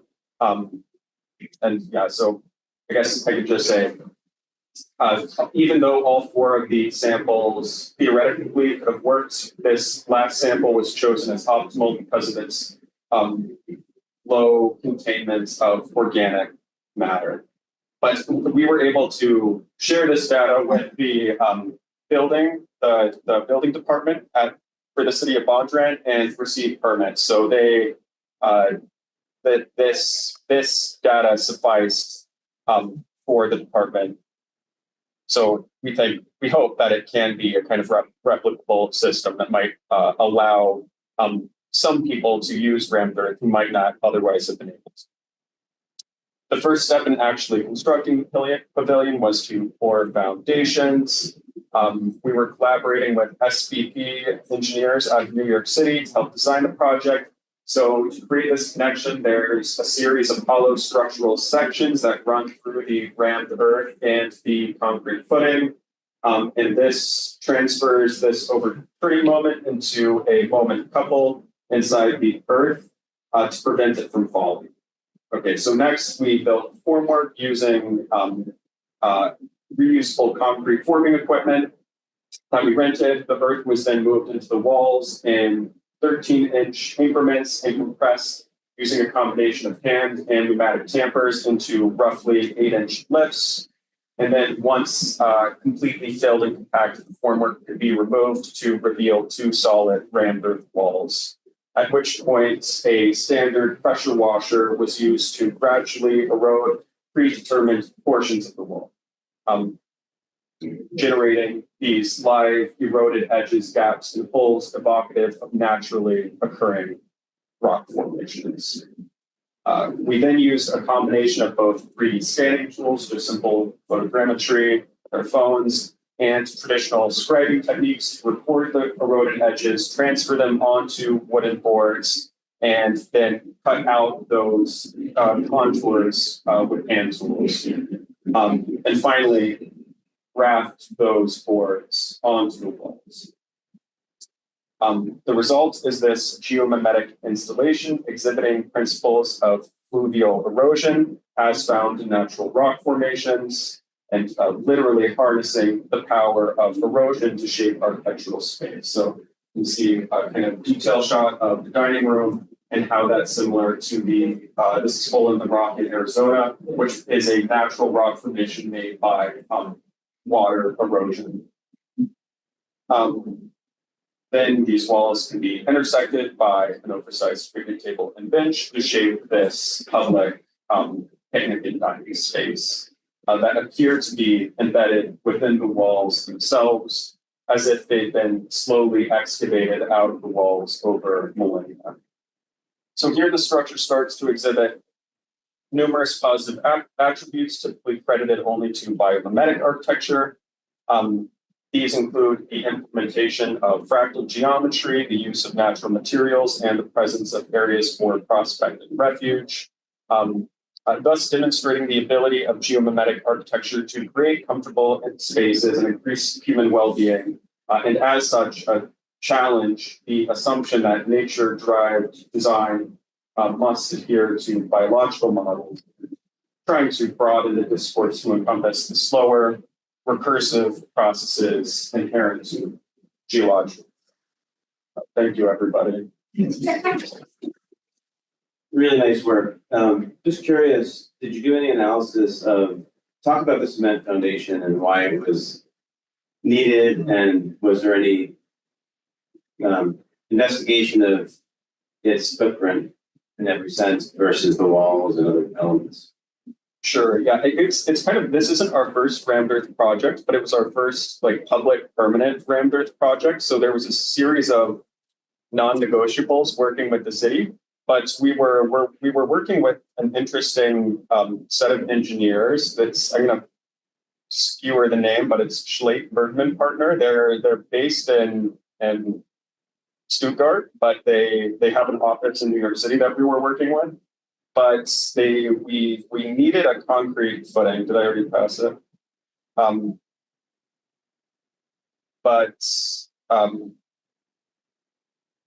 We designed it. So I mean, I wasn't the engineer, so just take it with a grain of salt. But my understanding is that this whole area of basically we shrunk the footing to be as small as possible, and instead we're using a gravel bed surrounding the concrete foot, so that the idea was to just absolutely minimize the amount of concrete that had to be poured. And the footing is also unreinforced, so there's no steel in it. So the engineers, we were working with the sustainability lead. He's a co-author on the paper too, Dan Bergsegal. So we were working with them to try to, we couldn't eliminate all cement, but at least reduce the amount of cement that had to be utilized in the installation. You can correct me if I'm wrong for statements here. Thank you.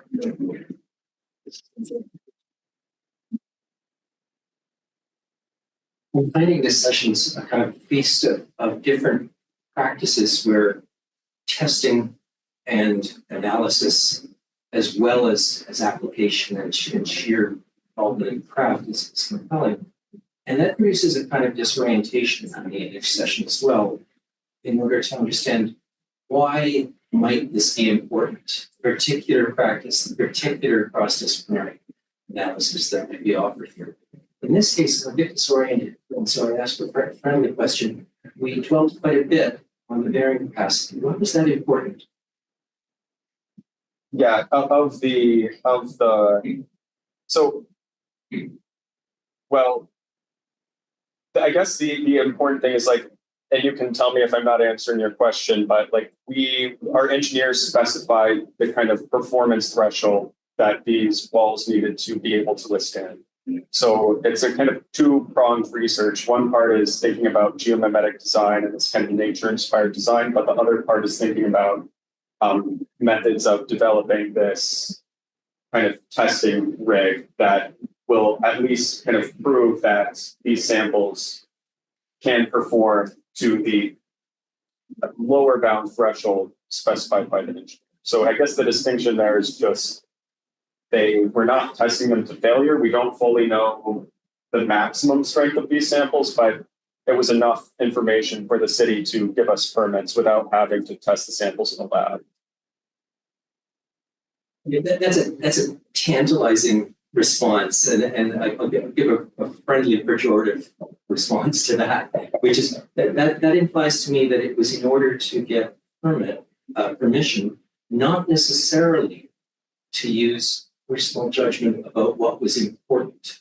And of course, permission is important, but it sounds arbitrarily important compared to the actual application here, in which, at least temporarily, we need to have a yielding quality of being vulnerable to erosion. That was the trope, the simile that you chose, and then that needs to be stable in the longer term. Neither of which refer to bearing capacity per se. Now, I think this is a feast of different terms of reference, but could you just reflect on the mixed syntax that perhaps you're using?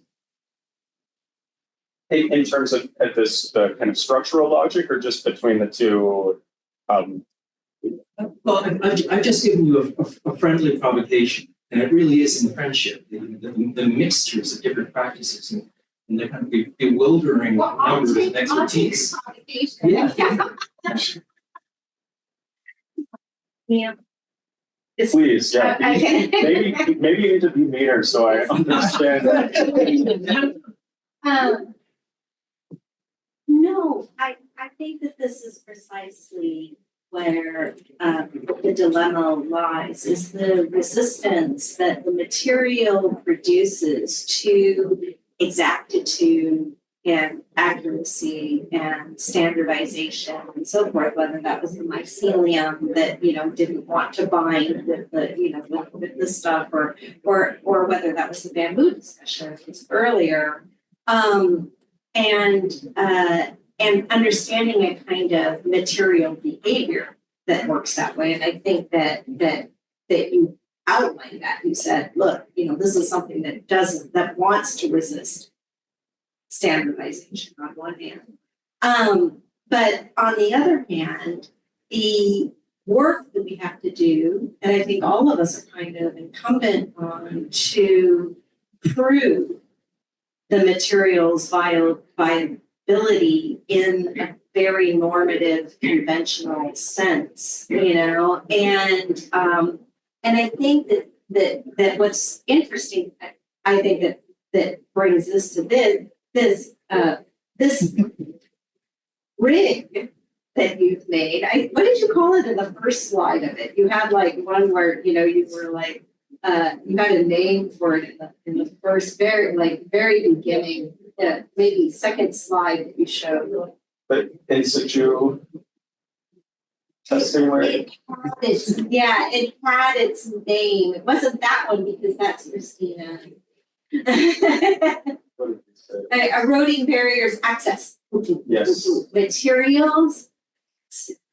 And it's like, whoa, the fact that you have to do both of those at the same time makes material technology extra difficult, I think, and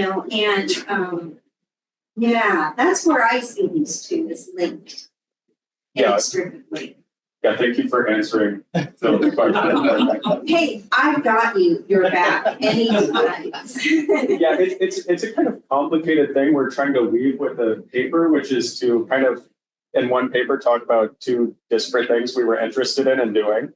So that is where that's how the paper is kind of outlined, but I think I understand what you're asking too, the initial proposal to the city was just like, let's build some rammed earth walls and slowly let them erode over time, or kind of start the erosion process and then let it continue over time. But just the reality of working with the city was that they needed some kind of stabilizer. There was a series of things they were concerned about. So, but yeah, I think what you're saying makes sense and probably has something, to do with the kind of tone I'm presenting it, because obviously, like we want to ensure that it does not fall down as well. But adding the cement was interesting in some ways too, because the thing that wouldn't have worked about like a concrete if there was some kind of liquid casting material is we just take off the walls and the concrete pours out. So it needs to be earth in some sense. It's important that the system is earth, but when we add cement as a stabilizer, once we take the formwork off, there was basically like a 3-window time period that we could erode the walls before they would harden enough that it would become too difficult to continue the erosion process. That's an interesting thing that I didn't really talk about that could be diagrammed. That's amazing. Slow build, quick erosion. Yes. I think some of the messiness you're talking about, like, I think is really, really awesome. Like, we don't, I don't think every project has to occupy any one logic. And sometimes, like, the answer is it was an experiment, right? Or it was a series of experiments uncomfortably put together with a result that makes most sense. Not all sense, but most sense. Got a question right here. Sure. Yes. No. Thank you for your presentation. I love brown earth. I also made a research when I was an undergraduate about it, and it was more for residential. So these in public space was shocking for me. I'm like, how are they? This is very awesome. I really appreciate that. But my question is more about during your research, what kind of code, I don't know if you have to talk with the municipality or how are those permissions when you have to design from earth, in public space and everything that you were proposing about eroding was an issue, I guess it was. Like, I don't know, like, if that's a thing in which state will change. I don't know, like, how do you find that information? Yeah, but I mean, the first thing is that well, in Iowa, there's no code surrounding. I think there's only one state in the United States that has codes. Maybe New Mexico has codes for rammed earth, but most states, the other 49 don't. So it's like, that's why we had to go to the city and kind of work with the engineer to like, the onus is basically on you to prove that the material will work. So yeah, there were no codes. This is the only rammed earth structure in Bondurant, and probably the rest of, maybe there's one rammed earth building that I could find in the state of Iowa. So yeah, there's not codes written. It's interesting that we were just presenting this project in Germany at a conference for rammed earth, and it functions so differently there, and they have really robust codes that they've just written for earth. And actually, they were telling us that in Germany, if you have any cement, it's no longer even considered rammed earth, which is, so it's not even the same material. But yeah, we're kind of in our infancy, I guess, here, like working with these materials. So there's no code for public space, like that was my question, more like about public space, not just like rock. Yeah, do you have any? The other thing is our client was the city, so we kind of had a shortcut to getting permission to do it. I mean, the honest truth is that this town is so small that I don't think they even had a process for permitting art projects really. So it really was all kind of, yeah, just based on if they looked at the drawings then. Yes. And you may have covered this, but too much in my mind. Did you draw the subtraction in the construction document? And to what level of accuracy did you intend to meet? Like here? Yeah, and you showed it in your representations, but I assume they asked for CDs. Yes, yeah. So was it in the CDs, and how? And how did you try to approximate it, or it was much more of a sculptural? It was an approximation because obviously the CDs were submitted before we eroded the walls. So no, but in other words, like, you could do it as an intentional fabrication, or one that's much more improvisational. It seems like it was somewhere in between, but I just wonder. A combination of both. So we had them drawn kind of very loosely in the documents we submitted to the city, but you can kind of see maybe in these pictures of like here you can see we like intentionally lowered some of these bars. So this was like where we planned to have these like rough shapes eroded out. But like, was it maybe a 6-inch tolerance would have been your intention, or were the 1-inch tolerance? What was there? I mean, it wasn't that specified. We had some constraints, which was we were trying not to get within a foot of any of the steel poles themselves. So there was a kind of perimeter around these steel poles that we were trying to avoid. But beyond that, we did kind of want it to be improvisational. Yeah. So I mean, we had a small team there, and you can see we were kind of just like,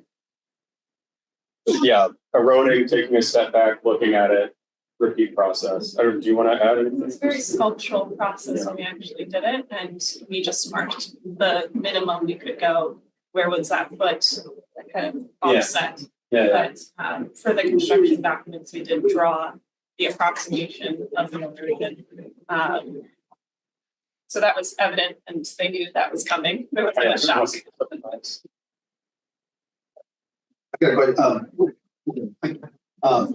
This reminds me of a series of artworks that happened in the 80s by Richard Brown. They're called earth clocks that were rammed earth that was intentionally eroded over time. And I wonder, is there, I know it's fixed by the concrete, but is there a time period that you imagine erosion will continue, or is this considered a permanent installation, or is it something that you're expecting changes to happen? Yeah, it's I mean, that's like in our initial proposal, it was this continued cycle of eroding. The city was, I don't know, like we weren't referencing that artist specifically, but we were referencing a lot of land art, and there's a big controversy with the Mary Miss project, who is a land artist in Iowa right now. So the city was hyper concerned with durability. The kind of compromise was that we placed cement caps and took some extra measures of some kind of I guess you can't see it great anywhere, but you can kind of see the caps of the walls have this cement on top. So the thought is that hopefully those areas of cement or water won't be able to penetrate into the top of them, so they'll erode less. And then these areas that are open that we've already started to erode will be the primary area that continues to erode over time. So that's the idea. How is it to climb on? Yeah. Fun. I was wondering if at all you considered, not that this would be like the appropriate method, but if you considered actually integrating the benches in the like formwork and manufacturing, like construction of the walls. I imagine it would require some pretty complex formwork if it would even be possible. I was wondering if, you considered it at all. Yeah, like embedding them in the walls and then eroding them out, literally. It was considered, but there's fears that they rot if this, especially I think in the stabilized wall. If you add cement, the fear is that the wood will start to rot. Yeah, ramming around then makes it difficult. Yeah, thank you everybody for all the questions. Sorry, one more question. To me, it is the most challenging project. It's a beautiful one. Material itself. Can you speak up? I'm sorry. It's material itself. It's a really important side. My question is that your previous institute method about measuring the strength of samples, hypothetically, if you reduce the size of, the diameter and the height into half, then actually do you only need the quarter of the water instead of 1 meter by 1 meter by 1 meter cube? Yeah, we write a little bit about that in the paper, that one option, because like right now we can only test this, like we're trying to think how to test them to a higher bar. So the idea was we could reduce the diameter of the samples, and then the minimum threshold that we can test would double. So, or to like fill the tank with something other than water that might be more heavy, etc. But it's so that's kind of what we're thinking now. Like, how can we increase the amount we can test or the size of the load? Yeah, and in my mind, that kind of requires at least one round of lab testing, so you can create the baselines, right? So yes, that was once you had those scales, then it would be easy because you're testing at a scale that's relative to concrete too, right? Yes. Yeah. So once you change that, then there's no reference anymore. So you have to build a new reference, right? Yes. We just wrote about a kind of different aspect of this for a conference in Germany, and this was like the primary. Somebody said that, and we said what we said, and then somebody gave us comments that was that. So yes, this is like it's coming. Yeah, thank you very much. This orientation is partially my bad, so I should give you a coffee break for this presentation. So let's have a coffee break, and maybe 10 minutes later, I will start my presentation. Thank you very much. I was so immersed over your presentations. I totally forgot about that. I should offer a coffee break. But again, thank you very much for your amazing presentation.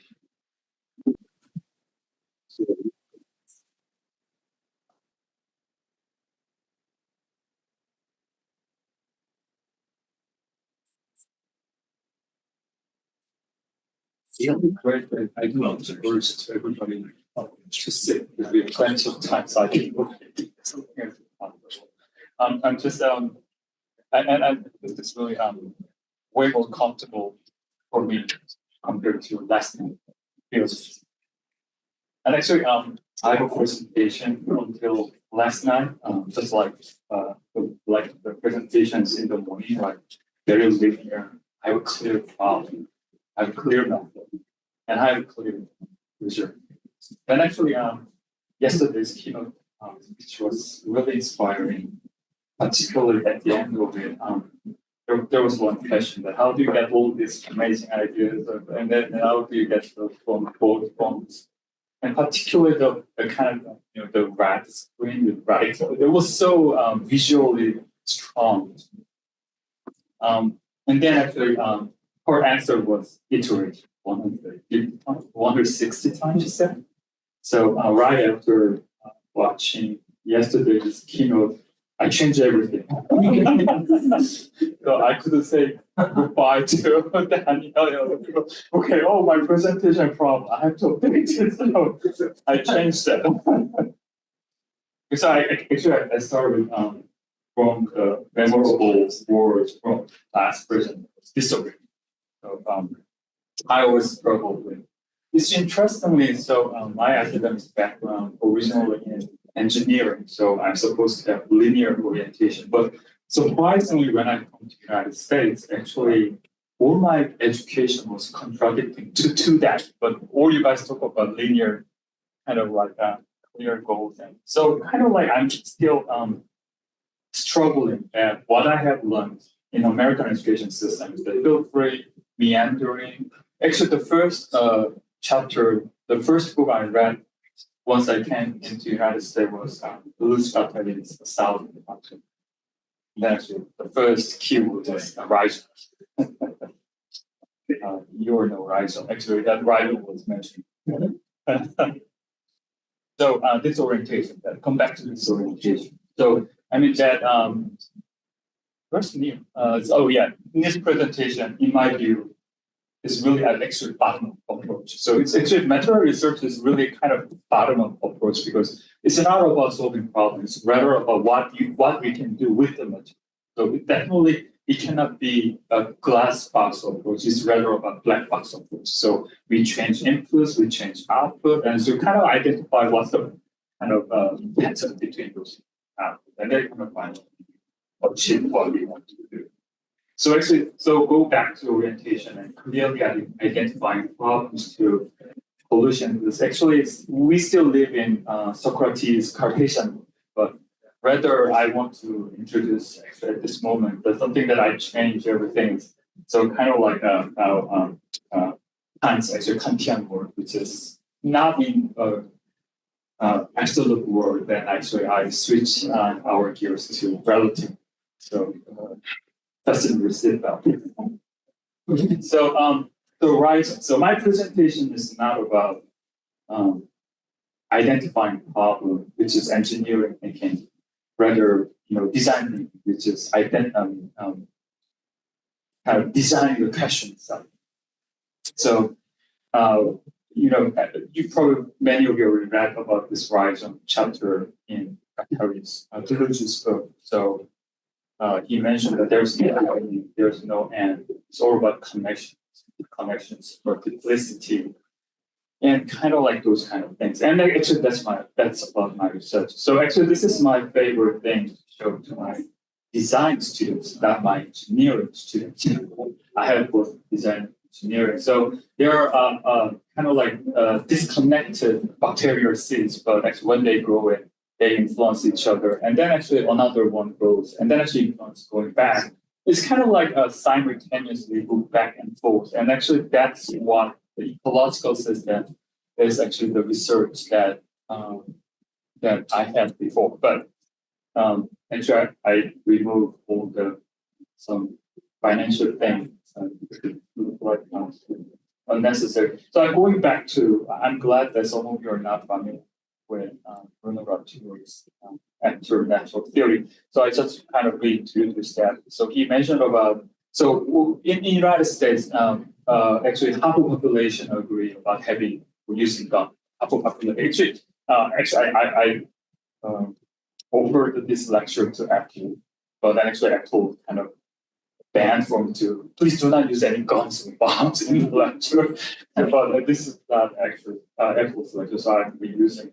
So and then actually, so what happened is that those who can carry gun, those who have access to a gun and can use a gun, compared to those people who cannot, actually, if I over exaggerate it, those who can carry a gun is kind of a little bit different species or different type of people, because they are capable of killing other people, and actually that's really extraordinary power. And actually, the use of AI, or can you imagine that you can walk to New York or you can walk to Virginia? You never thought about it, right? Because you know that you should take advantage of technology and must go there. Otherwise, it doesn't make sense. So kind of we are actually now become highly familiar with take advantage of technology and being transferred or transformed from. And then actually, Bruno called it mediated situation. So so kind of my research in overall, going back to the previous bacteria thing, kind of how to get mediated situation or different research. So kind of in the end, the kind of actually the last project that I want to explain is actually my latest grant, that the project that I got a grant from Korean government that about in situ 3D printing on the moon. But I mean, moon project, the more I do, it's all about imagination. I mean, there's no data about their land, there's no data about their territory, so it's supposed to be work with my vision and my belief that it's supposed to be like that. And actually all this kind of my belief or my insight came from all those different kind of projects. And actually that I will show you a lot of projects. And seemingly they are not related, but at the end, what I'm saying, what I want to try to say is that I'm a kind of like convergentist, which is kind of connecting a lot of different dots. And then that kind of creating hybrid, actually that become my space research.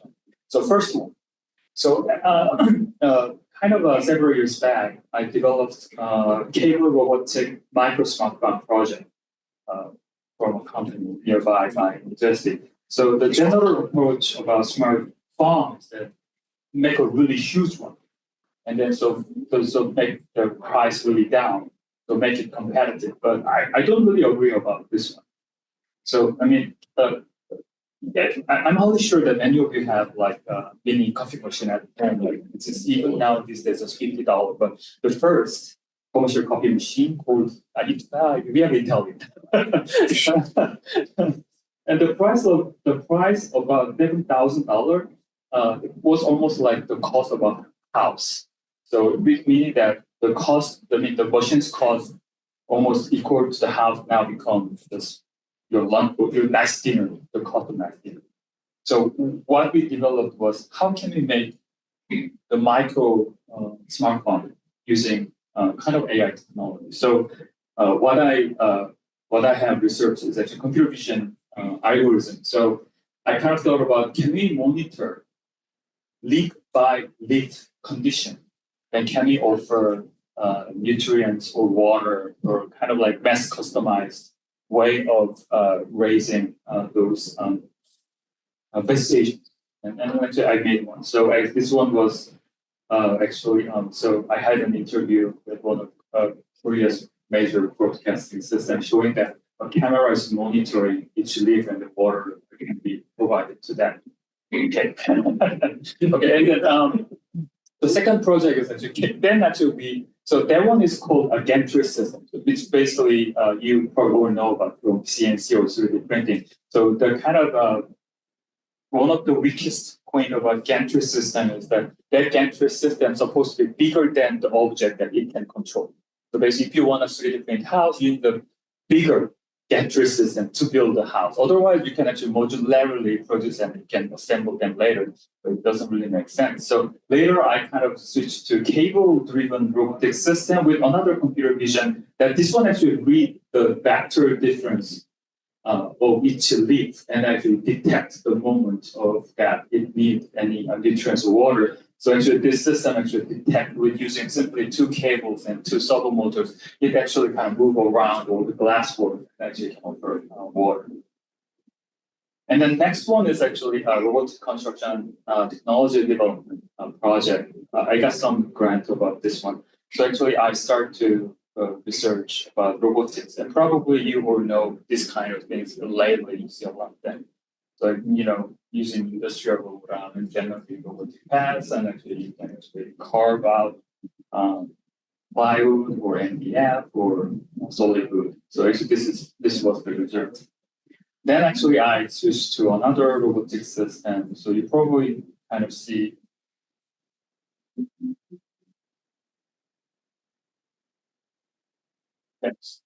probably see a lot of kind of this kind of robotic wood work. And then actually this is the result of it. And then actually if you design any kind of surface, actually this robotic system can build robotic wood. Or actually I kind of support to using a brick, but bricks too heavy, so I kind of can make it lightweight. And this one is another robotic woodwork that robot built it. So I kind of thought about what robot can do that humans cannot instead. So this one is actually sinusoidal, actually gap between wood. So actually that humans are great to make a repetitive work, but actually if all kind of gaps are different, that really human can do, but then I said only robot can do that kind of project. So we have some lighting. Then I kind of continued this kind of robotic construction into actually 3D printing. But actually the great thing is that I developed from scratch. So I didn't use any Rhino or whatever. I just built from scratch everything. So that's the kind of beautiful part here. And then later, unfortunately, you have a really, United States have a great culture about making it, but Korea we don't. So recently, kind of like about 5-6 years ago, Korean government started to build a makerspace. So actually, I got a grant to build makerspace in my university. So to my president, I have to convince him to. I got a grant, but I don't have a space. I didn't have a space, so I presented to the president of my university. What we need for next generation is not using 3D printers or laser cutting. We need to educate them to build 3D printers, to build robotics, and build kind of make tools that make another object. So actually, that my strategy was quite successful. So he gave me a lot of space. So actually, this is the first stage of makerspace I got for my university. So then I kind of used my first box here. This is kind of like a crude way of making makerspace. Then later, I got another project called Robotic Food Tech R&D Center from municipality. So actually, for this project, I got 20 for the last 2 years. I got 23 patents, 12 journal papers. So kind of like this environment is actually like this. So we have roughly about 30, more than 35 robot arms, all kinds of different types of robot arms from all different kinds of manufacturers.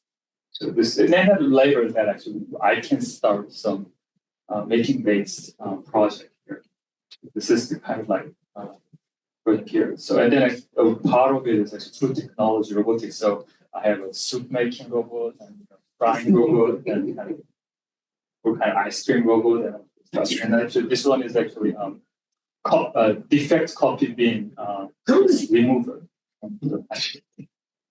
And this one is actually using industrial robot. This one's 100 times faster than collaborative robot. And actually, this is my robot kitchen, frying robot, hamburger robot, and fish cooking robot.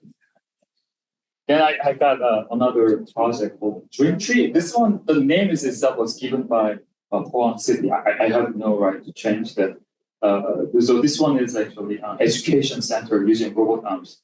So actually, this is my proposal to the city. So there was actually 3 robot arms on the track. So that can actually make a drug coffee. There are another 6, and actually at the beginning there's this study area, but later, and I add another 6 small robot arms for. This is kind of like abandoned, kind of like a ghetto in Juhong. So actually, the problem is that. But both parents need to work, so they don't really care about their children, whether they're playing or they just don't care. So we want to invite them to this education center, so children can run robotics and computer programming there, and their parents can get a free robot dropped coffee. So and then actually this is my, but actually we have a lot of issues with construction. constructors and robotic engineers. Very interestingly, they never know each other. They're supposed to work together to build this robotic system in interior, but surprisingly, they don't talk to each other. So I have to to be a middleman to talk with robotic engineers and kind of carpenters and interior architects. So this is the result. So finally, we made it, and actually very recently we opened it. So kind of children's actually run from there and volunteering undergrads to teach computer programming to children. So this is the result of it. Another interesting thing is that this one offers roughly about 360 different copy beans. So it is almost impossible for human being or human labor to roast 360 different copy beans and also handling those of that. And even we actually offer different kind of mixture of different types of copy beans from Arabica to Java to African or with South America. So we build on a robotic system that actually mix all the copy beans together instead of human beings. So that just generate all the different combinations of it, and then we collect data that how much portion of aromatic components such as cherry or almond or chocolate. And then actually we also develop a robot arm system to actually roast almost like soup or kind of one person size roasting system. And actually it's interesting that this is the website that the visitor ordered it. So there is no Americano or sorry for Italian. There's no espresso. What you do is you design your flavor. So you design your blueberry, the major character. Then actually the second option is how much do you want a blueberry and how much do you want to add caramelized or honey. Then actually we offer exact proportion of that flavor. And then actually we ask them to name it. So it's very interesting thing happen. So normally if you're not coffee experts, then actually you cannot really feel those aromas.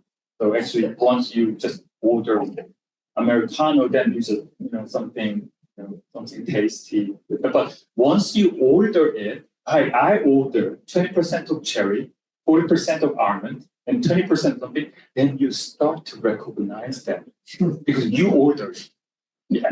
Whether it's true or not, it doesn't really matter, but you start to recognize that you ordered. And then actually you name it. And actually our business model is that there's no other company who can order like that. So actually they have to order from us. Okay, so that's the. And then I got another project with deep learning-based culinary robots development. Yeah, normally when I offer a lecture, I introduce myself architect, but here today in our school of architecture, I have to say I'm not an architect. As you see here, I'm just a technology designer. So in this project, something amazing thing is that my team envisioned that all the labor-based system will have no end. Because I don't know, I mean, the physical laboring, we have to, but does it really we must have to do for our living? I don't know. So, but actually robotic system is very expensive to develop for each application. I mean, each application, what I mean by each application means that whatever the shape or element was changed like by 1 millimeter, we have to redevelop each robotic system. So that was kind of like, I thought, the biggest or highest hurdle that I thought about. So instead of that, we proposed that what if anybody can teach robot arm who doesn't know anything about program or robotics can teach robot arm, if we can transfer human experience and human knowledge to robot arm, and the robot can replace human. I mean, I know some people are worried about that it will replace our human labor, but the first target is those target area will be the area that we don't want to work, something dangerous area or something very hot or humid, those kind of things. So actually, this is one of our first prototypes. So my researcher is teaching this robot how to cook tofu, one of the easiest food. So, but we call this one as constructivist approach of robotic training, because many robotic research try to imitate what humans do that robot can do. So that's the kind of all the difficulty came from. That's what I thought. But when a human being teaches robot arm, it's kind of like the same thing happened that an instructor, a grown-up instructor, teach children. And actually, if a person is smart instructor, he changed the way he teach depending on the student level of his development. So kind of like, and then actually, while my researcher repeating her teaching to robot arm, actually, she gained a kind of insight how to teach a robot arm do what humans do. And then actually this one was highly successful, and this one is showing robot arm without any training. So actually there's a kind of deep learning involved of it. So actually this robotic cutting is very different from human cutting because human teaches different way of a robot do cutting instead of human being. So I don't know whether you realize it, since there is no second hand to hold the tofu, so actually it kind of have more coming back and forth to have a nice cutting, but maintain the material staying on the position. And actually for the next 4 years, I had to develop 12 other cooking robots. So there have been, so that's kind of what I do. So I think this is really a game changer. Once we successfully made a platform that any human being can teach robot arm as he teaches human novice people, then my team believes that a radical game, it could be a radical, it technically can be a radical game. If I exaggerate it. So I got another project, alternative meat 3D printing. So yes, we are repeatedly, so at first time we developed clay 3D printing, now it's we 3D print meat. So this one is one of the examples. So interestingly, actually, so one of the interesting part is that the meat, the red one is actually protein, the white yellow one is actually fat. So this one can design exactly what you want. So actually, if you want, so we actually use LLM, and then actually the user type and describe what kind of meat they want. So hey, I want to try a Wagyu like blending of fat and meat, it generates. And then if children want to eat it, then I like a kind of like a character of dog or character, and then actually you can create. So it kind of like so this one, so the problem is that alternative meat is kind of like tastes really bad. So kind of like we are actually kind of trying to make this the shape of the alternative meat to satisfy any kind of like customer's desire. So all these projects actually come back to actually space program because we have to do a lot of different material thing, and all those kind of technologies we tested from the last project become the source of our project for the in-situ 3D printing. So this one is actually a long time ago, about 6 years ago. There was a kind of bicentennial competition from NASA. So actually we applied it. So this is just kind of like this little bit faster presentation of the proposal we submitted to NASA.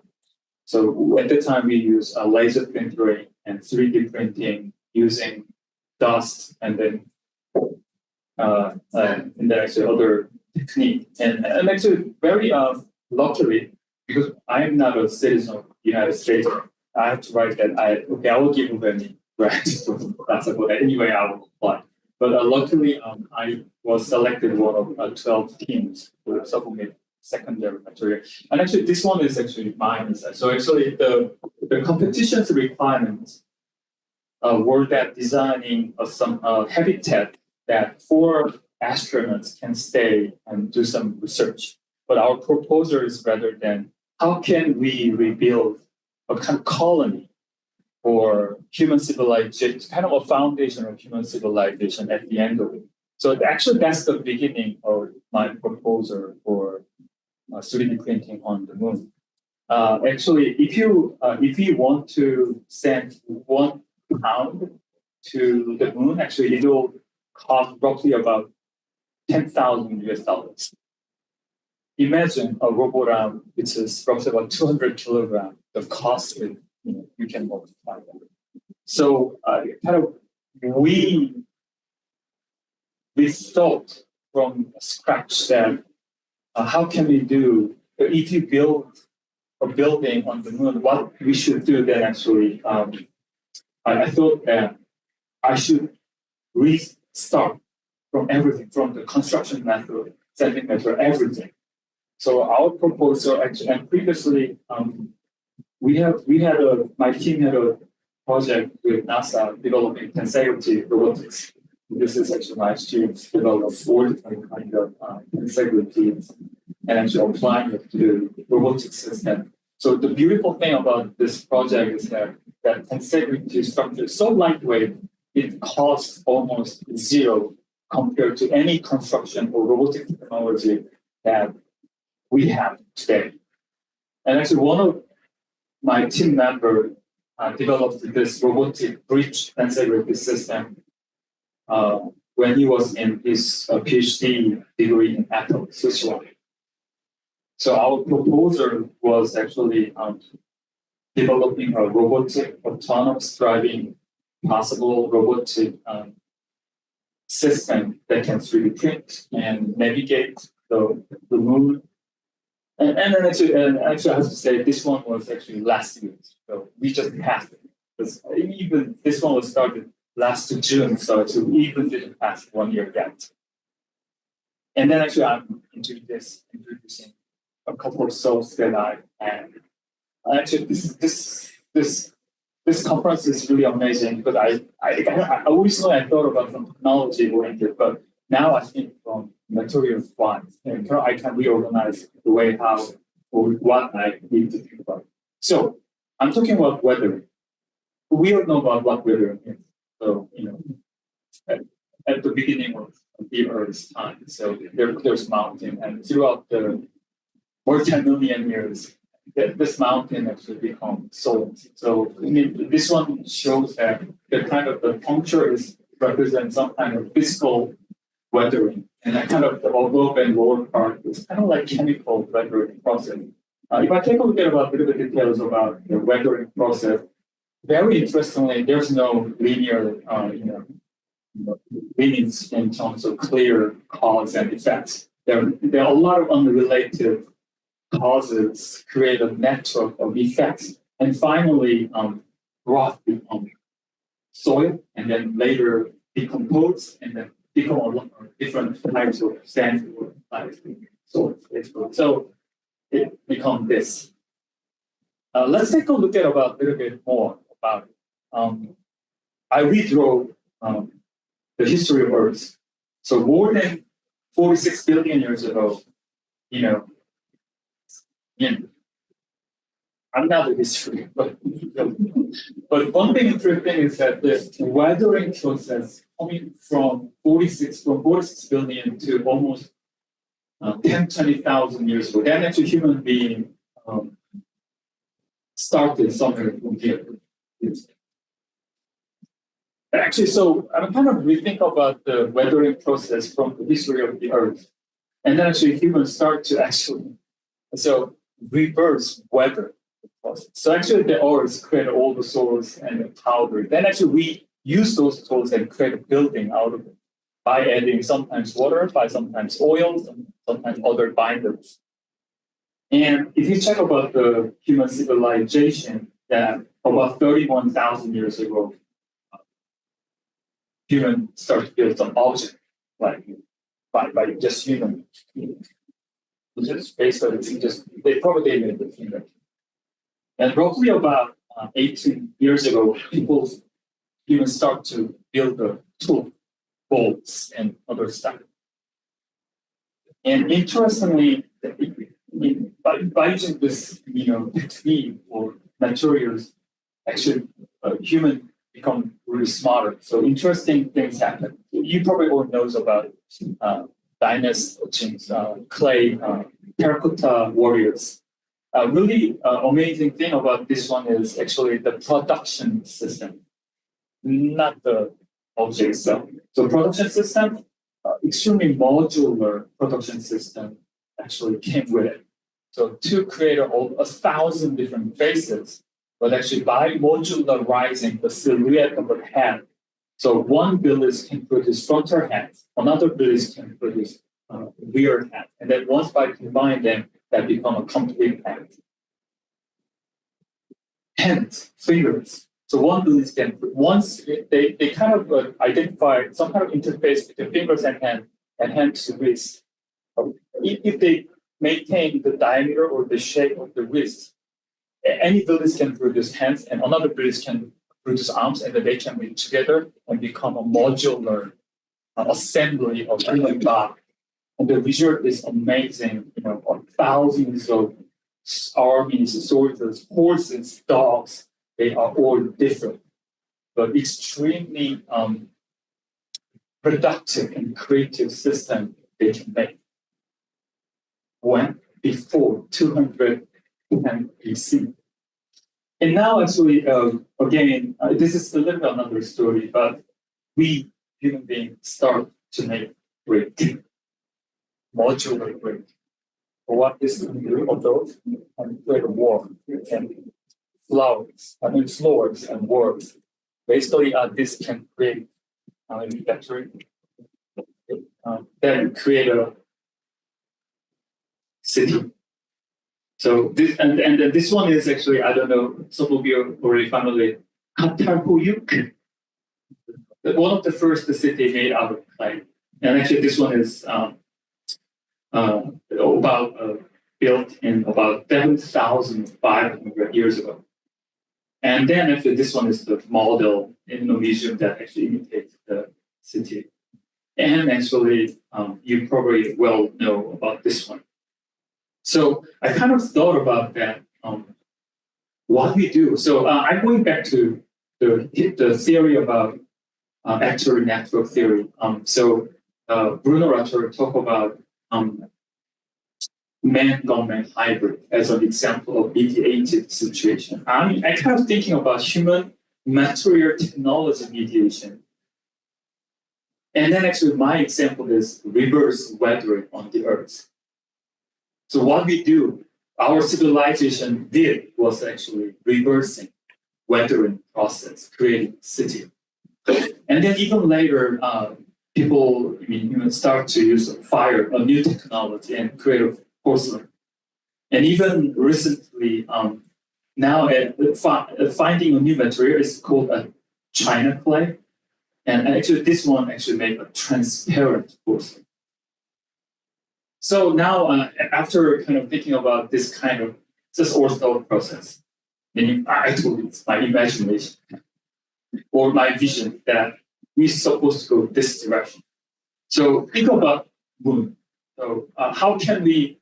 So my idea is going back to the end point of my Mars project.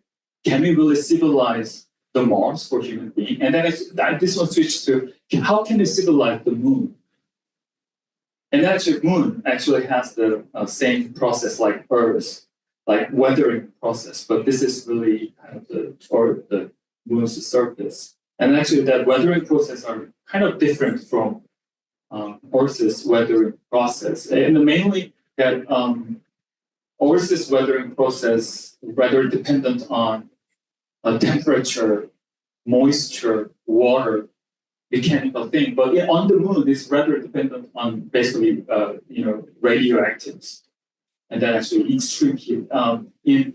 The lowest one is roughly about minus 180 Celsius. I'm sorry, I'm not familiar with Fahrenheit, but basically it's extremely cold compared to you, and extremely hot during daytime. So these extreme heat, but no moisture, and then actually radioactive is the main parameter that make this weathering process.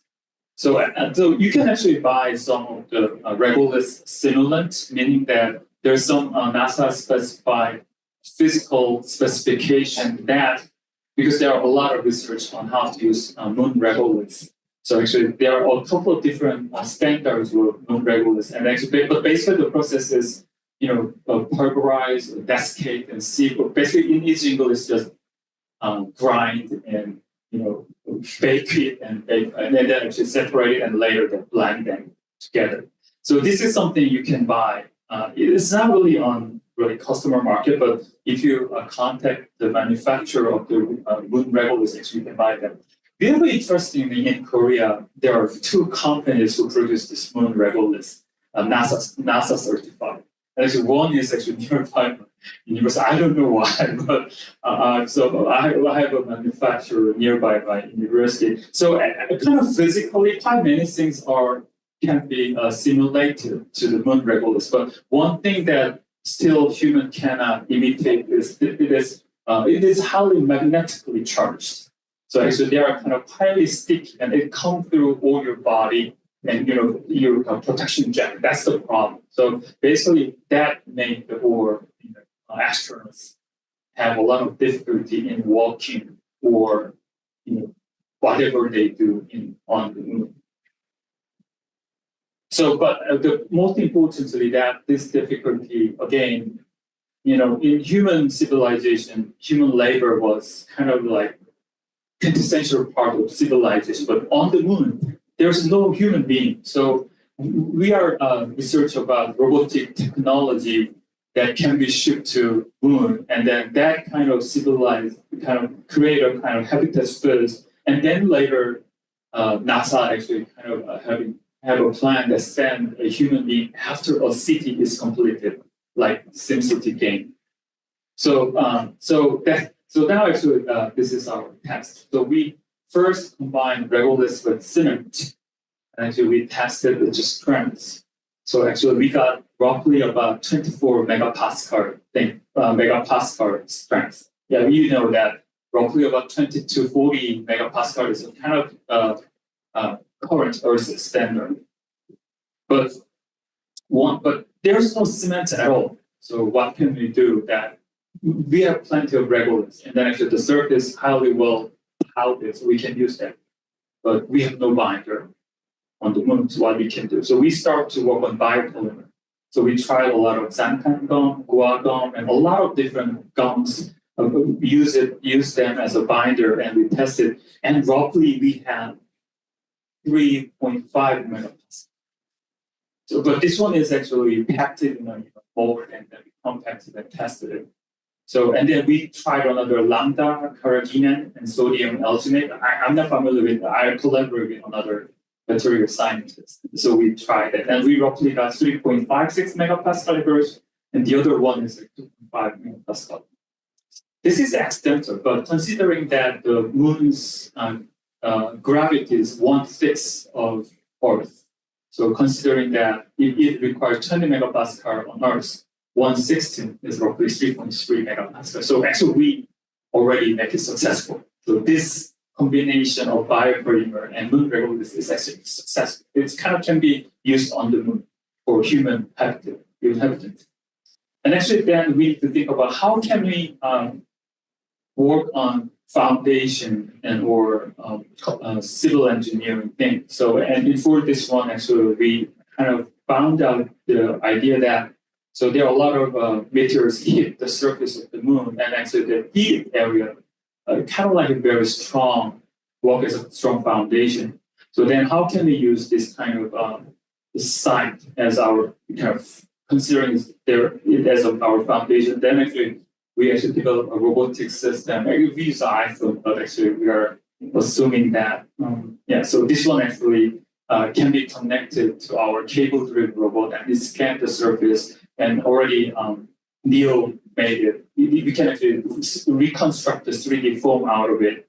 And actually, this is the process of recording it. And the clay is our moon surface simulant. And actually, this is what we got. So actually, we have to try multiple times. And this one, we can actually, this is not a picture. This one is reconstructed a geometry from those previous clay simulant of the surface. And actually, we are actually planning to 3D print on top of this geometry. So this is our first development of moon regolith combined with actually xanthan gum and other biopolymer. The problem is that we never worked with this moon regolith in biopolymer. So actually, we tried a lot, and this is one of the small samples that we successfully made. And probably you may all forgot about previous one that this is our robotic column system, and this one is actually testing by controlling the robotic system, which is each column has 3 stepper motors underneath, and 3 all together. Actually, it's kind of difficult to see here, but there's a kind of like model here in the middle, and actually this one is controlled that its position precisely. So we build a tensegrity robotic system first, and then we test how they collaboratively control this cable-based system robotics. And then later, this one is our last work. So we developed a extruder system working with 3 cables. This one will be embedded to our cable system. And so this one can 3D print moon regoliths on actually the moon side. So far, this is our roughly 8 months of development of our moon 3D printing technology on the moon. And so I kind of at the beginning of it, I talked about I'm a kind of like a convergentist, kind of like I'm trying to create a knot or create bridges between all different nodes, and why. So this one is another my favorite comment from Bruno Latour's. So he kind of said that when we have a really big and huge problems or questions, then he mentioned that we are powerless. Imagine about climate crisis, wars, or earthquakes.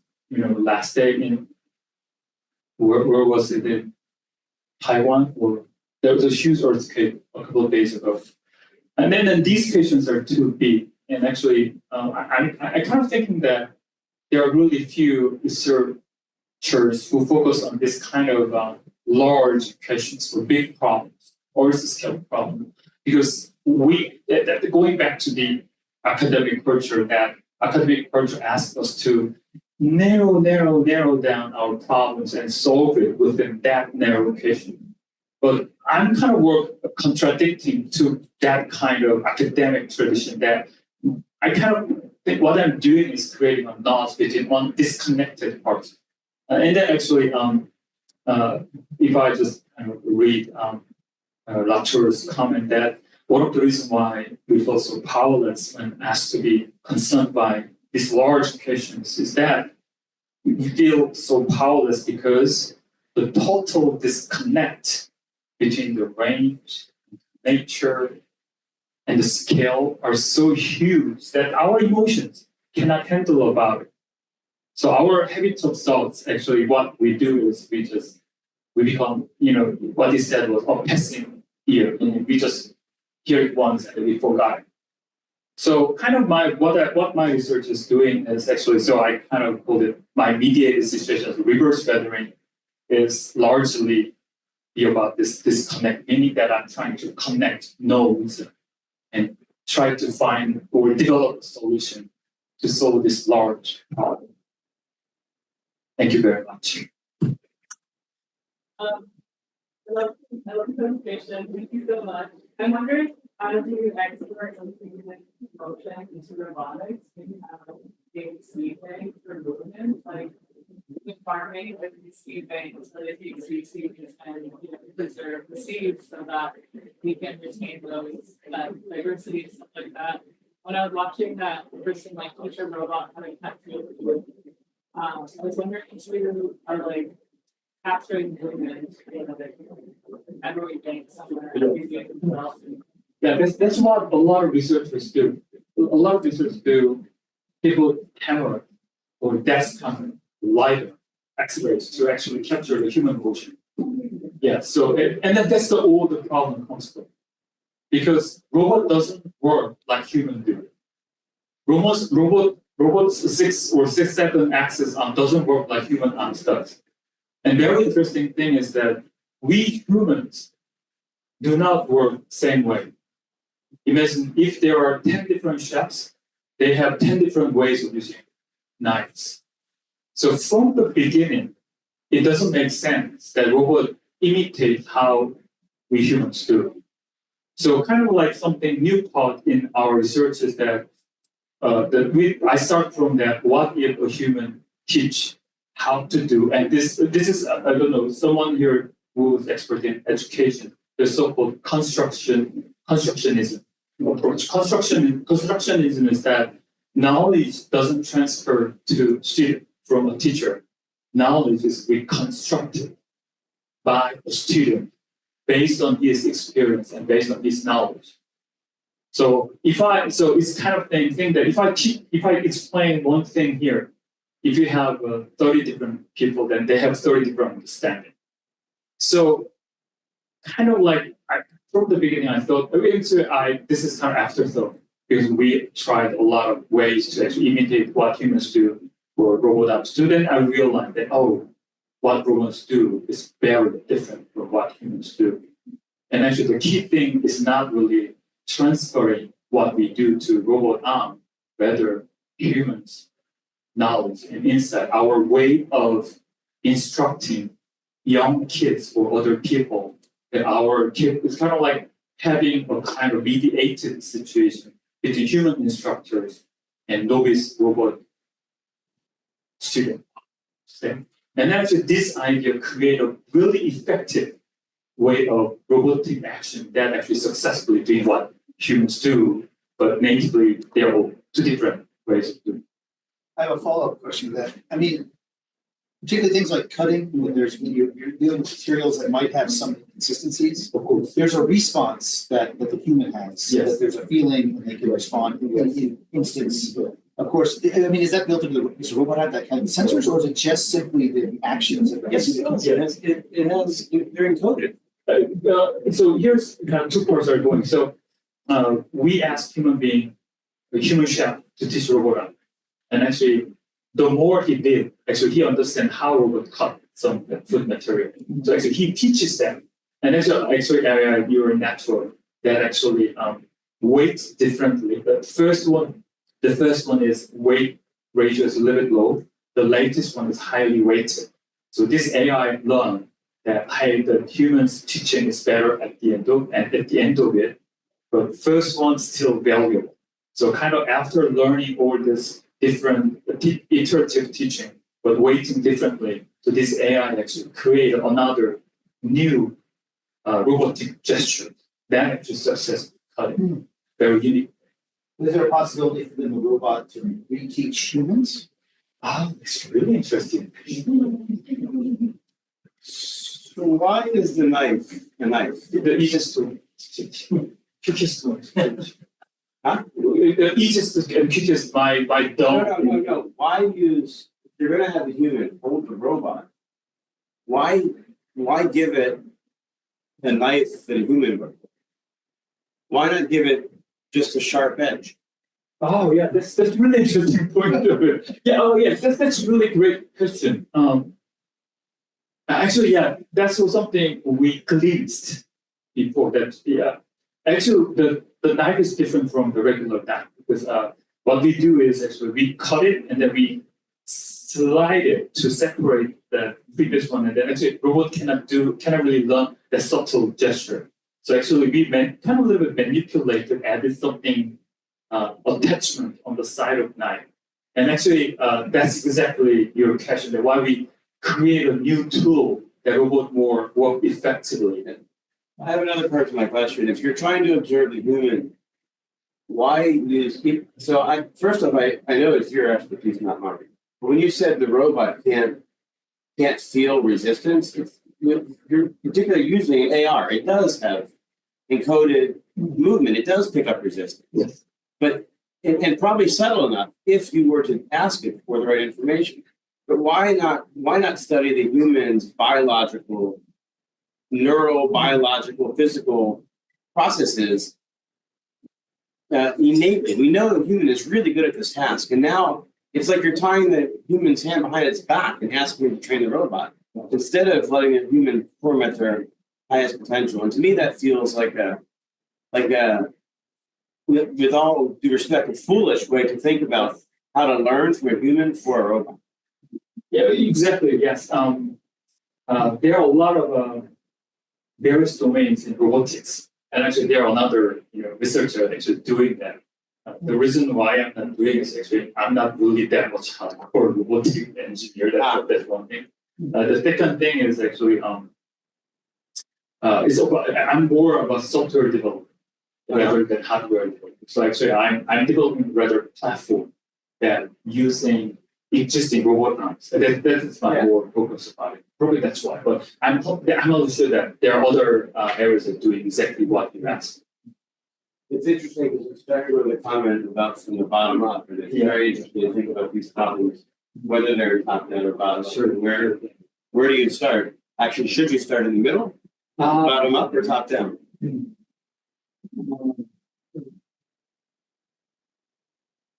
So far, yes, I really go to the bottom. But actually, I'm more about. But it really depends on the characteristic of the grant that required. Yeah. So actually, and that one require that actually the Korean government really use it within 3, 4, 5 years time frame. So that's why I kind of like I start from that. Let's say a little bit more applied. Yeah, you don't risk more the application side instead of pure scientific research or robotic engineering research. Yes. So the gum for the robotic printing on the moon, the binder is being sourced from the moon, or that's being sent from the very good. And where does it come from? Yeah.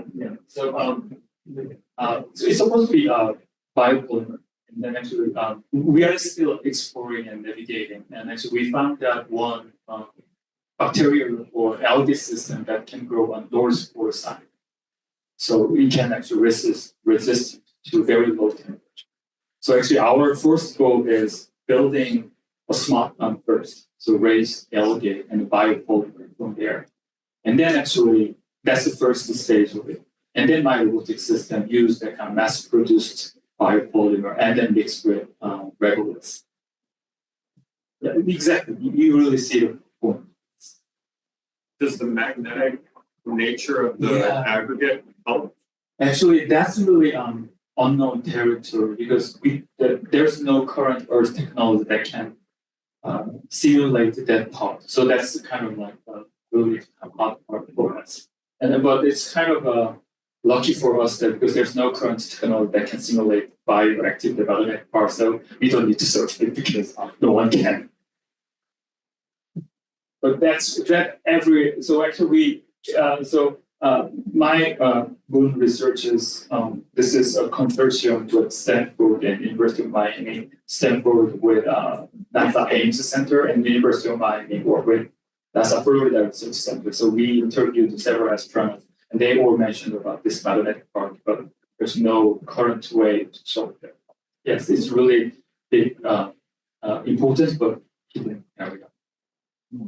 Building on that, just out of naiveness, could you simulate with using a vacuum?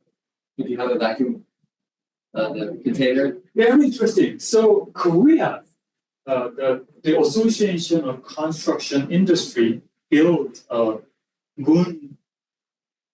This basically is a kind of big oven. It's like the size is like a 12-meter diameter size big oven. So it cannot really simulate the zero gravity thing, but it can simulate the low temperature and high temperature and a little bit about graphical simulation.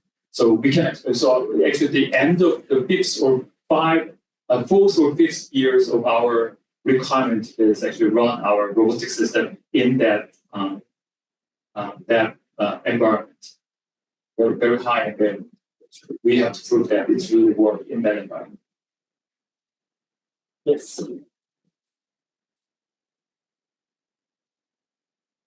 I found your presentation joyful and wondrous, and also extraordinarily disorienting. Yes. And so I'm going to ask a nest of 3 questions that I hope you can kindly offer back to help steady me in my vertigo. The first is to ask you to go over this idea of reverse weathering, which is a novel conception, and I think there is some reflection. What does it mean to you, and how did you come up with it, and how might we relate to it? That's the first question. Second is that given that involves, I think, some kind of reversal at least almost a metaphysical reversal, looking at something upside down, then how might we find those kinds of turns of mind in ourselves so that we can navigate? In that, I'm trying to respond to the provocation you put up on the screen, because otherwise these questions might crush us, destroy us. They're frightening. Some of them are lovely, some of them are really bloody awful, unspeakable. And third, how does Bruno Latour really belong in this discussion? And what does his particular voice and the movement that he offers have to offer us in the situation that we find ourselves in today?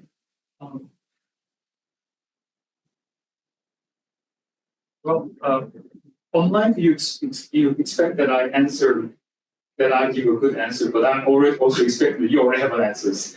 Okay, so easy ones first. So actually the reverse weathering for me. Okay, so simply I'm a metaphorical thinker. I'm one of the many person who think analogy is our base mechanism of thinking. Who is the University of Berkeley? So there are a couple of different theories of our thinking. And then actually he argued that analogy is our basic ways of thinking, because we cannot think something we didn't expect or we didn't experience before. Basically, all we think is something repeatedly or variated experience we already have. I suddenly forget his name. He's really famous in the United States, kind of like, do not think about elephant. So can you not think of an elephant? Okay, so you cannot. We can't. We cannot think of an elephant because I told you elephant. That's the analogy. So how we cannot think of an elephant? Because we cannot think reverse way. Yeah, I don't think so. Yes, so we cannot unthink about something I mentioned about. So how can we think about unthinkable? So how can we avoid of thinking about elephant? Thinking about rabbit. But by continuation of this one, we think about it, then we realize that we can only think about we thought about before. So this weathering process is kind of like my way of try to understanding about what I am doing and try to use a kind of analogy to frame it. So for me to think about it. So that's pretty much it. So that's brutal, I know. It's because there's something unique thing I invented. So there's no logic behind it. So it's just kind of like my effort to use the weathering process as a kind of a human civilization reverse kind of like those powder into city. So kind of I understand that it's by imagination thing. So that's why it is so brutal for you to think about. But that's all kind of good ideas about you are uncomfortable about that you didn't think about it before. So that's our basic nature. There are two more questions, but I just want to interject. Okay. Have you considered the self-assembly lab at MIT? Oh yeah, which is also done reverse motors. Yeah. Oh really? I didn't know about it. Yeah. I mean, they're doing a project where they're using natural wave forms from the ocean to recreate. Yeah, 4D. Yeah. Oh, I see. Now I'm kind of thinking. Sorry, I forgot that. Well, I was. We've already answered the second in some way. But maybe you could also just comment about Latour. Latour, yeah. So, one of the reasons that I was fascinated by the thinking is actually there was an incident several years back in Walmart. A 2-year-old daughter in Walmart sitting on a cart, shopping cart with her mother's handbag. And in the handbag, there was a kind of pistol. And then actually, the daughter accidentally played with the gun and accidentally killed her father. And then I kind of, the reason why I'm interested about this is that imagine 2 years old daughter. It doesn't matter whether it's 2-year-old son. Imagine 2-year-old son. You know, they cannot survive without continuous guide or support from others. But when they combine with a gun, they have a capability or translated capability of killing others. And this part was really amazing to me. And then considering that, and then actually I kind of thought that this is why we want to develop technology and want to work with material, want to work with developing new synthetic or new rich or hybrid or translated situation. That's what I'm interested in. And what we are doing today, thinking about it from materiality, and then inventing new interpretation. I mean, bamboo, to me, again, is just a food for panda. But now, bamboo became extremely potential component of structural or finishing material. How this can happen? To me, what is the quintessential part of it is our creating of mediated situation with inventing new idea and new technology with new material. So I kind of like it is my way of summarizing our second session, but it's just again, this is my personal interpretation of civilization or development technology. And that's what Bruno Latour's theory about that current civilization or current human development is not simply about man's history or her story, but rather it's a combination of between man, female, and technology. So so that's what Latour interpreted about his research about human technology. So that's trying to referencing him to this conference. That what we are doing, how can we summarize this conference? That we're thinking materiality from it, but actually that create another mediated situation. Just my personal imagination. So.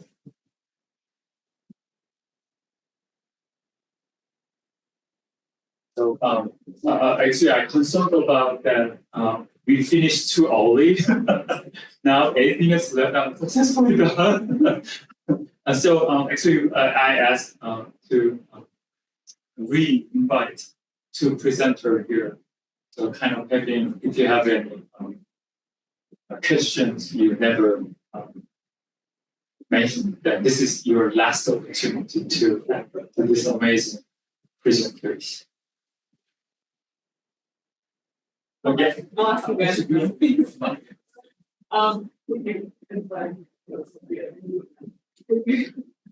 I'm curious how everybody is like putting comfort into their design. Thinking about, civilizing the moon with robots. If robots are going to be the first, they're going to be the foundation for human life there. How is comfort for humans being involved in the design process? Because the soft body, robot body, it's just totally different. So I know that you work primarily with robot arms, but I'm still just thinking about thresholds and more from an architectural perspective. And so this combines with the mycelium and the ground earth stuff too.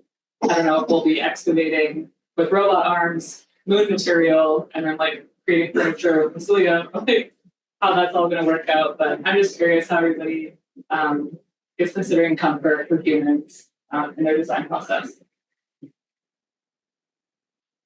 Eric, we should first questions and answer.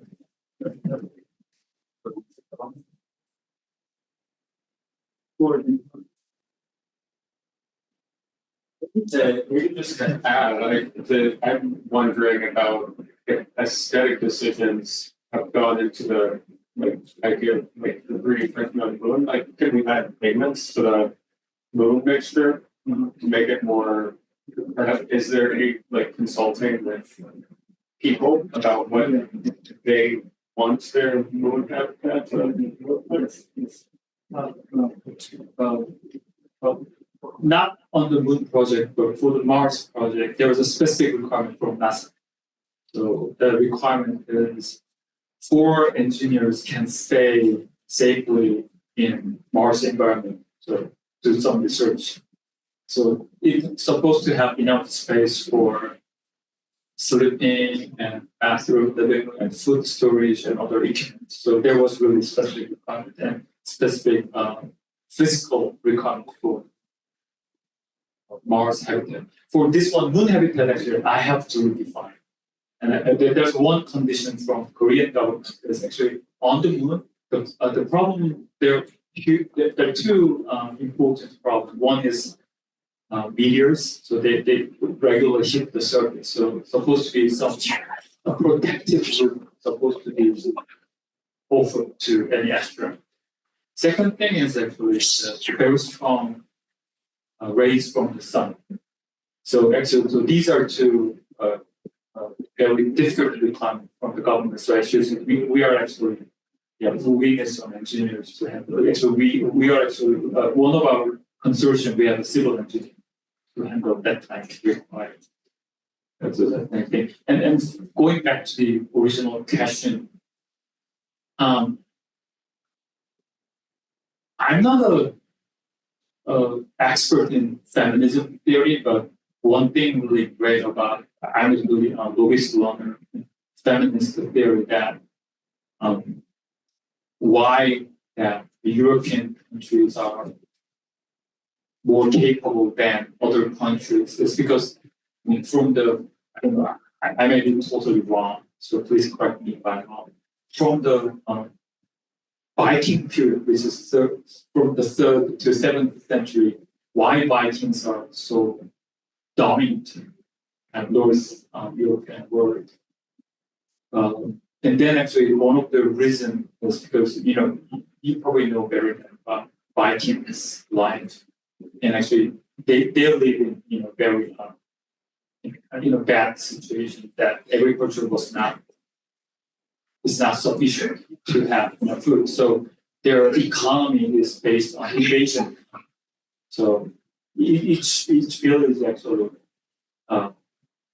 through the kind of fight or wars is just the only way to get enough food is just taking from other villages. And then actually as time goes on, even they're taking all the food from other villages are not enough, then actually small number of people go to England. And then actually England was actually have enough agricultural technology, so they don't really need to fight. So actually Vikings actually, and then actually Vikings actually manpower was so much stronger than England's. And one of the reasons was that, again, just correct me, that member of Vikings include children and females and even elderly. And actually, then how does it relate to feminism? Is that the way of utilizing limited intelligence brain, if we excavate female brains out of the country, which country is more capable? I mean that one country take advantage of both male and females intelligence versus one country only uses males intelligence. That's only the first one. Because in terms of population, it means that only 5% of populations are intelligent enough. Then as soon as one country removes the 2.5% of population, they don't have enough brain. So now this feminist idea that utilizing or take advantage of something uncomfortable territory is what I'm trying to say about this Bruno Latour's or commenting thing.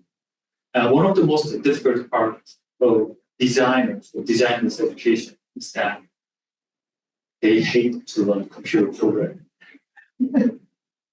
I have to say they are generic phobia about computer programming. That's why they love to learn Grasshopper. But the more they learn about Grasshopper, the more the ways of thinking is blocked by Grasshopper. They just only think about Grasshopper's way of thinking. And then when I ask them, why do you so scared about, because in teenage students, elementary school students, these that start computer programming using Arduino or what is that, the Lego kind of like Minecraft thing. Like, so even children learn computer programming, they don't have any problem with learning and including Scratch. But why adult graduate or college student who is in design? And actually this mind problem is really the biggest problem when they learn about new things. And then those students who have no fear of learning new things, and those students have a fear of one thing. This is not simply representing one thing. Those who has a habit of fearing one thing has actually many fears. So actually that thing actually kind of limits the range of one person's learning capability. It's not about hardworking. It's not about smartness. It's not about skill sets. It's just all about mind that actually defines the area of growing. So going back to the question, why do we need to work on moons or Mars? Because those are too difficult sometimes. Because that opens my capability to others. Because if I worry about, if I have a fear about approaching moons, then actually I probably have fear about other things too.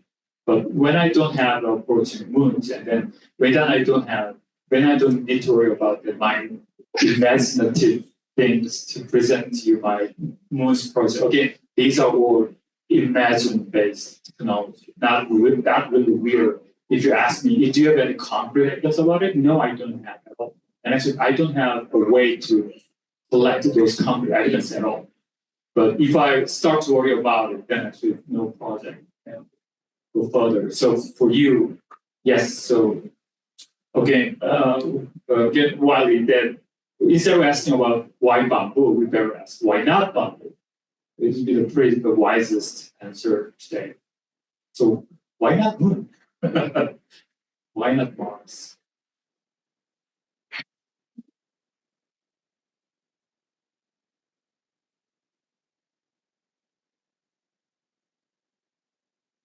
Thinking about comfort in terms of our paper, I mean, one thing we were trying to do is kind of justify the project, and I think we were looking at this document called the 14 Patterns of Biophilic Design, which lays out kind of justification for biophilic design criteria.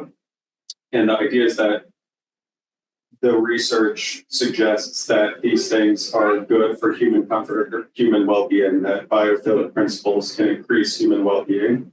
So what we're trying to argue is that that actually geophilic or geomimetic criteria or design processes can actually achieve some of these criteria better or as good as biophilic design processes. So that was kind of our justification. So, like, for example, they talk a lot about the benefit of fractal patterns for human well-being and like this connection to nature. So what we were looking at is by eroding this wall, we're creating these fractal patterns, and somehow that's beneficial for human comfort.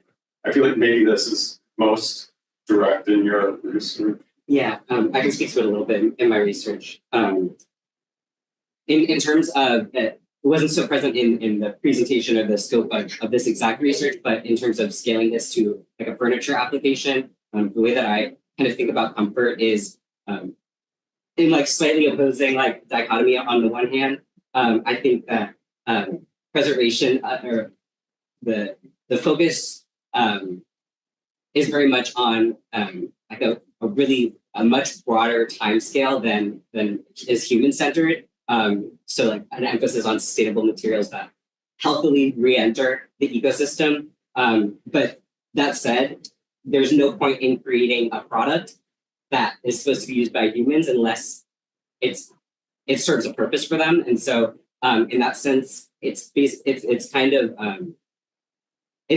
comfort is like a necessity. So in thinking about something like a stool or a chair, if it's not comfortable, should it really exist? It is kind of the question that I ask myself. And so like exploring mycelium as an example from a very material-driven design perspective, you might like kind of think that the human-centeredness and ergonomic factors are secondary, but the way that I think about it is if the kind of material-driven design process does not result in something that is ergonomic and comfortable and good for the well-being of humans, it doesn't need to exist. So it's kind of, to me, I think about comfort in the sense of like knowing when to move forward with something and when to realize that, you know, maybe this is not an appropriate use of the material or appropriate application or something like that. I mean, even I found it like, even with your kind of criteria for which of these finishes was working well. I mean, I think even to me, it's all kind of about comfort. It's like how you're giving these artifacts to people and saying, how does this make you feel? Like one thing I was going to ask is if you did any research about like how these finishings affect the like waterproofing of the mycelium. That's where I thought the presentation was going, maybe when I read the title, but it's maybe more novel that you're primarily concerned or largely concerned with how these textures, colors, scents are making people feel and how they are affecting comfort. Yeah, actually, I think that's a really fantastic way to frame it. Because that is really essential to it. And I haven't yet done anything with water, like studying the waterproofing. I think a lot of these studies will improve the waterproof like nature of it. That's definitely one of the next steps. Yeah. Just wanted to make a comment in response to all of this, which is, I think it's interesting that like we just touched on senses, sense of smell, the sense of sight, really the one that many aesthetics are being kind of trained through. And with the earth and construction, actually, it's things you touch are not the earth and construction, but actually in terms of well-being, it's well known as putting your feet on the ground, in the ground, right? The direct contact to the earth has like impacts on well-being. And so it's just interesting to think about really as we, you know, approach thinking about many of these issues in a more finite way, how do we address more of our, you know, of our human consciousness?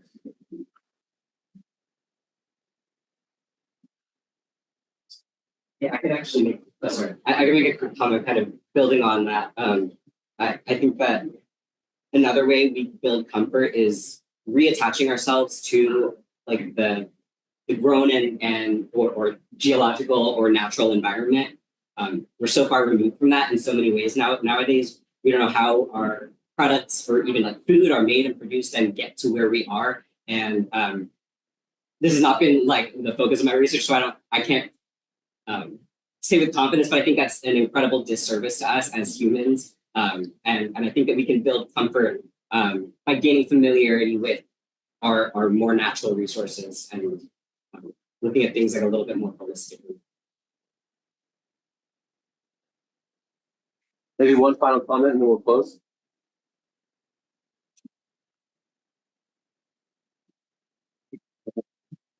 Okay, wonderful.